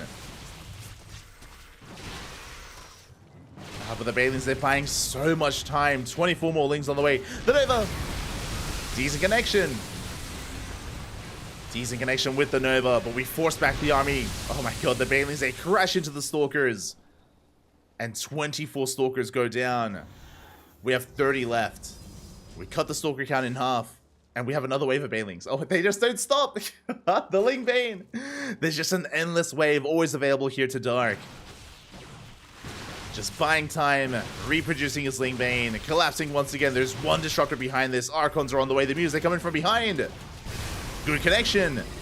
A good Nova on the Banelings, but it may just not be enough. Again, Nightmare, he's running out of steam. He's running out of units. This is all he has left. We take down the disruptor. Likewise, you can see that Dark, he's also barely holding on. No more Banelings this time. It's Lings and Roaches. And Dark is pulling back. Remember, Dark, he can afford to give up a base, but he won't have to. He gets us around, comes in from behind, collapses on these Stalkers, and we clean up the army. There's nothing left. GG gets called, and Dark will take a 2-0 lead in our grand finals. GG. GG, well played. Again, Nightmare, he was holding on. I was impressed that he was able to, or that he thankfully didn't move out prematurely. He was sticking back at home. He was keeping up with a lot of the movements of Dark. That's true. But unfortunately, Dark still busted in anyway, was able to kill the base, cripple the economy, force the all-in. There was no turning back there for Nightmare. There was nothing back at home waiting for him. And unfortunately, Dark just had more than enough to hold on. Yeah, just wave after wave of Bailings, buying so much time for himself. Did survive. GG. GG, well played. With that, we're on match point. With this Dark, he has one more game to take here to win it all. Nightmare has to fight back here and now. To be fair, when it came to the DT opener, it was okay, right? Like, sure, we didn't kill a lot of workers, that's true, but we killed a lot of creep, we denied the 4th base. It came down to the mutas. I want to bring it all the way back to the Spire play, right? The mutas did so much. Nightmare, he was actually achieving or doing quite well with his stalkers, right? He was able to deny the 4th base. He had an overwhelming stalker army, but he had to run all the way back home. He did not scout the Spire. The mutas caught him off guard. A lot of probes are falling, and from that moment onwards, Dark gained map control. He gained control of the map. He was able to reestablish his 4th base, and yeah, just kind of be in the driver's seat from there.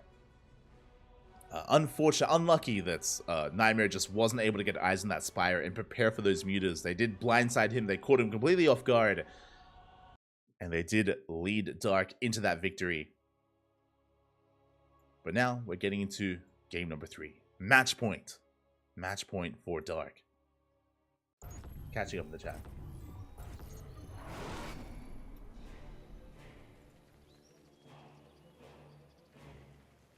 I was mainly asking if it's something like Major switching his name to Special. Not yet. I guess the biggest name change right now is, I guess, Shin, if you know Ragnarok. Has been Shin for a year now, to be fair, for a year, as we're loading into game number 3, potentially the final game of our finals, and spawning in the bottom left-hand corner of Alkyone, we have our red Zerga player going for a 15-15. Once again, 3 games in a row. Representing his new team, Talon Esports, it is Dark. And spawning in the top right-hand corner, we have his opponent. We have the South Korean Protoss player, the blue Protoss, currently teamless. But again, he's done so well for himself tonight. He took down Creator. He took down a Hero. But he's struggling here against Dark. Can we fight back? It is Nightmare.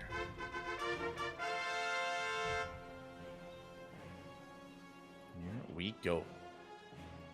Again, we're loading into Alkyone, one of the larger maps in the map pool, known for its macro games, known for its long late gameplay as well.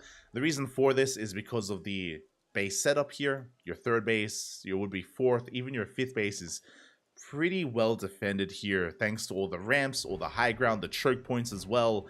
You can set up quite nicely here and force a longer game. The problem, I would say, is that Nightmare isn't really known for his late game. He can play it, don't get me wrong, and sometimes he's forced into a longer game, but that's not really where he thrives. He thrives here in the mid game with his Blink Stalkers, with his aggression, with his DTs, his Glaive Adepts, what have you. That's typically the wheelhouse, the stomping ground of Nightmare. Not so much in a longer late game. So I'm curious how Nightmare will approach this, how he adjusts on Alkyone. We'll see. We shall see. Meanwhile, Dark, he's quite fond of taking the gold. We've already seen him take the gold today against Estrella. Did rush into this gold base. Unfortunately, though, this time, no gold. I say unfortunately. I like it when he spices it up, Patrick. I like it. No gold base this time. Not yet, at least. Not yet.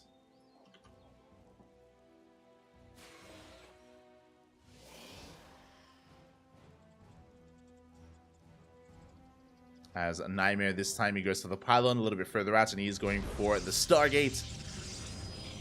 He's going for a Stargate opener. Yeah, to wind it back, because I see, that's amazing my Dark. Those mutas were brilliant. Typically, like, muta responses are quite common against DT openers, just to help shut down those prisms, the Warp Prism, I should say. But specifically, if you remember, Nightmare, he avoided morphing in the Archon, which also would have been a great way to scout. That's why it can be, honestly, it can be a little bit hard to pull off mutas against DT openers. The reason for this is because typically after a DT opener, you would morph in 4 DTs into 2 Archons and you'd be dropping and harassing. Specifically, you'd be harassing the mineral lines. You'd be dipping in between the bases with your Warp Prism and zoning back the queens and killing some drones. But Nightmare didn't do that. Remember? He went DTs and he kept them as Dark Templar, and he only had 2 at the end. He didn't warp in an extra pair, and he didn't go for Archon Harass because he went for Blink Stalkers instead. That's where his gas was spent. That's where his resources were spent. That's where his attention did lie. So, yeah, it was really interesting that because of the playstyle of Nightmare, there was less opportunity to actually scout and get a read on the Spire as well. That's like another kind of layer that led into the fact that Nightmare didn't scout and he didn't confirm what was happening. A more traditional DT opener would have had a stronger chance of scouting because it would have led into Archon drops. Anyway, we're getting into this. We're getting into game number 3 here, as Dark does set up his third.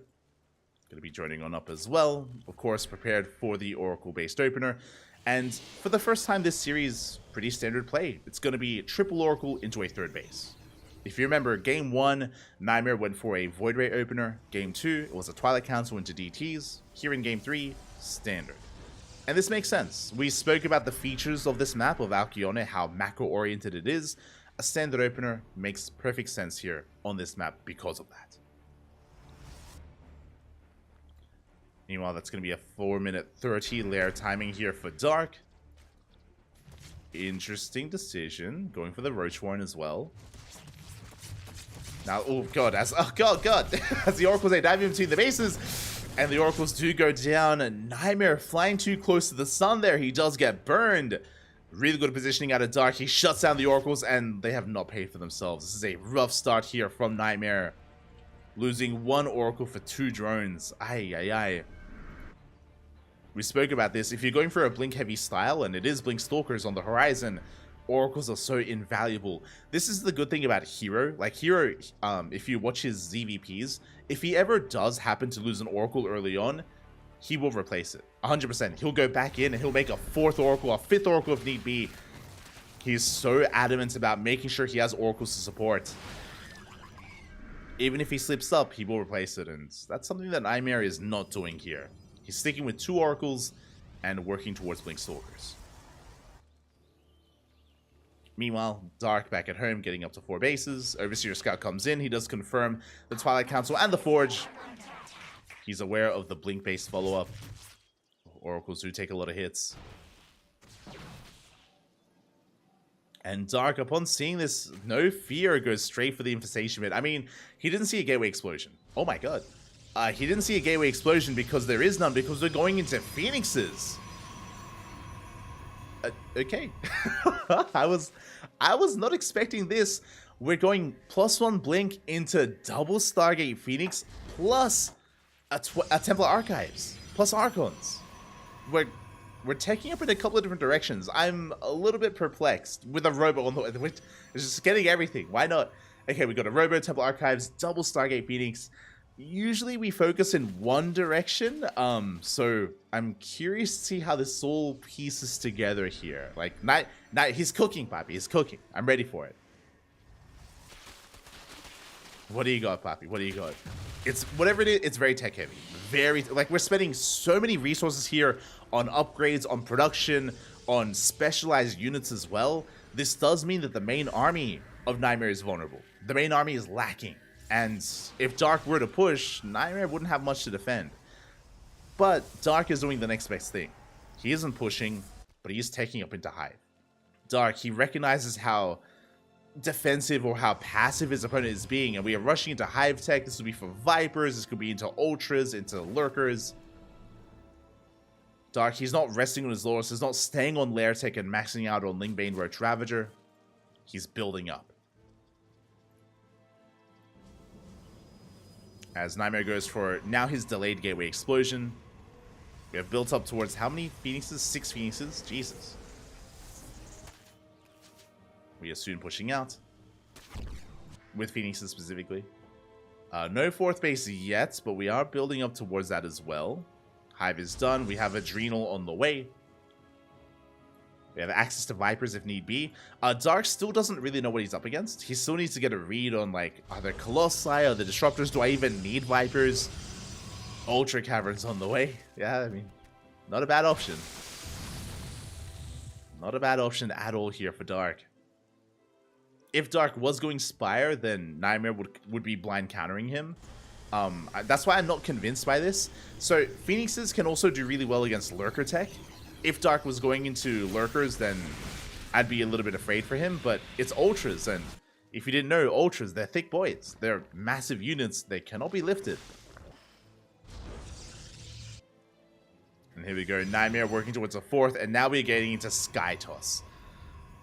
An interesting transition into Sky Toss. Again, I'm not convinced by the Phoenixes. It does feel like a bit of blind tech hoping to catch out his opponent. If it was Mutas or if it was Lurkers, then this would be ideal. But these Phoenixes haven't really achieved too much, and that was quite a big investment. Regardless, we're building up towards Sky Toss. Carriers. Lings, they do confirm the fourth. Dark moving out. He's got his Lings towards the left-hand side. We've got the Roaches towards the right. Trying to catch out the army. Yeah, they bust through the rocks, head towards that would-be fourth. There is an army waiting. Storm is not done. And we dive on top of the Archons. One Archon gets picked off. Good value here out of Dark. Gets an Archon, does pull back. As he distracts the army, tries to go for a run by Nightmare. He does warp in time. But he does lose another Archon. Just value trades here out of Dark. Behind this, his goal base is getting up and running. I mean, he's been left alone, right? Like, Nightmare hasn't been harassing at all outside of his Oracles in the early game. And Dark, he's running away with this. He's on 88 drones. He's on 6 bases. Greater Spire on the way alongside the Ultra Cavern. Takes down another Archon. Phoenixes, they pick off a couple of Roaches. Pretty good. A lot of Roaches going down. The Banelings, they do roll on forward, but we have a Stalker. Ooh, Stalker does go down alongside the Cybercore. But we do hold. We do manage to hold on. As the Ultras have been revealed. From these Ultras, we're going into double Immortal production. Good transition here out of Nightmare. No Sky Toss yet, by the way. He has the Fleet Beacon, but no Mothership, no Carriers, no Tempest. No, nothing. Seeking with a ground-based army. That's a lot of Banelings on the way. Ultras, they try to find a way in. Not yet. So far, again, Nightmare, he's pretty heavily fortified on 4 bases. But what about the 5th? That's the question. Honestly, that's all Dark has to do. Just contain his opponent on 4 bases. But he wants more than that. He rolls into the mineral line, rolls into the Nexus. Will take down some workers, but the Ultras are forced back. Again, the Immortal army is just a little bit too much. And the Banelings don't get much damage done either. Good reaction out of Nightmare. He saves almost every single probe. And here comes the Mothership. It is on the way. And a 3rd Stargate. And +1 air attack. We're building up towards Carriers. We're not there yet, but we are getting there. Oh my god. Banelings do detonate. Meanwhile, Dark, he's still committed to Lingbane Ultra. So far, this hasn't really paid for itself. Dark has been a little bit wasteful. A little bit wasteful with his Banelings. You can see that he's burning through his gas bank. Does have a better economy, so he can afford to trade in efficiently, but Dark has to be careful. Does have to be careful. He does rotate towards that natural. The wall! No, like this. The wall is not a wall. The Lings, they flood into the main. They flood in towards that natural as well. Banelings, they roll into the 3rd. And this time, what's the reaction? No reaction. Massive detonations. 26 probes go down. And the Banelings, they do not quite make it towards the 4th base, but damage is done. And this is what Dark was hoping for. I'm like, Papi, do we want to stay on Lingbane Ultra? Like, we're not really getting value. He's like, mate, I'll show you value. okay, Dark, okay. I shouldn't have doubted you.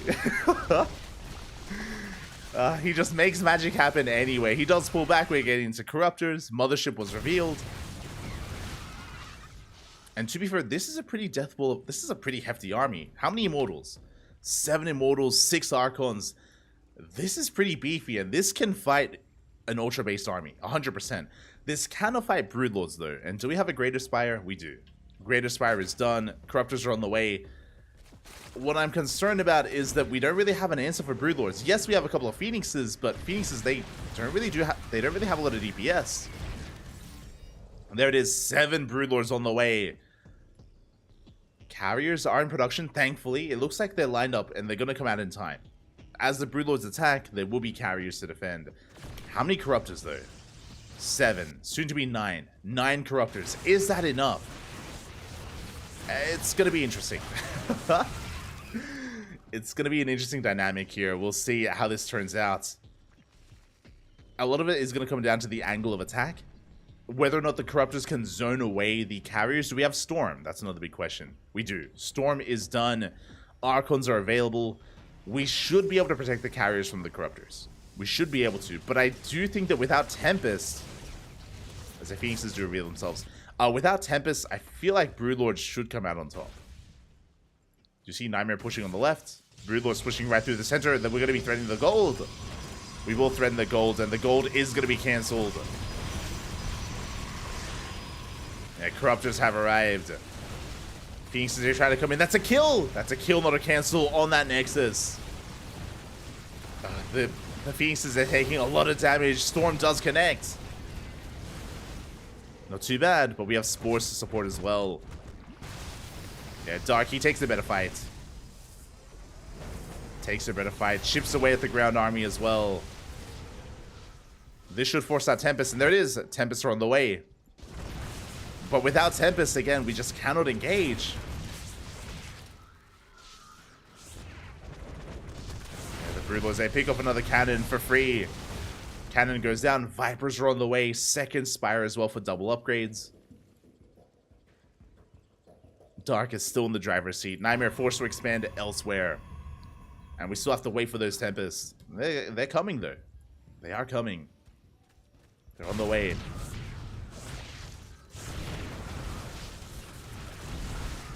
To take down another base. At the same time, Phoenixes, they pick off a couple of workers across the map. But the Broodlords, they are gaining ground. At least until the Tempests arrive. And the Tempests, they have arrived. The Mothership alongside them. Of course, with the Mothership, we can always recall. The Broodlord count's still looking strong. We have 7, I believe. Yeah, 7 Broodlords.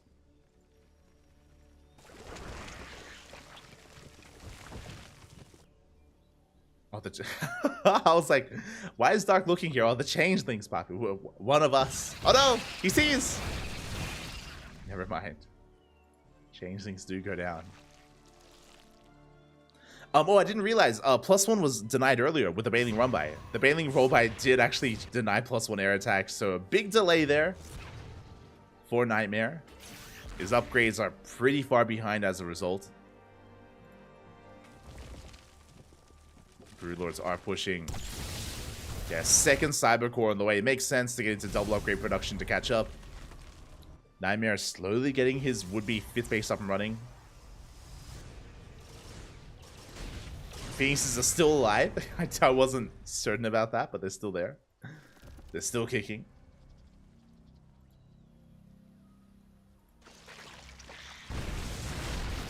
As Darky throws away his roaches, rebuilding with more Corruptor, more Broodlord. How many Infestors? 0 Infestors. We have 3 Vipers. And that's really what we're looking for. We're looking to abduct the Tempest or the Carriers, or both, really. Abduct whatever we can.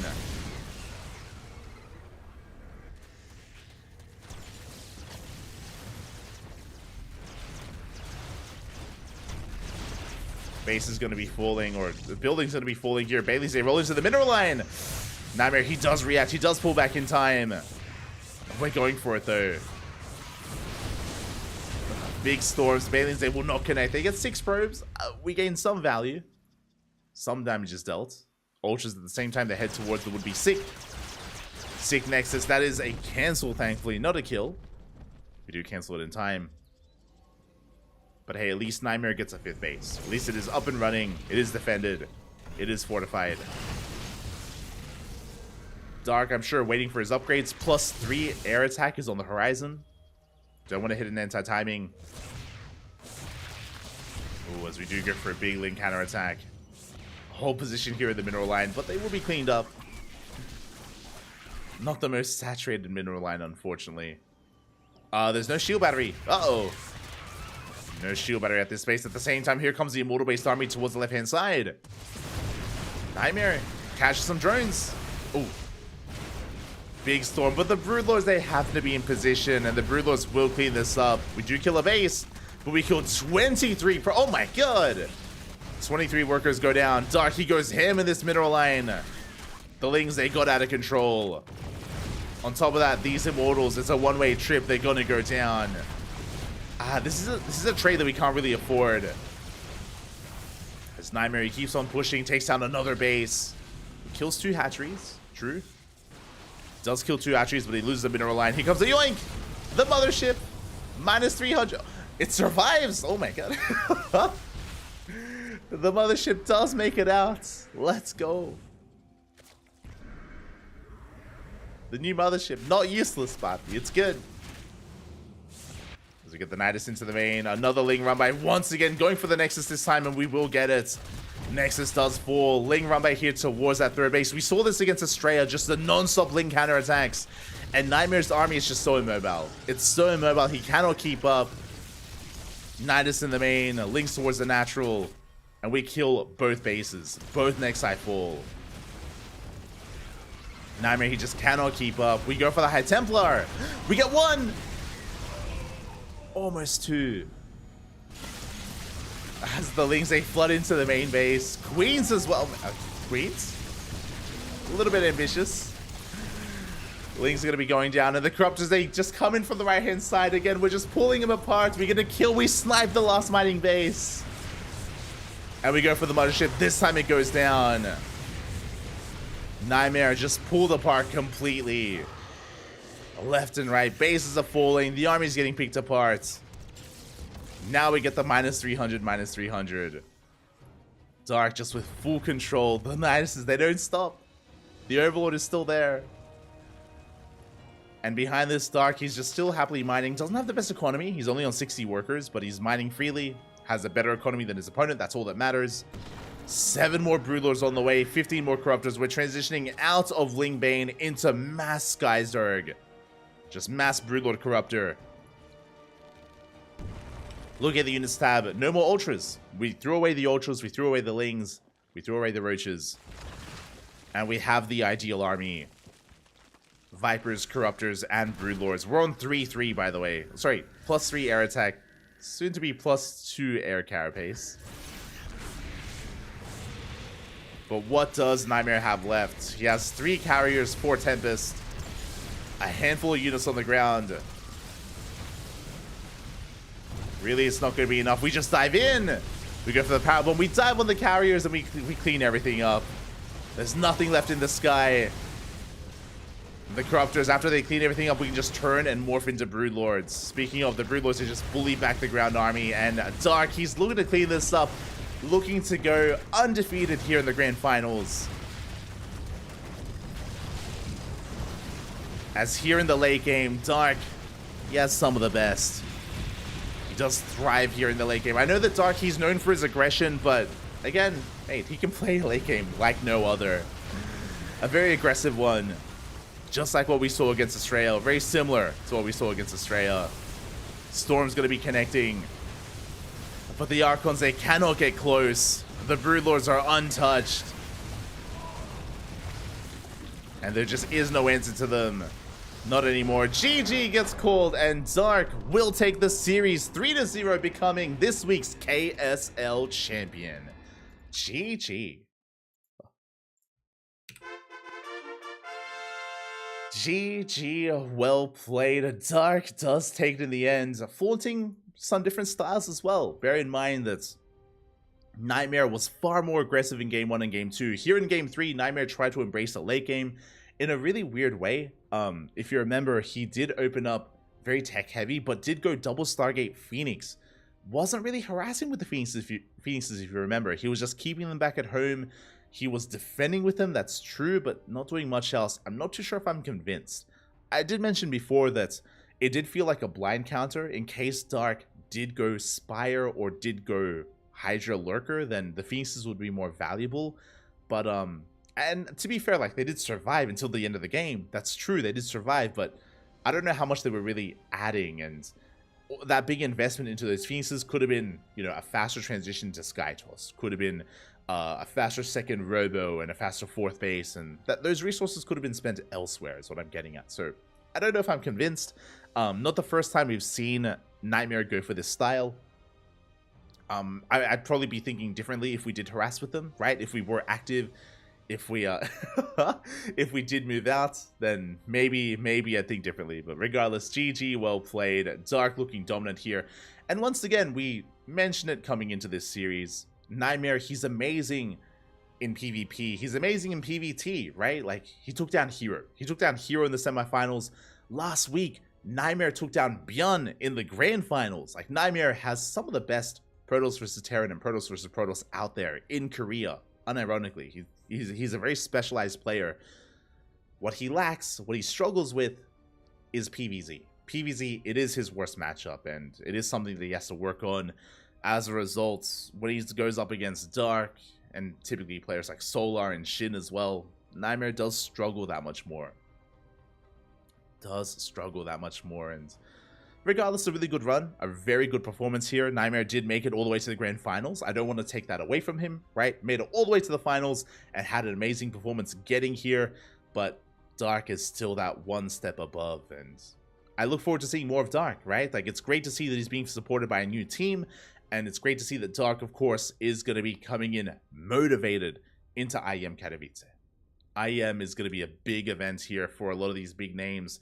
Players like Dark, Hero, Serral, Raynor, Clem. Keep your eye out on all these players because they're all going to be duking it out here in the coming days. We are 4 days away. Less than a week. 4 days away from day one of IEM. Look forward to it. It's going to be amazing. It's going to be beautiful. It's going to be beautiful here. When it comes to IEM, very briefly, because we don't have that many broadcasts in between leading up to IEM Katowice, but my eyes are definitely on Dark. They're on Maru. If you were watching Masters Coliseum, then you would know that Maru is in form right now. Maru, I know it's sacrilege to say, he's looking like the best Terran. I know that Clem was looking hot after ESL Masters Winter. That is true, 100%. But in Masters Coliseum, Maru did look that much stronger, especially in the group stage. Maru was looking impressive. He was looking better than he has in years. I'll be honest. Like, Maru, there's a lot of hype. Like, he's a really good player, don't get me wrong, but I don't know. Like, it feels like we haven't seen that kind of star power performance, that champion performance of Maru in quite some time. But that did make a resurgence in Master Coliseum. It was amazing to see him against Serral. It was amazing to see him in that group stage. So my eyes are on Maru as well. My eyes are also obviously on Serral. For those that were watching Master Coliseum, you would know Serral went undefeated in the playoffs. Serral did not drop a map in the playoffs. It was scary. like Serral, and he wasn't up against any low tier player. Like, he was up against the best of the best in the world in Master Coliseum. This was like 2 weeks ago.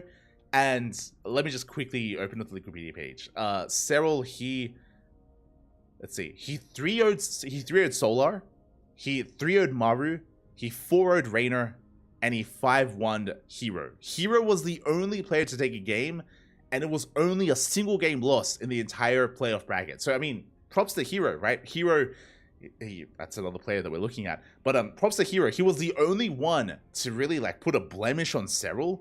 But outside of that, Serral was looking unstoppable. And yeah, he is very much so in form. I know that we've had, like, periods of time where, like, Raynor's been, like, looking stronger, or, like, Raynor, like, he won, like, Home Story Cup, for example, over Serral. And even in WTL, Serral was struggling in ZVZ. But what I will say is that over the past maybe month and a half, 2 months, Serral, he has been improving in ZVZ. And we have seen that whenever he goes up against Solar nowadays, whenever he goes up against Raynor, Serral is so much more aggressive and so much more assertive. ZVZ was his weak point, and I still think it still is, but he is so much better at it. He's so much more confident and so much more willing to dictate the pace of the game. Serral was looking terrifying against both Raynor and Solar in Master Colosseum. So Serral's another one to look at. Hero is the other. Very quickly, Hero, I think I would go as far as to say that he has the best PvZ in the world. I do think his PvZ is better than MaxPax right now. Hero, he took down Solar, Dark, and Raynor in Masters Colosseum, and he went to the Ace match against Raynor previously as well. And he beat MaxPax. Like Hero, his PvZ is out of this world. He does regularly beat Dark. I'm sure Dark is happy to see that Hero didn't make it to the finals, because Hero is usually favored against Dark as well. And again, Hero was the only player to take a game off of Serral. So Hero, he's your Protoss hope, and I do expect him to go far. Can he beat... The question becomes, can anyone beat Serral? We'll see. But I expect deep runs nonetheless from a lot of these players. And I look forward to it, because a lot of these guys are looking very much so in form. A lot of these guys looking scary. When it comes to Raynor, I know Raynor has been boot camping. I know Raynor, he has been training, and I know he's been focusing a lot on IEM Katowice. He's been having mixed success in a lot of these online tournaments, but the reality is that what matters isn't really in the lead up to the event, but the event itself, right? It's like Raynor, he just has to be coming in form, well rested, prepared, solid, and Raynor can make a deep run as well. Likewise, Clem. I know Clem, his biggest weak point has been TVT, and it's been what a lot of players have been taking advantage of. We saw that in WTL, we saw that in a lot of the online weeklies. So that is something that is concerning for Clem. But I know that I was hyping up Maru. I think I still... outside of Maru, I think Clem has... No, even with Maru involved, I think Clem has the best TVP in the world. I think Clem has the best turn versus Protoss in the world right now. And he's up there a lot. When it comes to TVZ, either best or second best. Like Maru and Clem, they go back and forth when it comes to who has the best TVZ out there. But they both look amazing in those matchups. Again, as I mentioned, Clem's weakest matchup is TVT. That is where he does falter the most. But outside of that, and even then, like it's like, oh, Clem, he's got like an 80% win rate in TVT instead of like 90%. Like how? It's awful. It's still amazing. It's still amazing. So yeah, like that's gonna be another big one, of course, coming into IEM Katowice as well. Oh my god damn it. Hold on, I need to show this. God damn it. I was just talking about our players here, and I may as well show this on stream. Hold on. As we discuss. Hold on, that was our Home Story Cup broadcast. Un momento, por favor. As I open up the IEM bracket, because the groups are out, by the way, for those who are unaware. IEM Katowice on Wikipedia. Bam. And let's see here. Interact. You can close that. We can scroll down. So I just opened up the groups. I was talking about Clem, and then I see he's in the TVT group. That's there's Cure, Oliveira, and Bunny. The one matchup that he would like to avoid. To be fair though, I still favor Clem. But I can see upsets happening. So if you're a fan of Clem, give him some love, give him some support, because he's gonna need it getting out of the TVT group. I do favor Clem against both shit and stats. TVT can be very chaotic, especially in the new Cyclone meta.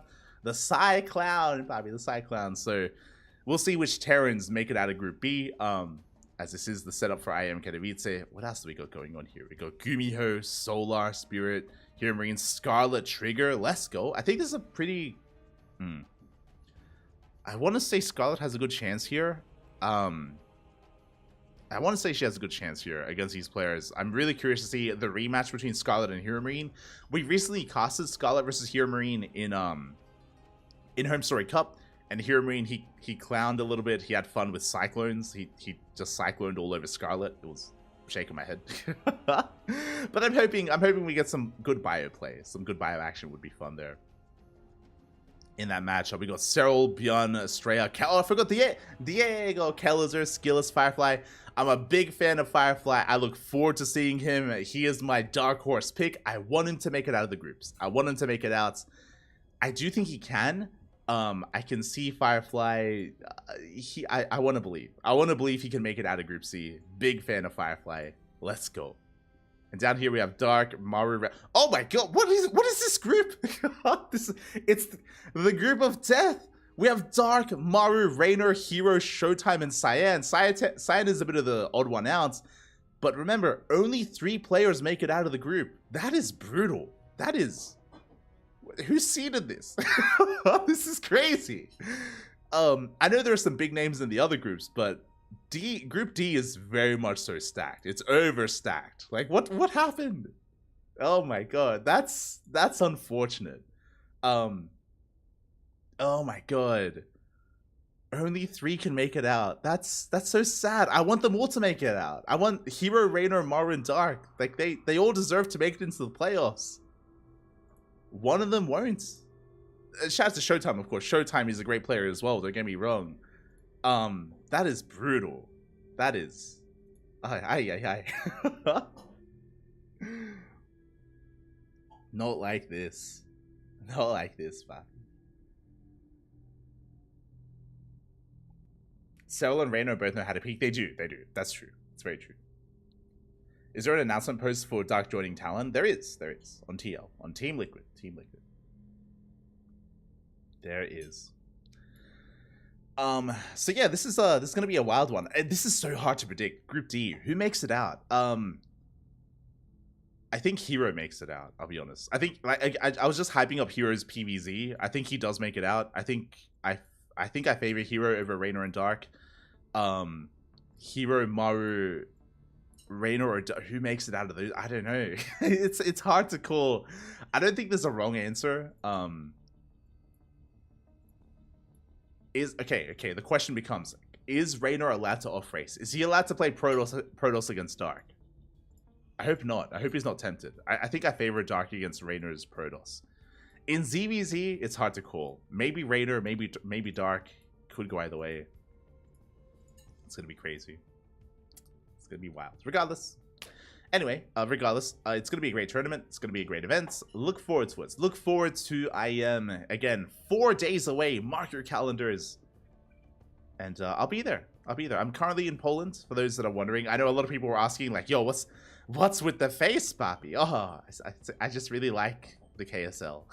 I really like StarCraft, Papi. Currently, I'm currently residing in Poland. I did get here a couple of days ago.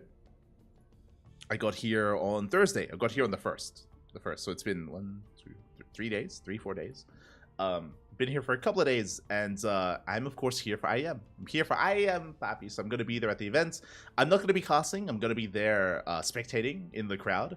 My first time going to a big major event like this, so I look forward to it. I'm a little bit anxious, a little bit nervous, but it's gonna be a lot of fun. I'm sure. Sure, it's gonna be a great time. So I'll be there. I'll be there in the crowd. Keep an eye out for a crowd shot. You might see some a Papi. You might see me. Otherwise, yeah, if anyone in the chat is gonna be there, reach out. Love to meet up. Love to hang out and indulge in StarCraft, in all the StarCraft. Otherwise, we'll see you guys next time. Congratulations to Dark for becoming our champion. A shout out to Nightmare for having a deep run, and we'll see you guys tomorrow for some more StarCraft action. Let me just double check. I believe tomorrow we're going to be casting ESL Open Cup Asia. In just under 24 hours, we're going to be casting ESL Asia, and we will also be casting ESL Open Cup Europe. Europe as well. Again, I'm here in Poland. ESL Open Cup Europe is actually at a pretty good time, so I'm more than willing to cast both of those events. I won't be casting ESL Americas. It's at an awful time. As you can imagine. So I'll be there casting Asia and Europe. That's the plan. That is the current plan. So yeah, tune in tomorrow for some more StarCraft action. It'll be great. It'll be beautiful. Otherwise, thanks for watching. Thanks for the support. We'll see you guys next time. Until then, hasta luego. Take care. Take care of yourselves. Posture check. Drain your disruptors. Massage your marines. We'll see you next time. Bye. Bye. Hasta luego.